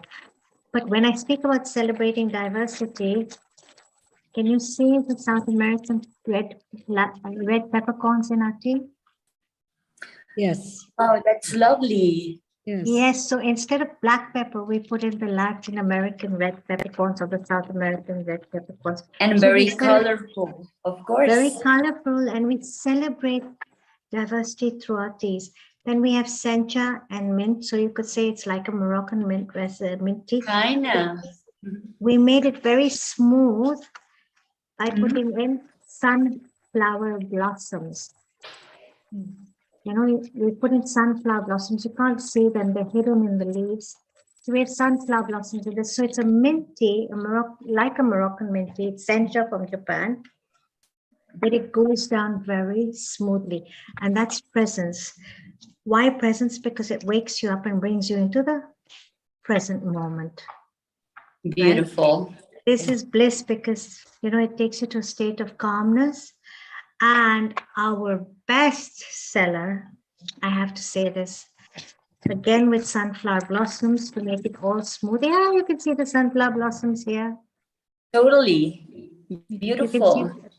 And Nirvana, so it's sencha from Japan, and we have peach pieces in it. I have to keep the leaves away from my children because they pick the peach pieces out of them and they eat them. Of course and they say, oh, do. yummy, mommy. And I'm like, leave it, it's my tea, for God's sake. This is our bestseller. And then we have energy. We have but even energy. the whole packaging, Seema, it's gorgeous, you know. So Karen, this my mother was a tea lover, and as you know, she was in the food industry. She had a catering and smoking unit in Kenya, and she wrote a cookbook, India, the Cuisine of the Kings. So when I started off with this one tea, I was selling it generically, you know, open in packets in Hong Kong, and a young boy came to me from the Art of Living, and he said, you know, called me Didi. He said, Didi, this tea is beautiful, and I'm designer, and I've worked with Jaguar in Germany, and I think he kept saying I think you really need to brand this tea, So I said, okay, what can you do? He says, let's work on the packaging. So he sat me down and he said, tell me all about your tea. So there was a story. It's a story about recipes that are handed down from grandmother to granddaughter. As in the masala tea. It's recipes about yoga, meditation, and celebrating diversity through the Tao of tea. Sure. You can say. Sure. And he said, what touches you the most about this? I said, my mother. He said, and what is it that you have of your mother's that you want to keep alive? I said, you know what? I said, my mother was crazy about saris, okay? Indian saris, silk saris, and we're three girls, okay? And after she passed away, my mom's sister, I'm the youngest of three girls. My siblings are 9 and 7 years older than my aunt came in, my mom's sister. And my dad said, you know, you just distribute everything equally. I want the girls to love each other. I don't want them to fight or anything. And we do love each other and we don't fight over these things. So she said, she's so naughty. She said, Seema's the youngest, so she gets the first choice. So my sisters always tell me, even when mommy, you were the youngest, you got your way, and now Masi, you're getting your way. So I chose all the nice saris. So these are all my mom's saris were very beautiful. These are the colors of my mother's southern Indian silk saris. Beautiful. Each one I took out and we with the cans with these. I mean, you can see the Indian silk sari colors in here. I saw that right away. Just like the story. I mean, you talk about your mom is like when I was doing your article, I was like, tell me. And then we found the core of who is Seema. It's her mom. Who's a mom? It's my mom. We got that story.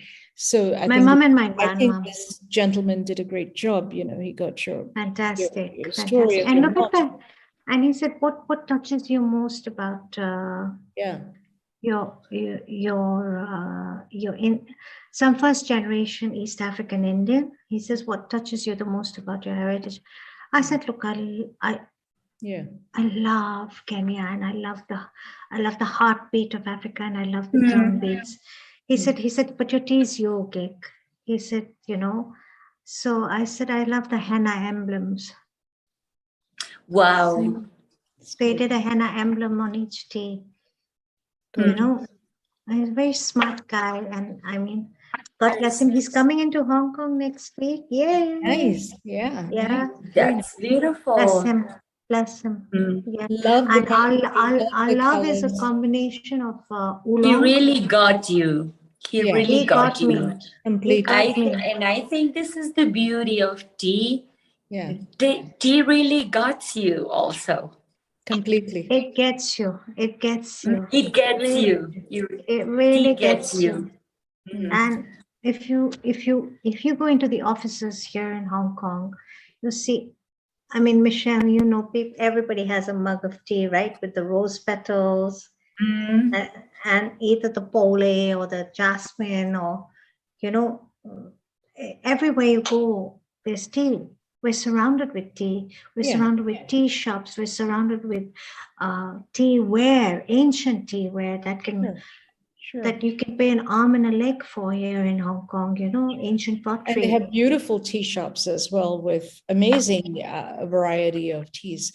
But, going back to your brand, it's perfect, the packaging, like I said, and it's something that I would display on my countertop. I wouldn't tuck it away in my pantry, because it's gorgeous. It lights up the whole kitchen counter just with that. And then what I would do is I would just, for Christmas, holidays, birthdays, I would buy the whole collection and give it as a gift to a friend. And actually, I think the packaging helps to keep the tea and almost everywhere, because you need to keep your tea very safe, because tea easily gets smells and humidity. Yes. And it keeps oxidizing. That's why tea is very easy to blend, because it gets the smells and flavors from the fruits and flowers and the spices you blend with it. So it's easy to blend. It's easy to not blend, to get the smells and humidity around, and being a big package into actually packaging like your teas, it's done. I think it's perfect. You can keep it almost in everywhere. I do not recommend to have it in a kitchen. I think it's better to have it in a special place for tea, A cool, dark and place. away, yes, and A away cool, dark from place. yes. I And would bring away them from- out I would bring them out on my kitchen counter when I'm doing a dinner party or something, and I'm serving tea, and those Yes. the canisters would just be awesome, Yes, the packaging is perfect for having in the table with your guests, and then to put it away and keep it cool and no humidity and no smells. It's important. But the packaging in the can itself keeps it protected, doesn't it?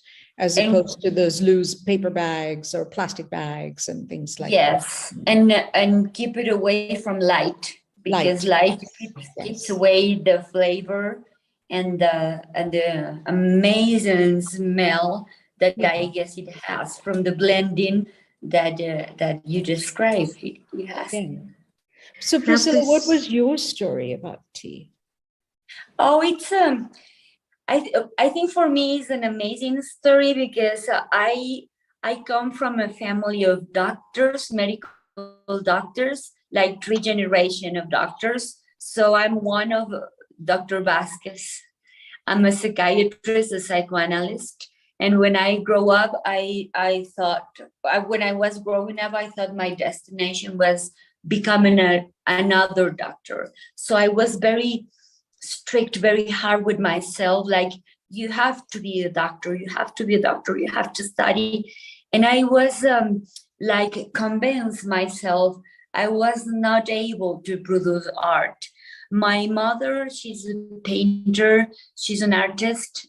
My sisters, I have two younger sisters, they are very artistic. And I think art wasn't something, has nothing to do with me. I was destined to observe, to see art in museums. And when I was studying psychiatry, I went to Argentina to study it, and they have an heritage from Europe and a culture about tea. So I took one class like 11 years ago, almost 11 years ago, and I was fascinated with tea. The very first time I heard that when you have a cup of tea, a real tea, you are drinking Camellia sinensis, I was like, whoa, this is amazing. And I started to drink real tea, not tisane, not infusion, like real tea. I was amazed, I was fascinated, and I started to drink more tea and blending tea. And then I moved to Mexico to study. Sorry, this is a cuckoo clock, and it's I love it. at the time. I'm sorry. I love it. It's cheering on me, and then it's coming one more. I'm sorry. But then I moved to Mexico, and I started to study more tea and moved to study in Asia. And then I found tea ceremony, Japanese tea ceremony, and it really touched me. Like, you can produce art, you can live art, and it has been a way of tea from 11 years since that day. And tea has been teaching me, tea found me since 11 years ago. That's an beautiful. amazing. He found you. I He love That's it. an amazing phrase. He found you. I love it. Yes. I love it. So it gave a twist to my medical career. I'm not only a doctor, I love my medical career. I love being a doctor, but I also love being a tea lover, a walker, and a way of tea. I'm a different doctor now. I'm the only tattooed Dr. Vasquez in the family, and a tea lover, and I love have these tea experiences and traveling to Asia, which is it's not easy living in South America, in Latin America, and reading about tea and having tea in your way of life, and in the working of your patients, and appreciation the art of tea. It changed my life. It changed my world view. Now, That's Priscilla, I beautiful. see you have your own teas there. I'm sorry? You have some teas brewed there, your own teas, right? Yes. We would love to know more about them. I can see it's lovely golden hue, and this green one, and this deep rust one. I can't help but look at them. They look gorgeous. Tell us more about your teas. I was like, we were talking about today about cooking with tea. I'm not great in cooking, so I try to make it simple. And today I was going to give some tips about pairing. In Spanish, pairing sounds more similar like marriage. It is maridaje. It means pairing, and it sounds more like marriage. And the tip that a teacher gave us, it's like the trick in pairing food with tea, it's like marriage. The trick is like they coexist with nobody killing each other, like in marriage. So I don't know if it makes sense in English. It makes sense. It's harmony, you know. It's kind of a joke. But it's hard. So pairing in English, pairing with tea, it's practicing and practicing and practicing. So I have a Japanese green tea, a yokuro. It's beautiful. I think the color is beautiful. It's like a jade color, and it goes perfectly with fruits and vegetables, which I have here. But I also would like to recommend the tea leaves, the infused tea leaves of yokuro, which you can use in a salad. You can experiment like a little bit of yokuro tea leaves in a salad. Maybe it sounds weird, or in a white rice, you can add the tea leaves, and I can assure you they will taste great. Or you can use tomato, and it will taste great.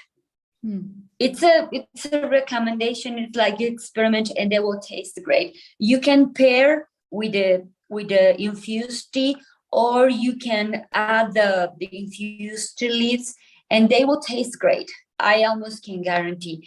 And I also have this oolong tea, the flavor of highly oxidated Taiwanese oolong tea.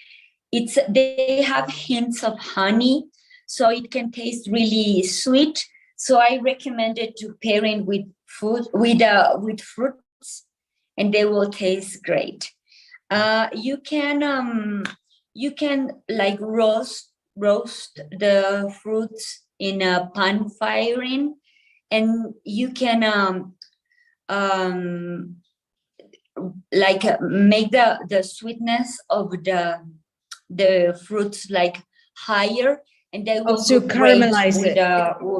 You caramelize it. Caramelizing the fruit. Yes, thank you very much. And then you pair with that. I want to say that English.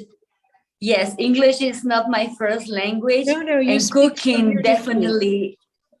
And cooking is definitely not my first language. So it is called caramelizing. Yeah. And they will match perfectly with the sweetness of the honey of the oolong tea. They will taste great. It's another recommendation. And that tea is that amber color. Yes, it's a beautiful amber color. It just, it matches the caramelization of the fruit. Really, like you said, it pairs well, it's just like. Yes, even the color matches great. Perfect. Like caramelizing, even the color matches great with the vegetables. The color also matches great. And I have this Ecuadorian black tea here. It's similar like Indian CTC tea, because in Ecuador we produce CTC black tea, and it's a stronger color. It's a stronger in flavor also, and I recommend it with any food, like with people drinks like digestive. Right. Like when you drink your tea with the food or after the food. Yeah, I was going to say that. If it's a digestive, you would want it like an after dinner drink. After dinner, yes. Tea, right? Yeah. Like puer tea. It's hard. I think it's hard to cook in with puer tea. It's more like an after drinking beverage. I recommend strong black teas for an after drinking, because there are very mellow and sweet black teas, like maybe a Chinese kimon tea, like for cooking, like desserts, like maybe cookies, or drinking it with probably some drops on almond milk. Like a dessert, and they will be delicious. But probably a tea like this one will be too strong, so it will be an after tea. So is there caffeine? Is there very little caffeine in the tea? In this tea will be it. This is high in caffeine. Higher because it's higher. The tea. Yes. Okay. Yes, and this yokuro, it's high in caffeine too because this is a shadow tea, a shadow tea, which means that when Japanese are producing this kind of tea like matcha, I don't know if you can see the matcha here. Yokuro and matcha teas, they grow in shadow, and they do it on purpose. They cover the tea plants like for 2 to 4 weeks, so the plant got stressed and they produce more chlorophyll. So the teas are very, very green, and they do it on purpose. So they want this green, vegetable flavor to be very strong. So this will be high in caffeine, but in oolong tea, and not so much. Okay. White tea, if it is not a very high quality, white tea won't be that high in caffeine. Got it. Okay. So were these teas brewed hot and then you've just chilled it and put it in the wine goblets? Is that what you've done? I put them hot, but when it is like your taste. It doesn't matter that much. The tea leaves are by now, of course, cold. But if you are going to add them for a salad, they need to be cold. Yeah, I mean, it's beautiful, the presentation. It's like having a glass of wine with your salad or your dessert or whatever, or after dinner drink, to serve it like that. And then the colors are very inviting as well, and the way you match them in your presentation, the way you match them with the vegetables and the fruit, it's gorgeous. Yeah. What is your audience's take on this? Are people like really following you and into this and enjoying this? What has that discovery road been like? When I mean, I'm talking about experiences in South America. Like right now in Ecuador, we are leading people in these experiences. When we serve a table, people sometimes they don't know what to do. So we are leading, like, taste this with this, and we are explaining because it's not very common yet. And when I have been doing this, even in Germany, that they have a tea culture, like a tea heritage, they need to be guided, especially with the Asian teas. Sure. And I think it's not a burden. I think it's fun. It's interesting to guide people and what you are trying to do. Yes. Because in Europe, there are used to black teas, and if you are using Asian teas, you need to guide people. And if you are doing it with Asian teas and Asian people, you need to guide people with black teas. I think we all need a guide. I think so. I think the education part is important, especially when you are, trying to promote something so different. You are essentially using tea as pairings with food. Yes, that's the experience I talking about today. Yeah, it's a very unusual and lovely concept, and for that, there has to be that education, because you want something that you believe in, it's good, and you want to be able to articulate that to your audience so that they can enjoy it, right? Yes. That's awesome. Yes, so that's the part of tea that I like. I like education in tea. Because I tried once, like almost a year of selling tea. It's definitely not my strong point. I like teaching about tea. Yes. You're definitely a teacher, we can tell. Thank you. Probably Indeed. I talk too much, No, but no, that's not at all. Not thank at all. you. Thank you very much. No, that was lovely. Don't you think, Seema? That was a gorgeous presentation. Very lovely discussion. And, you know, Kiran, we're going to be having more and more of these Tao of Tea discussions with Priscilla and knowing the way of tea and getting, you know, more people on board to share their tea experiences, you know. Yeah, that would be great. And, you know, you mentioned the salad program earlier. How wonderful to be in touch with Priscilla and say, we're going to do this salad, you know, a couple of these salads. What tea would you pair with that? And bring it to I the love table, it. right? I love it. I think, like I said, you're the queen of salads. And the queen of teas. Thank you very much. I'm very honored. Thank you. Priscilla, thank Lovely you to meet so you. much for coming on board. And Kiran, thank you. You know, today's been such a lovely day. Yes. I want to thank everybody. You know, I want to thank Michelle. I want to thank Meena ji. I want to thank Alicia, Kiran, your presentation, Priscilla, Tower of Tea. It's been, you know, it's 1:18 a.m. here in Hong Kong. Oh, I'm yes. still going. It's been so You need much to go to fun. bed. We need to It's get so you. much fun. It's been such a great session. And we have another session, another vegan vegetarian next week, as you all know, followed by the week after will be obeisance to our teacher with Guru Purnima. And after that, we have our integrated health forum. But now, Kiran, as you and I say good, well, at least as I say goodbye to Say everybody. how do you? And sign off with a very warm global namaste. I know Absolutely. you're going to be traveling. Yes, I will be You're gone going to be next traveling week. to the USA with Sharon Rose. Yeah. And our founder director, Mr. Neil Kumar, has just pulled up our future events, as you can all see. Vegan Vegetarian next week. Again, very exciting session.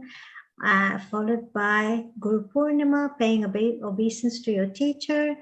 Followed by our integrated health, very powerful conversations on transforming healthcare.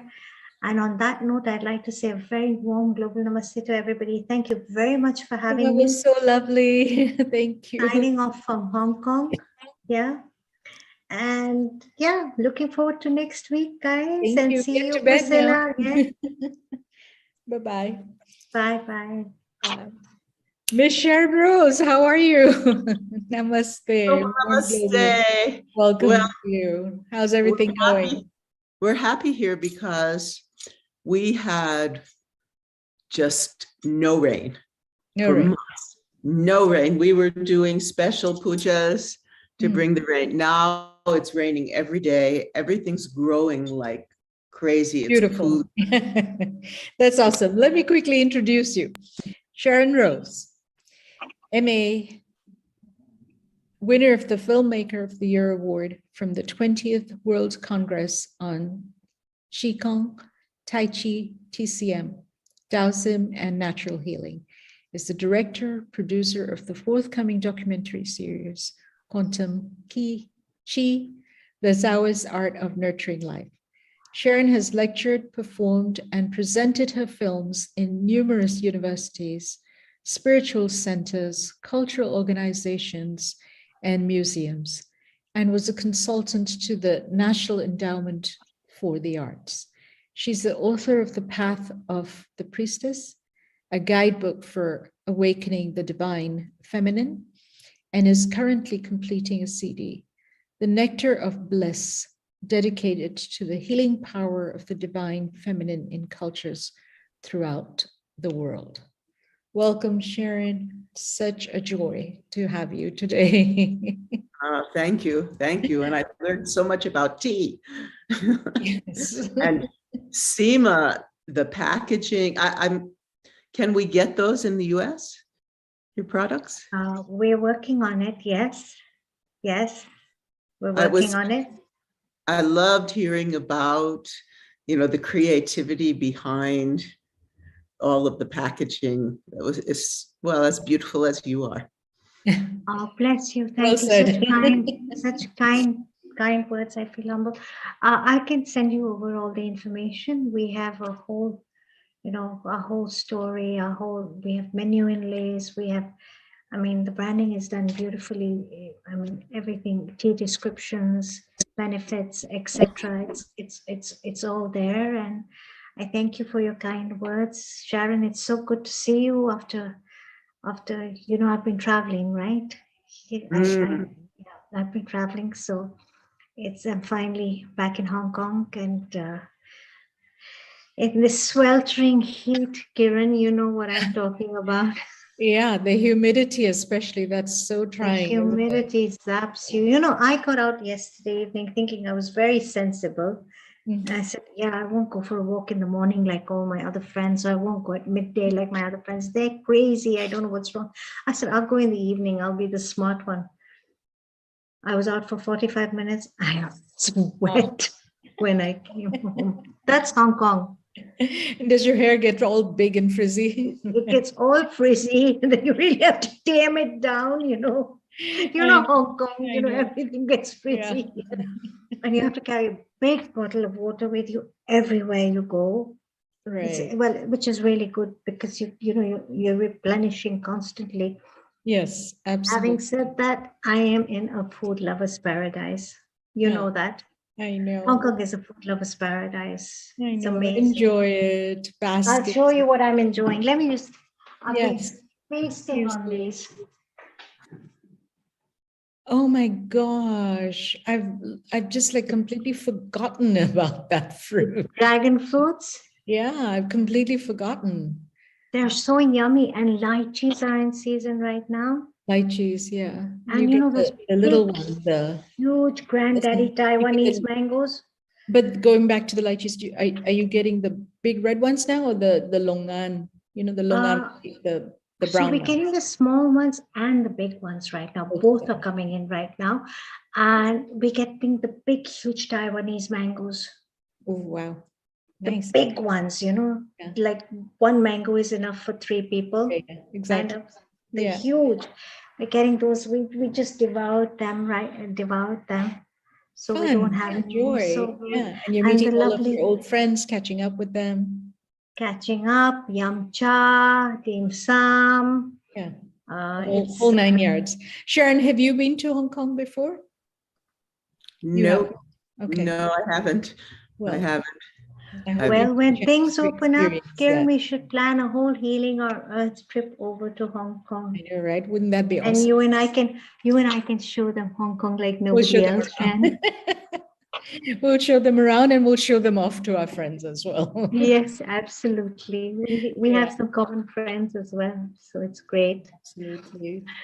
And what does Sharon have lined up for us today? Well, Seema, I hope you could stay for another 15, 20. A few minutes to listen to what she has. I have a number of videos. The first is of my garden and also making pesto from the basil in my garden. And so I'd like you to see, it's let's see, what I show of the garden was actually a week after I made the pesto. So you'll see it's already it's really having a good year now because we're getting all the rain. Yes. And this is, I think, the 3rd or 4th year of the greenhouse. So and we started early this year. We had a shade over the greenhouse and we said, okay, let's take it off and see and you'll see, we started in April. So I think by the time we reach, September, the tomato plants will be up to the roof. So let me share this with you. Thank you.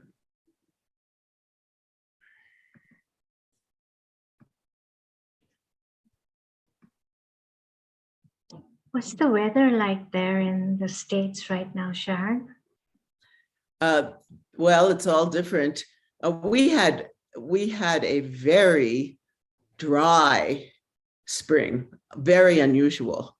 And then, as I said, we did everybody here, because we have, 33 at least spiritual centers, and everybody was doing prayers for the nature spirits, etc. And now it's just like a monsoon. every day. It's cool. It was 90, which is a lot Fahrenheit, which is very hot for here. And now it's in the low 70s and it's raining every day. And we're just loving it. It's getting green and just beautiful. So here is, let me see if I can full screen. Here we go.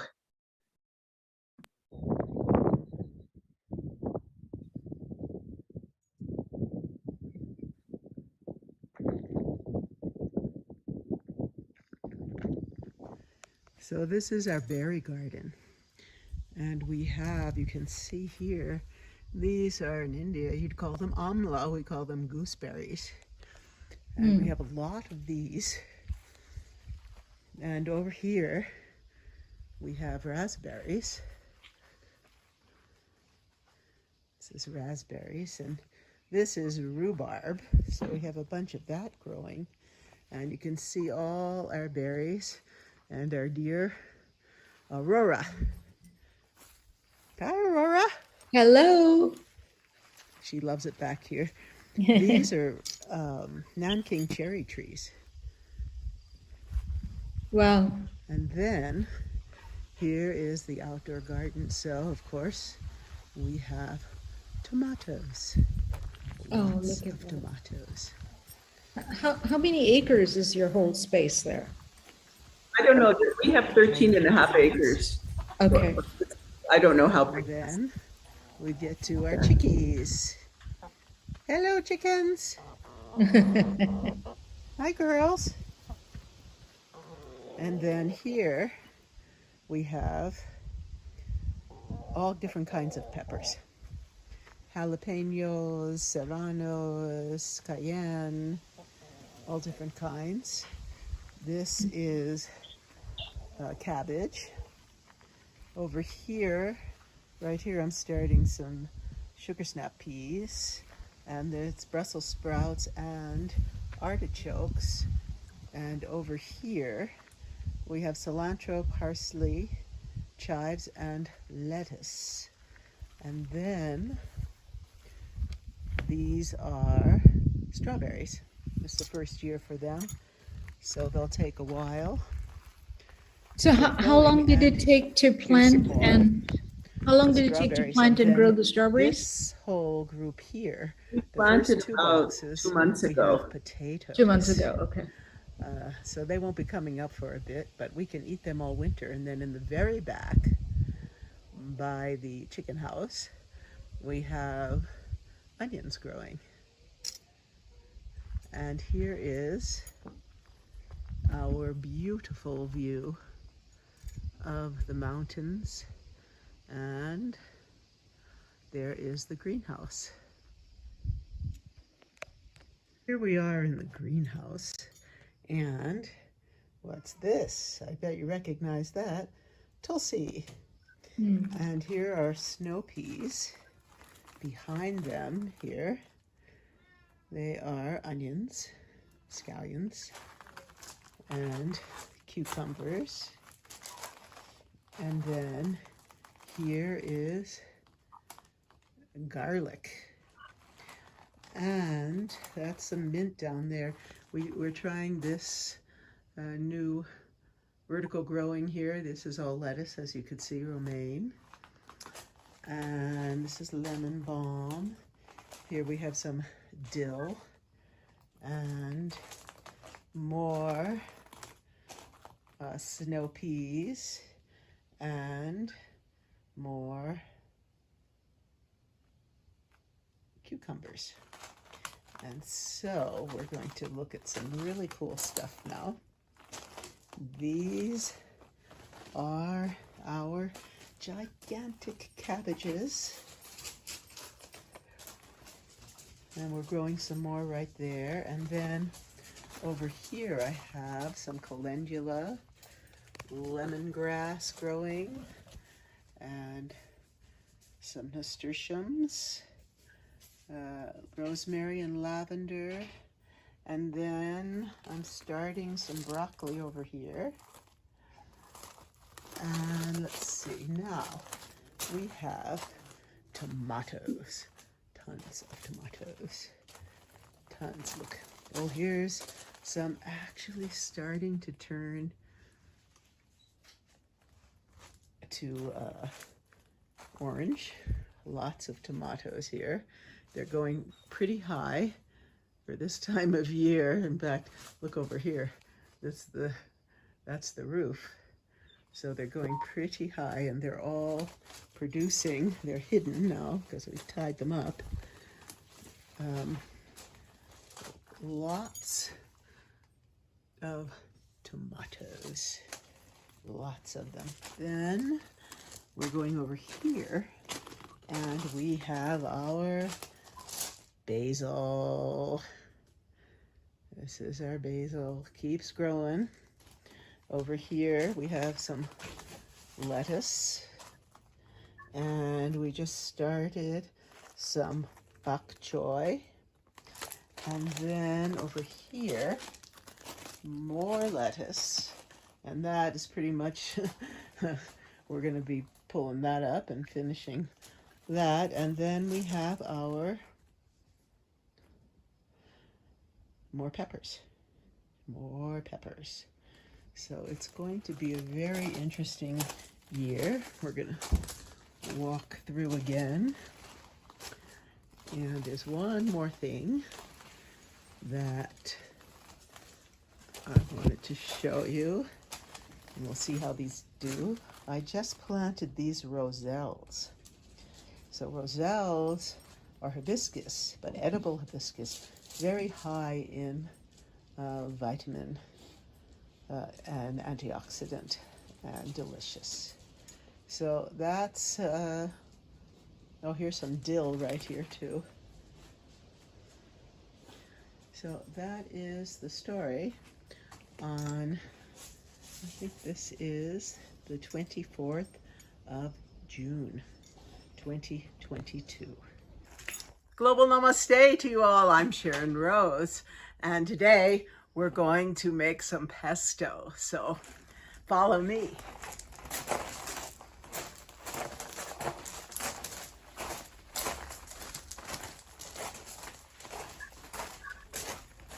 Now, we're very fortunate to have a greenhouse, which we nurture very much. So what we're going to do is, you can see the basil is pretty heavy duty here. So I'm going to cut it back so that we have some very nice basil for our pesto.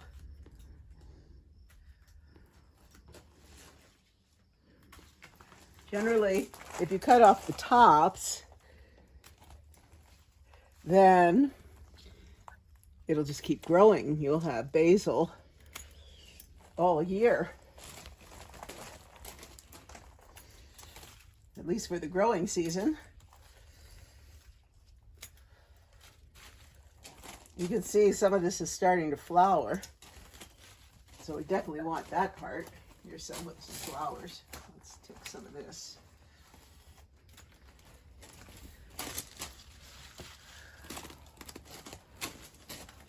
And back here.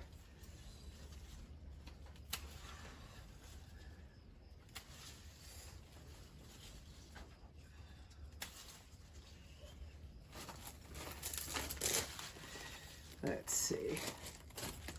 Here's some more. Get this one. Really.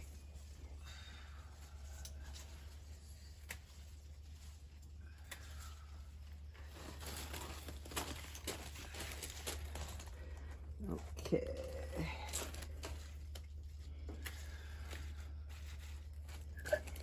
Basil has the best smell. You know, it's used in Italian food, it's used in Thai food. In fact, there's a special Thai basil. Let's see if I can get this one. Okay. I think that's enough. Yeah. All right. And if you're really lucky, you get to have also some fresh, look at this lettuce. This lettuce is so beautiful. And you know, There's nothing like fresh picked lettuce. You get all the nutrients.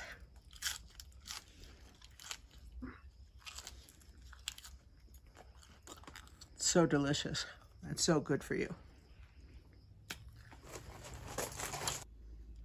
So the next step, of course, is to pull the leaves off the stem here. So that takes a bit of time. You definitely don't want to get the flowering part on the top.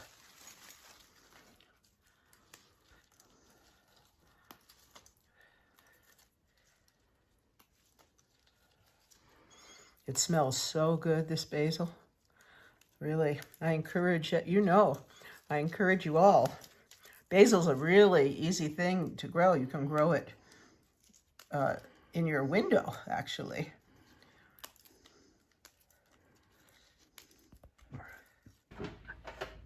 All right, well, the next step before we start putting this together is, of course, to wash your hands.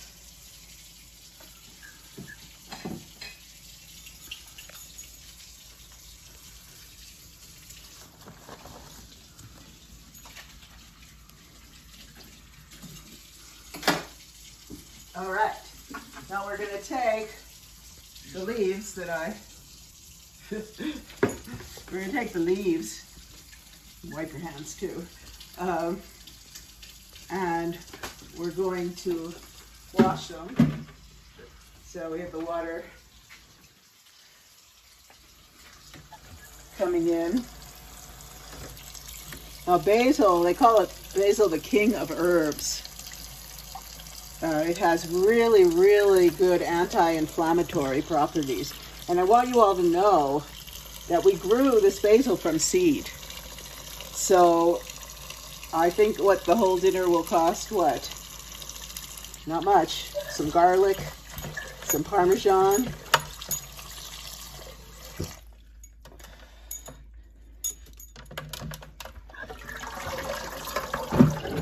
Salad spinner, here we go.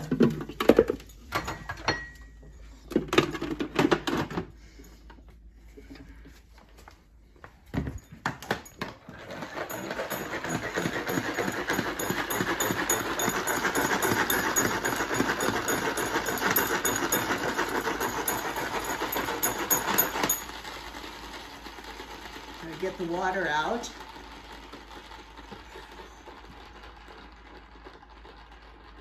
I've been making basil for many years, basil pesto for many years, and people always love it.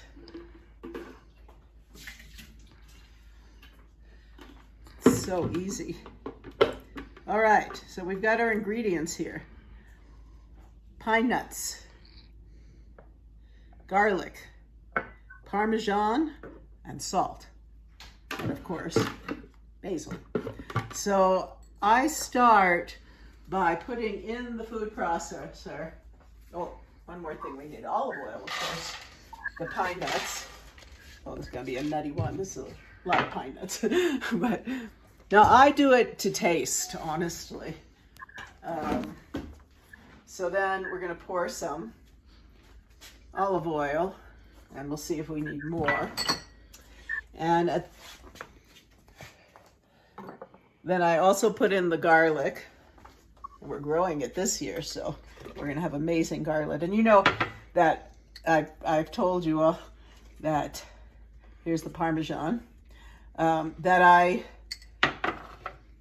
do mantras this year. I'm doing Lakshmi mantras. When I water the plants. We water by hands. Here we go.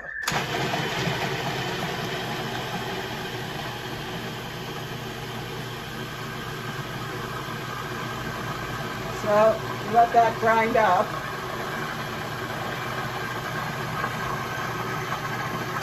That's good. Then put in the basil. Now, I generally put some in and grind it, and then put the rest, grind that. We'll put some salt. Now, put some salt in a bit.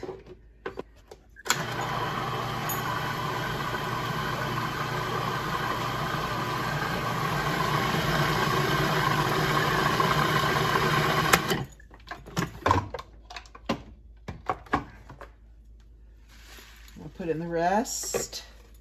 Ooh, this is going to be a good one. There's nothing like fresh picked anything. But I remember last year when we made it, and we have so much left because we froze it. I made it, we put it into ice cube trays and we froze it. So actually we still have pesto from last year. Salt.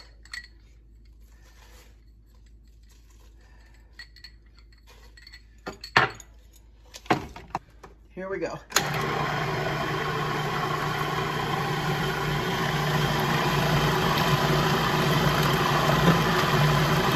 I actually knew someone that could do all this by hand. But certainly this is helpful. Okay, now here comes the taste test.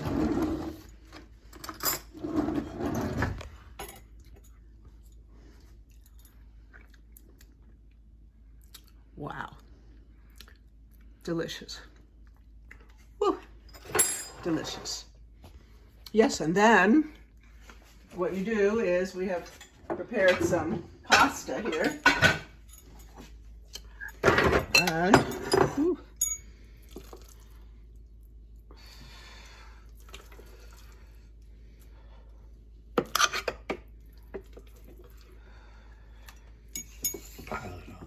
good. More. My husband's here filming, telling me more. You want me to put all of it in? Yeah, pretty much.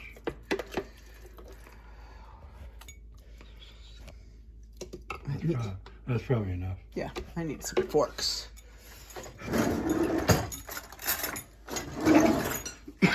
Here we go. Mix it in with the pasta.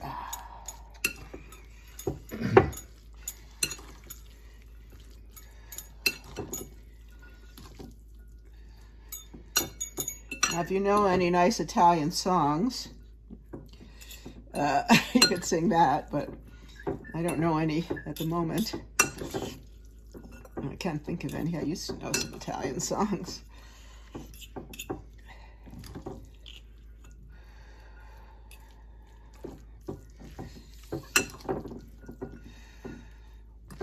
Yep, just keep mushing it around until it's all covered with pesto. I think I can put a little more in.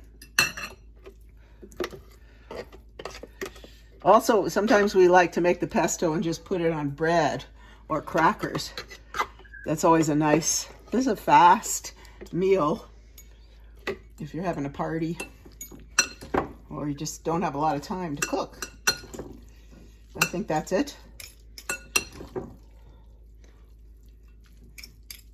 So here we are, pesto and pasta. It's been a joy to be with you as always. Namaste.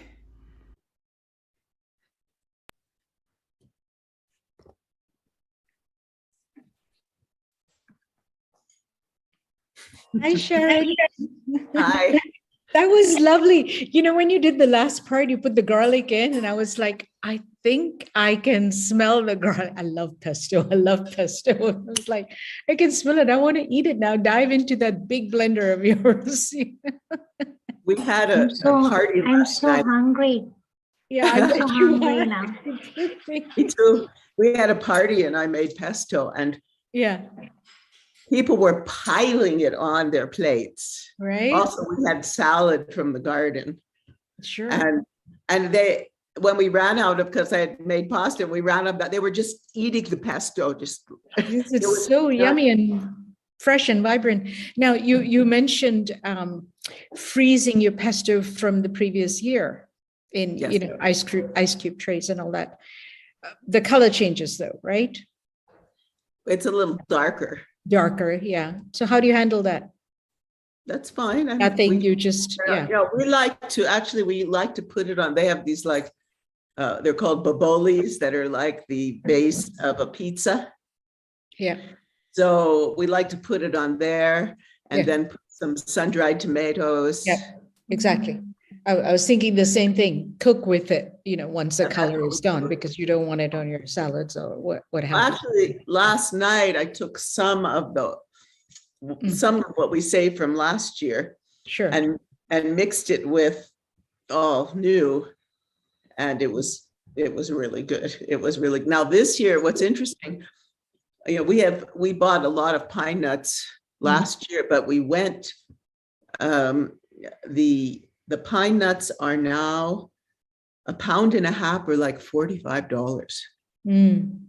So that's outrageous. And so, like everything else, I don't know how it is where you are here, the prices of No, it's food. expensive. It's number 2 on the list. I think the first one is macadamia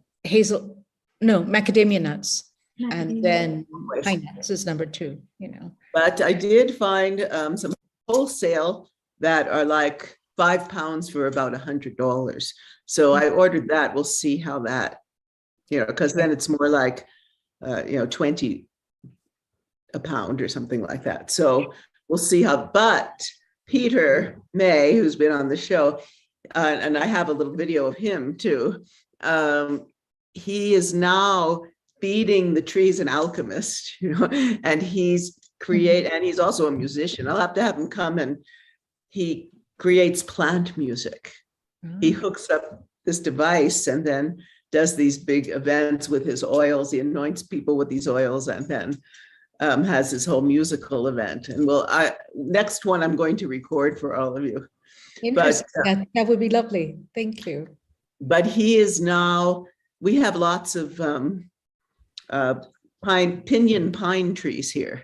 Known for that, but usually they only produce the nuts every 7 years. But he is now has some kind, well, I'll show you, you'll see. He has this mixture that he's feeding the mother tree, and then that's creating this bed of mycelium, and they're producing cones, which is unusual. Amazing. Yeah. So I have a video of him also, and so we're hoping that if they produce, then I'll have the garlic we've grown, the basil we've grown, and the pine nuts from Crestone. So I'll just need like the olive oil and the Parmesan. All comes together, all the ingredients for your lovely pesto. Yes, yes. And as you can imagine, it's a lot of work for my husband and I. We do all that ourselves. All of the planting, all of the harvesting, everything. And we don't have a watering system for some reason. I don't know why. So we're watering by hand. Fortunately, now the outside garden is getting plenty of water without us having to do that. But yeah, so I'd like to show you this video of Peter. This is from yesterday.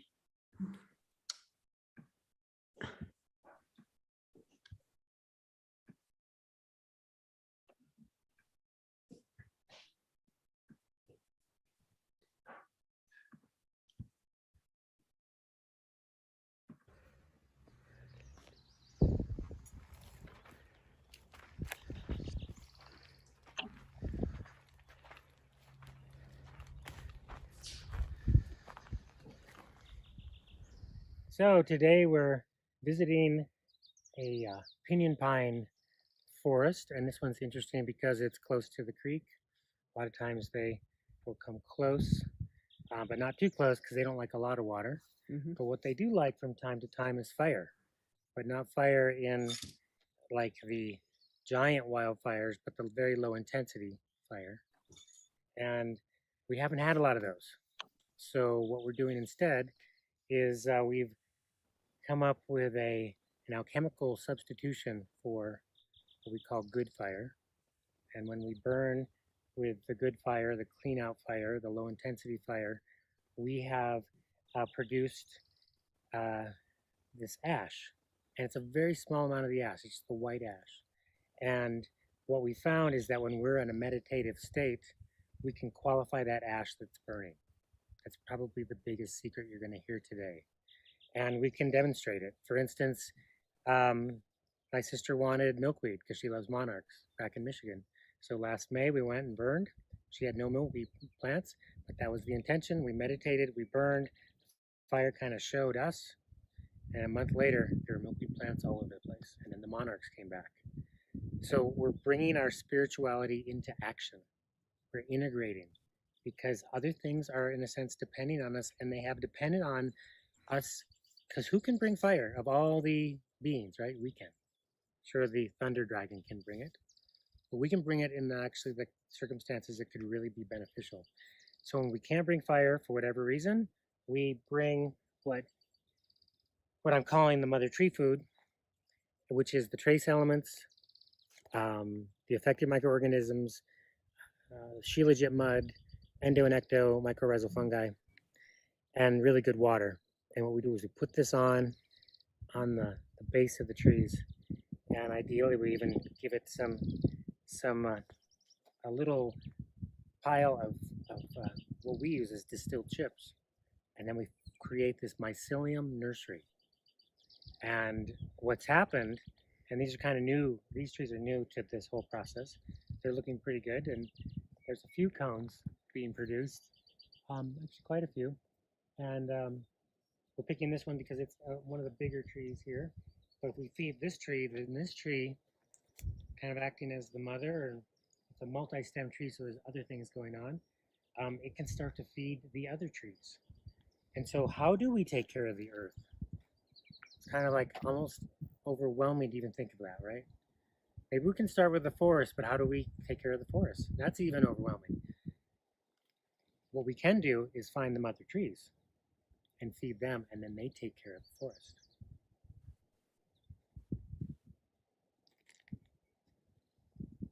So we would take this 16 ounces if we wanted to support the tree to be as healthy as could be, and perhaps give nuts. It's going to give nuts on its own, according to its own natural intelligence. We're not forcing it to do so. Just like when we burn, we want to do it in such a way that we're not burning the tree, but we are burning the dried grasses and things. And that is probably the most direct way to recycle those elements that are available. And we see that as the white ash. And since we're not burning, we're doing something very, very similar, but from salt. We take all the salt out, and what we have left are the trace elements. We put this into 5 gallons of water, and we put it down on the tree, at the base of the tree where all the roots are, primarily where the canopy is. And then we'll even ring in all this stuff that we make alchemically is tuned to 528 hertz, the sound of our laughter, so we can either laugh or hit the bell or sing our favorite song in that key, and that seems to help. And then as you do this over time, the earth, you can start to feel the earth reverberate into your feet because you're relating. And is this natural to do this? Is it part of nature? Nature does bring fire, and it can have very similar effects.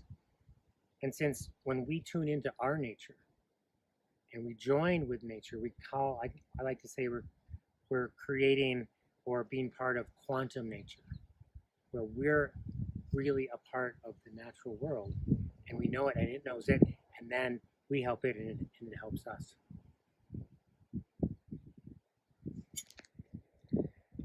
So one way that I found to be part of nature and to see its effects, like the effects of quantum nature, is when we're able to do our practice that's so effective for ourselves, such as a qigong or a tai chi or a yoga of some nature that really, really builds your own field. And when you do that out in nature, that then not only benefits yourself, but it starts to benefit everything around you. And I think over time, if we do it enough, that becomes our way of being. And so the practice becomes more of the touch-in. And as we walk around, the trees and the flowers and the birds are going, oh, I recognize you because you're recognizing me naturally because your practice has brought you home to your own true nature.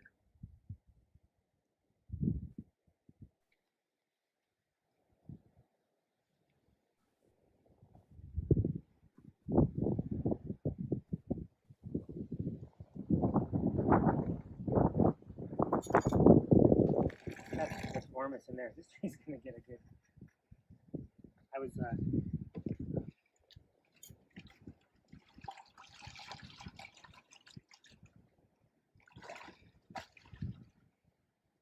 Okay.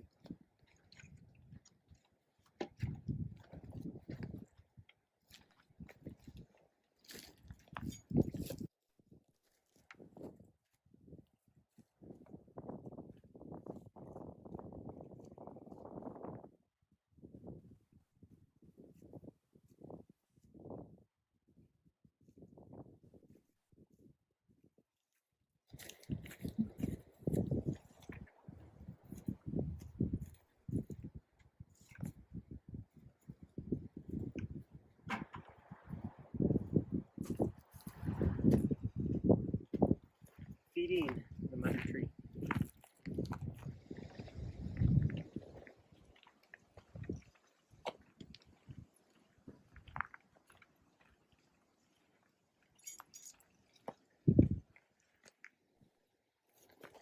So we're on the other side of the creek from the pinyon pine, and that tree produces nuts.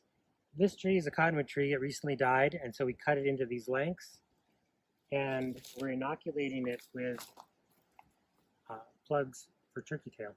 Turkey tail mushroom is very powerful adaptogenic mushroom. And then I drilled holes in here and then pounded these in with the mallet like this. And then I also treated these with some trace elements before, because one thing mushrooms love are trace elements. And when we have fires in certain forests, what comes back is mushrooms, like in abundance, like morels and things like that. So anyways, then what we do is we seal this up, and my wax has gotten a little bit cool, so it's kind of hard, so I'm going to melt it again. But then we seal this up, and I'm going to plant this in the ground and see what happens. This is an experiment here. I don't know anyone who's done this here yet. People have done it around the country. But I'm going to have to melt that again. And then we seal the top. We can either incubate them for a while and see how they are ready, or we might just put it in the ground. We're going to do an experiment. We have a number of experiments to do here. So maybe in a few months or maybe a year, we might have some turkey tail.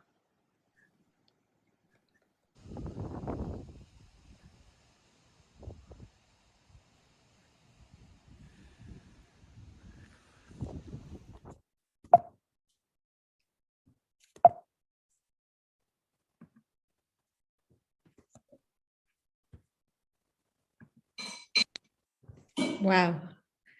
That was very thought-provoking. Well, Very I'll have interesting. Peter come back. We're going to follow this throughout the season. Oh, lovely. Yeah, yeah. How are you going to break it up? What do you have? Well, I'll follow, we'll see how things go to see if he actually can produce the pine nuts and also the mushrooms. And then definitely I want to tape at least a portion of one of his concerts. Because they're very, very special. Like each plant has a different song. Oh, interesting. Oh, I'd love that. I'd love to watch that. Thank you. Sharon, I'm going to take your leave now. Thank you so much. It was such a joy being with you here. Always. And your pesto and even your husband's filmmaking, that was so beautifully done, so professional. I loved it. What a joy to watch. So much to learn. Thank you very much. Namaste. Namaste. Lata Ji and Keith, you're with us today. Keith, nice to see you. Hello, both of you. Hello, hello. Okay. Global namaste to all our family and friends. You. Thank you for everything you've done today, Kiran and Seema. It was really wonderful, as always. Thank you so much. I'm trying to go. I think Seema's gone already, but I will send her your best. Thank you all. Bye-bye. Hi, Sharon. Hi. This is of interest diversion for me because I'm one of those traditionalists. So I thought I'll watch people who are somewhat different to me, as I'm still a meat eater. and I have a step granddaughter who is a vegan, and I've never really understood what it was about. So this is of interest to me from that perspective. Thanks very much. Nice. Well, how'd you like the quantum nature aspect and doing the qigong and the tai chi? I mean, we have classes out here in the woods. That's fantastic. I can just about get on my knees in the garden and repair flagstones. We're about to put some down under our pergola. Yes. Well, if it's anything like me, be careful of the knees and also the elbows. If you're using a big hammer, it's not very good for the tennis elbow. Oh goodness. Well, we made everything for us is raised beds. Yes. So Yeah. it's easy. And I don't know if any of you noticed, but on the outdoor, well, we have cardboard because we're in a dry area, although it's not dry now, but my husband puts his cardboard down on the bed and then makes these holes where the plant is. And then we water, saves water. We water in exactly where the plants are growing instead of all over the place. But I'm amazed this year what's going on in there. I always say, oh, I'm going to Costa Rica when I go into the greenhouse because I come out, it's like being in a sauna. I can understand. Well, we don't have any problems with rain here in the UK, so we don't mind. We don't mind the evaporation. Right. Anyway, you carry on with your program. I don't want to interrupt.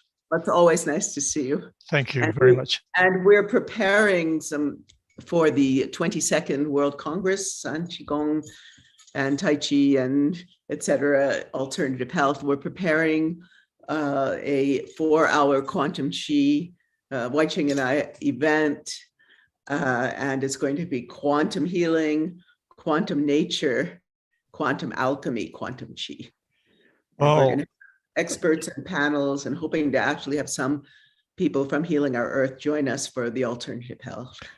Well, you possibly know that Amalia and I have discussed this, and she's talking to Effie Chow about the possibility of linking with the UK. And if I have that pleasure and honor, then I'll take part as to what I can do. All right. Okay. Wonderful. Thank you very much. Thank you very much. Okay. Yes. And Lataji, global Hiya. namaste to you. Namaste. And it looks like you had another fantastic session with Kiran and Seema. Yes. And your peso, or your husband's peso. Well, no, it's mine. Oh, is it? Just love peso, yeah. I've been making it for many, like 20, at least 20 years. It's actually when people, they're like, oh, you're going to make pesto? Oh, I want your pesto. Well, especially now that we're growing the basil. It's like, for me, it's because it's fresh picked, right? Yeah. And it's like eating light. That's the only way I can describe it. It's so nutritious and delicious. And you got so many basil growing in your garden. Yes, we'll be eating it, and we'll have more to freeze. And last year, my husband canned, in these mason jars, 56 quarts of tomato sauce. And we still have about, I'd say at least 20 jars. So here in the US, and we're very rural, the food it's outrageous, really, what's happening here in terms of pricing and in terms of supply chain issues. So out here, we're really preparing. We have a community garden too, and we have a food bank, and we're just preparing to be self-sufficient. Food bank over here as well. We have in Tesco's, in Sainsbury's, and we also have a general food bank in Guildford. So that's meant for the underprivileged who won't get food. So we provide, but they have regulations and standards. We can't give cooked food. It has to be in tins or it has to be in packets because of the health and safety of the food and all that. But I just have one basil plant in my windowsill in kitchen, and I was thinking I'm going to make this pesto because I am just recovering from COVID and hardly any solids I can keep. I can only eat fruits. So I thought, this is something which makes me feel like, body knows that, yes, you can digest this. So I started eating a little bit of rice and yogurt and fenugreek, roasted fenugreek powder, which is good. It's Ayurveda medicine for uh, for loose motions. And so I'm going to try this pesto. I love garlic. Garlic is very good for immunity. Yes. And yeah. Yes. And I forgot to say, I planted some ashwagandha, and that's starting to come up. Wow. And You yes, planted ashwagandha? yes, it's I just, and then I've also planted something, astragalus. That's another really good health herb for your health. Out here, there's so many alternative healers, and we've really focused on immunity, so that, and we're in nature, and we're there's maybe 3,500 people in the whole community. So COVID, yes, people have had it, but not very many. And we've really been able to, we have a wellness center with my friends Cindy and Tyler, who've been on the show, and we are really helping people to recover. So if you need any advice, the ashwagandha in USA is so much on the vogue. You can go to a Target or any other places, any other superstores, and you will get gummies, like even children can eat them. So it's so well accepted herbal remedy now, ashwagandha, in many different forms. Oh yes, we'll see how it's always an experiment, like growing the hibiscus roselles. I know that I'll be able to keep them in the greenhouse until then. I'm going to, here in my studio now, I have a place with all these windows, and I have some bougainvillea growing and some hibiscus, and so we'll see. Hopefully it'll keep going through the winter. You can also try ardushi. Ardushi is one of the herbal plant meant for cough and cold. That is, I don't know, where did you get was it a sapling for ashwagandha, or was it a seed? Seed. Oh wow. Sorry, Seed. I was, yes. I interrupted. Oh, also this year, he was saying something. Sorry. This year we planted also goji, a goji berry bush. Yes, yeah. So we'll see how that does. But the amla, the gooseberry, someone, I should find that. They were telling me, it was a friend of Weiching. She said, I'm going to read this, I have to find it. Let's see, about the benefits. They're using it for, here it is, amla berry. This is from Sandra Rose. Amla berry kills 98% of liver cancer cells in vitro. Amla berry extract virtually wiped out human liver cancer cells in this lab study. So she's describing this. Not surprisingly, amla, also called Indian gooseberry, has been used for centuries as a liver tonic in traditional Ayurvedic, Chinese, and Thai medicine. It's also been used as a natural anti-cancer, anti-inflammatory, antibacterial, and pain-relieving natural medicine. What makes this super berry so powerful? It delivers one of the highest antioxidant levels of all berries, surpassing blackberries, blueberries, maki, and even acai.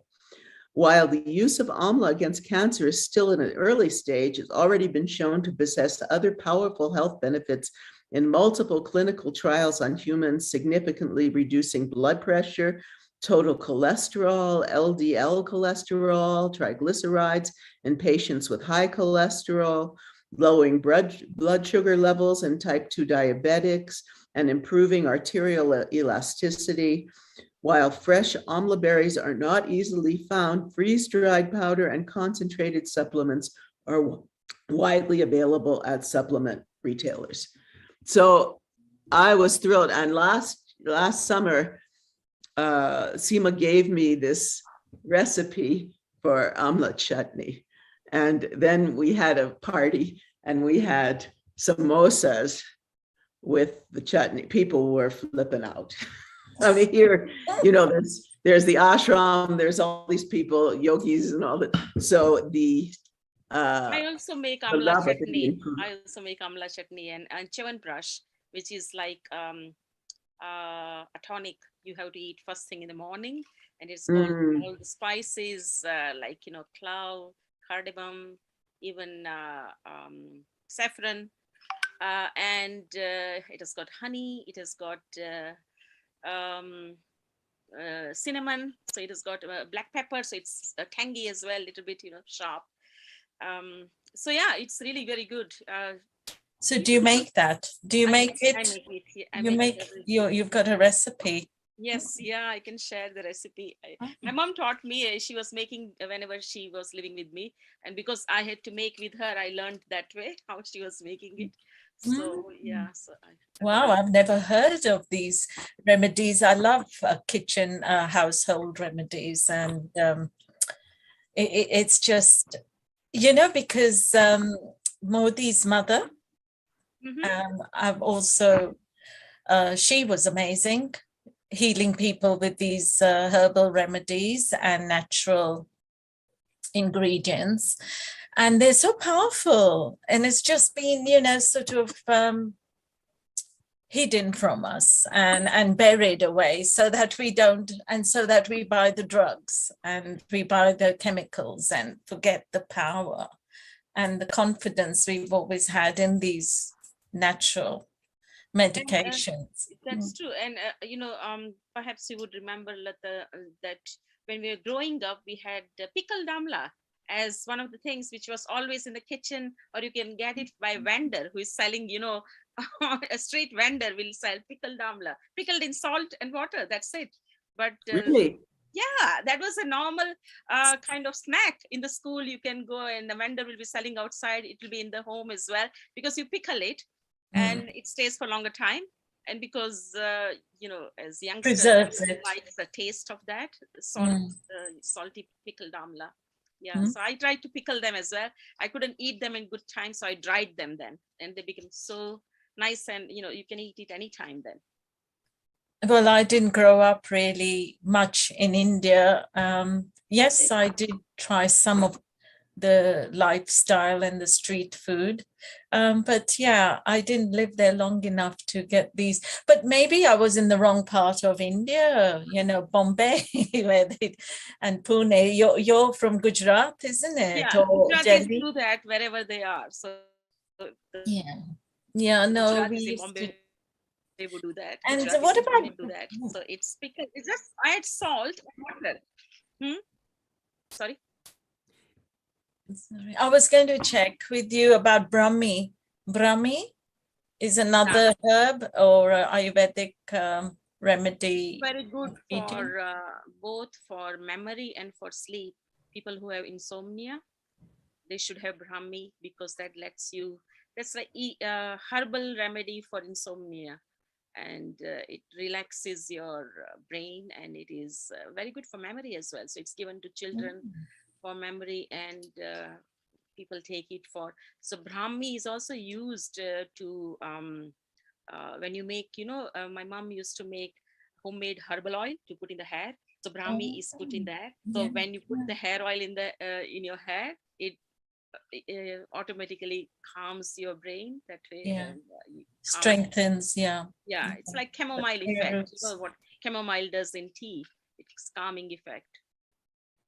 Okay, yeah, I've got loads of chamomile tea in my cupboard, so I must start drinking that though. Yeah, but what I was going to say, I was sorry to hear you had COVID, but yeah, so you know, what was that? I tested negative, but the symptoms are still there. So you know, the symptoms of diarrhea and weakness. Yeah, but these natural things are so detoxifying and cleansing, and that's what we need, you know, but it's actually going to take it rid of it long term eventually. It might be a little slow and gentle, but at the same time, you know, At the we're going moment, to pray for you. the maximum I can eat is fruits like berries, cherries, strawberries, blueberries, or fruit. That is for guaranteed that, you know, it will not make me go to the loo often. But a little bit of rice I can eat, and I'll try this homemade pesto as well. With, Yeah. with pasta. Bananas are good. Bananas I eat, yeah, bananas as well, because that's the only thing which is giving me some strength, because it has got, you know, carbs and potassium and protein as well, or else everything else is just very light fruit. And the other thing which helps me is roasted cumin. Roasted cumin is very good, yeah, so for your gut as well. Ajwain and cumin. So, you know, the pesto you're using, I mean, the leaves you're using, the basil, is it the, which version are you using? Tulsi or? Oh no, I'm using Genovese basil. South American. No, that's Italian. Italian. It's like I'm using the proper one. And then I have some Thai basil too. So if we're making, my husband is like a gourmet chef. So if we're making, you know, Thai food, then we use the Thai basil. And then Wai Ching is going to come visit, and she is an amazing Thai cook. So I'm looking forward to her green curry and all her delicious dishes. You're in for a real treat now. Oh yes, oh She's yes. got a lot of experience. She's in Peru. I think she was 2 days ago, she was getting ready to travel to Peru. And so I'm sure she's going to have some interesting culinary Peruvian dishes to show us, hopefully by next week. Wow. Tell us all about it when you are treated and you have learned about it. Either she can tell us or you can tell us about it. But I love Thai green curry, red curry with the Thai rice. Yes. So if you can start having maybe the basil or the tulsi and mint leaves, and you know, just gently putting it on whatever you can, whatever you're trying to, is it ricey soupy thing that you're able to manage at the moment? Yeah, a little bit of, you know, overcooked rice and soft rice, yogurt, overcooked rice. With, We're also making roasted and ground fenugreek seeds. So we're also making, you know, for probiotics, we grow a lot of cabbage. Yes, to make I'm having the sauerkraut. strongest possible probiotics tablets, vegetarian one, but trying everything, but it's working slowly. It's because I already had an existing, I do have existing stomach conditions, so that's the reason, you know, it's taken its toll. But Tulsi, I have, Lataji, I have something called Tulsi Panchang, which is like tonic, which you can have anytime. So because I don't have Tulsi plant, I drink that one. And there is something which is made out of aloe vera, which is called, again, Ayurvedic product called Kumari Asav. Kumari Asav means basically aloe vera. The Ayurvedic name for Kumari, for aloe vera is Kumaria. And Asav is, you know, the drink which is made out of it. So Kumari Asav, I take that. So I think you should take fennel seeds as well. For reducing that diarrhea or whatever. You know, as we call it mukwas, or, you know, mouth freshener after eating. So that has got fennel seeds. So that way I'm taking, usually when I make tea, Indian tea, I put fennel seeds in there. but I'm not able to drink tea at the moment. So, I'm not, I mean, not caffeinated tea, only herbal teas. Ordinary. Yeah. Well, But anyway, it will take its time. Now, people, what people say, I understand that, COVID comes and goes. It went away in 10 days, but, it hasn't left the symptoms. So eh, it will go away gradually. It will. It will. We're fortunate. I've had her on the show, Dr. Kim Engard. She's a naturopath doctor. She's an acupuncturist and she's an herbalist. And she has this cold and flu remedy that she has helped many people with that have had flu and cold and COVID. When I was, anytime I felt myself starting to get a cold, right, first I do a neti pot, then I would start taking her herbal remedy and the cold wouldn't come. I'd take it for about 4 days. So here we're really, really looking at ways, to help people, whether they've been vaccinated or not, whatever symptoms they have, we're looking at ways to boost the immune system and help people. And that's one of the beauties of being out here. That's the wonderful thing about your community. It's a blessing.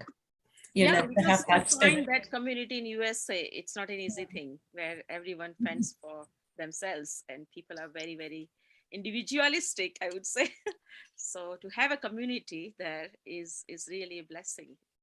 And there's farms. I think one of them, I think I had one of these shows, we had an event and I spoke to there's farm shares here and there's a community garden. I'll go do a taping of that to show what we're doing as the community. But this year, I think what we're planning to do is a lot of bartering. We're all talking about that because the food prices are outrageous. They're really, and people here, some are saying, oh, I came in here yesterday to this, there was a woman sitting outside. She goes, you better get ready. I said, well, what for what? She said, well, already on the East Coast, because of the prices of diesel, they're not getting food deliveries. And we're very rural. But we've been seeing that something might happen like this. Like we have solar, right? And now we even have this solar hot water that we put in. Yeah. So we can function pretty well. Yeah. No. It's pretty hot. I like the sun, but it's good because I am low in vitamin D. I should be taking the morning sun, but it's very, very, when there is no wind, it becomes so hot inside the house because there is wind. I've kept all the doors over here open. But yeah, we have the same issue over here, Sharon. The food prices are rising over here as well. Lata will agree with me. It's a big, huge thing because especially when I work in the university, it's a big, big issue for students who are in very low budget. And we are really concerned about them because as such, international students have to pay double the fees. And then the accommodation in a place like Guildford is expensive anyway. And then the food prices have been increasing and we have similar reasons for that. So, price of petrol, yeah. So I'd like to tell you about our future events coming up on Healing Our Earth. So next week we have, again, the Vegan Vegetarian Kitchen. So we'll have some more recipes and wonderful information for you. That's the 3rd of July, right before our big July 4th celebration. And hopefully, well, peace will come to this country. It's been a wild week.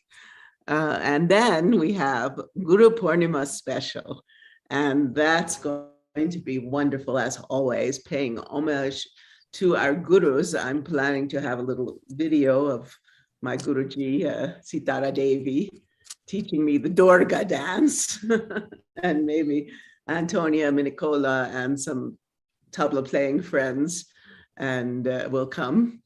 And then Of course, Integrated Health, that's on July 17th. And that's always a very powerful show because we know these days that health is really, really important. And so that's coming up. And before we go today, Neil has asked me to lead a little meditation. So maybe what I'll do, let's see, is a Qigong, one of the 6 healing sounds, let's see, for the lungs, because many have gone through issues with their lungs. So we're going to start by clapping your hands and rubbing them together. You feel that heat. That heat is the chi, the life force, what we might call prana. So we're going to get it really, really hot. And then we're going to bring our hands to our lungs. You don't have to touch your butt, just a little bit out from your body.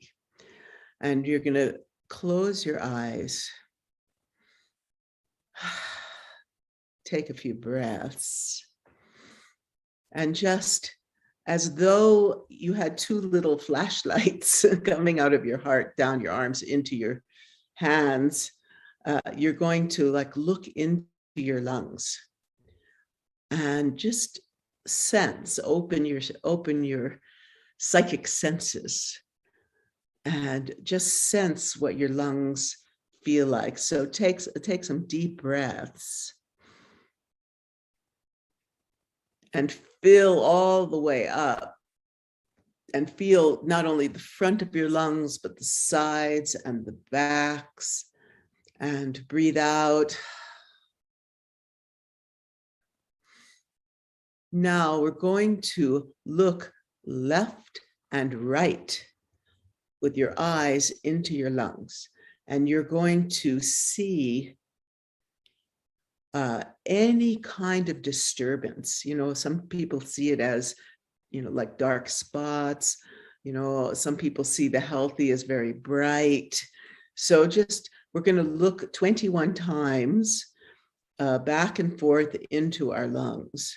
And so we'll go 1, 2, 3, 4, 5, 6, 7, 8, 9, 10, 11, 12, 13, 14, 15, 16, 17, 18, 19, 20, 21. Then you're going to bring your hands together, put them over your head, all the way up like this, so you can feel it like a pull on your lungs. Breathe in, and we're going to do the sound S, which is the lung healing sound in the Taoist tradition. And you're going to imagine that any disturbance, any illness, anything is just coming out of your arms, out of your head, and then going around you all the way down to the earth where it's transformed. So we're going to put our hands up, and you're going to look up, and you're going to go.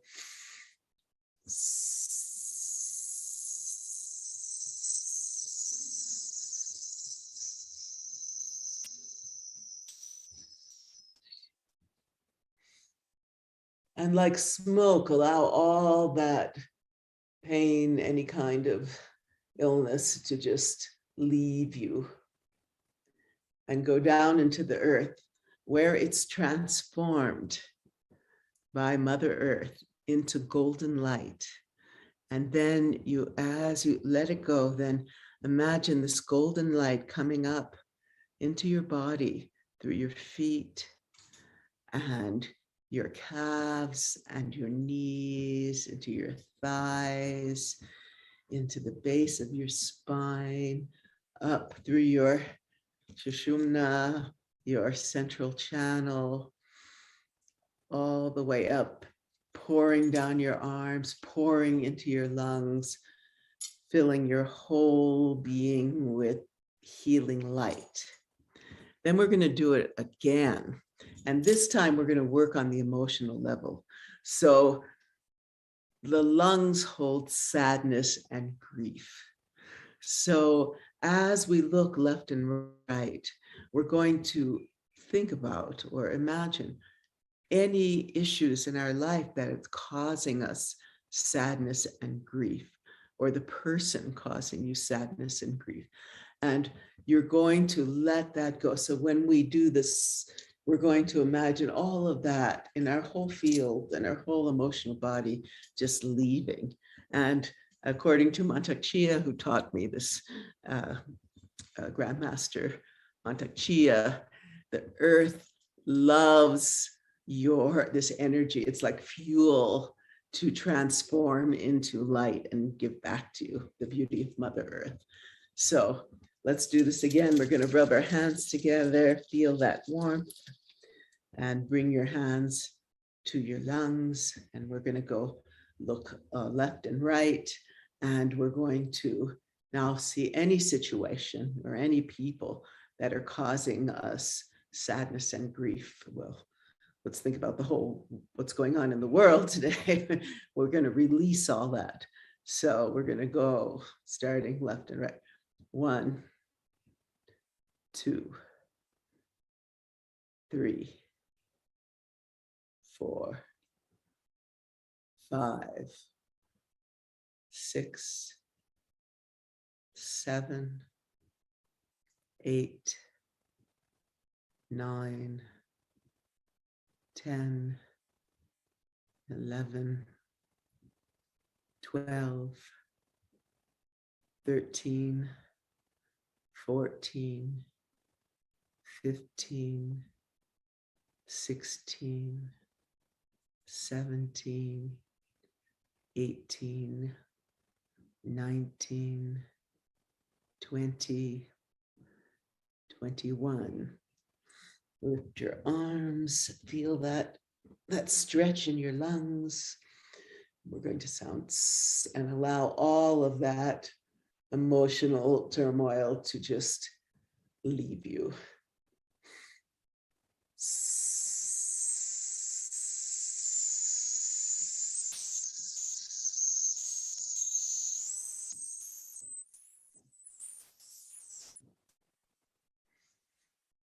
Breathe in,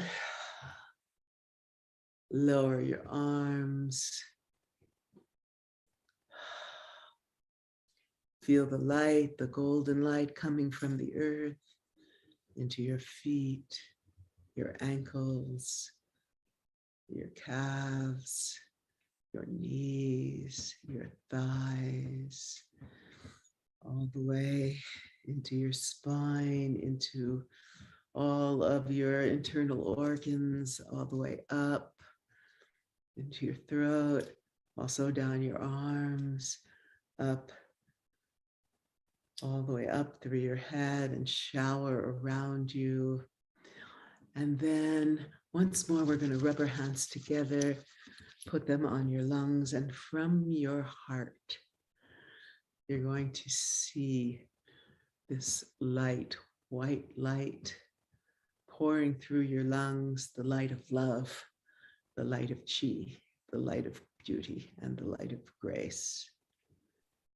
And you feel that there, and feel that light flowing not only into your physical body, into your lungs, but out into your emotional body, your energy body, your body of light.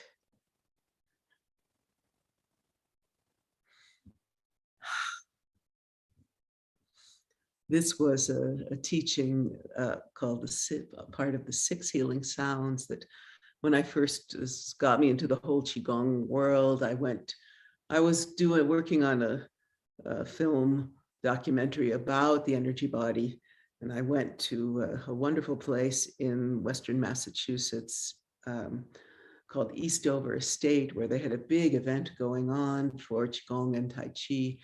And that's where I spoke with Mantak Chia. And I said, well, tell me about the energy body, the light body from the Taoist tradition. And he said, this is the practice to grow your light body and transmute all these emotions.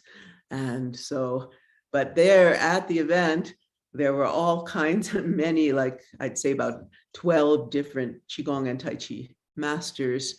And so the owner of the place said, well, you're here with your camera, just interview everyone. And this is how Quantum Qi began. It's been a big journey, and we're planning to release the first 2 episodes this year. And we're going to do a wonderful teaching for the Effie Chow and the 22nd Congress on Qigong, etc. And that will be in September, and we'll be telling you more about it. So as always, it's been a joy to be with you, and we look forward to seeing you next week and all the weeks after to bring love, joy, upliftment, and deep healing power. We need this so much right now. So many people are suffering. So many people are depressed. They just, you know, they're people that do not have the money for gas. It costs them like a third of their salary to get to work these days. So what can we do? How do we help them? You know, it's like live with joy every moment. Go out in nature. Do what's fun. You know, that's how we, and meditate, do yoga, do Qigong, do Tai Chi, anything that brings you the sense of, I'm happy to be alive.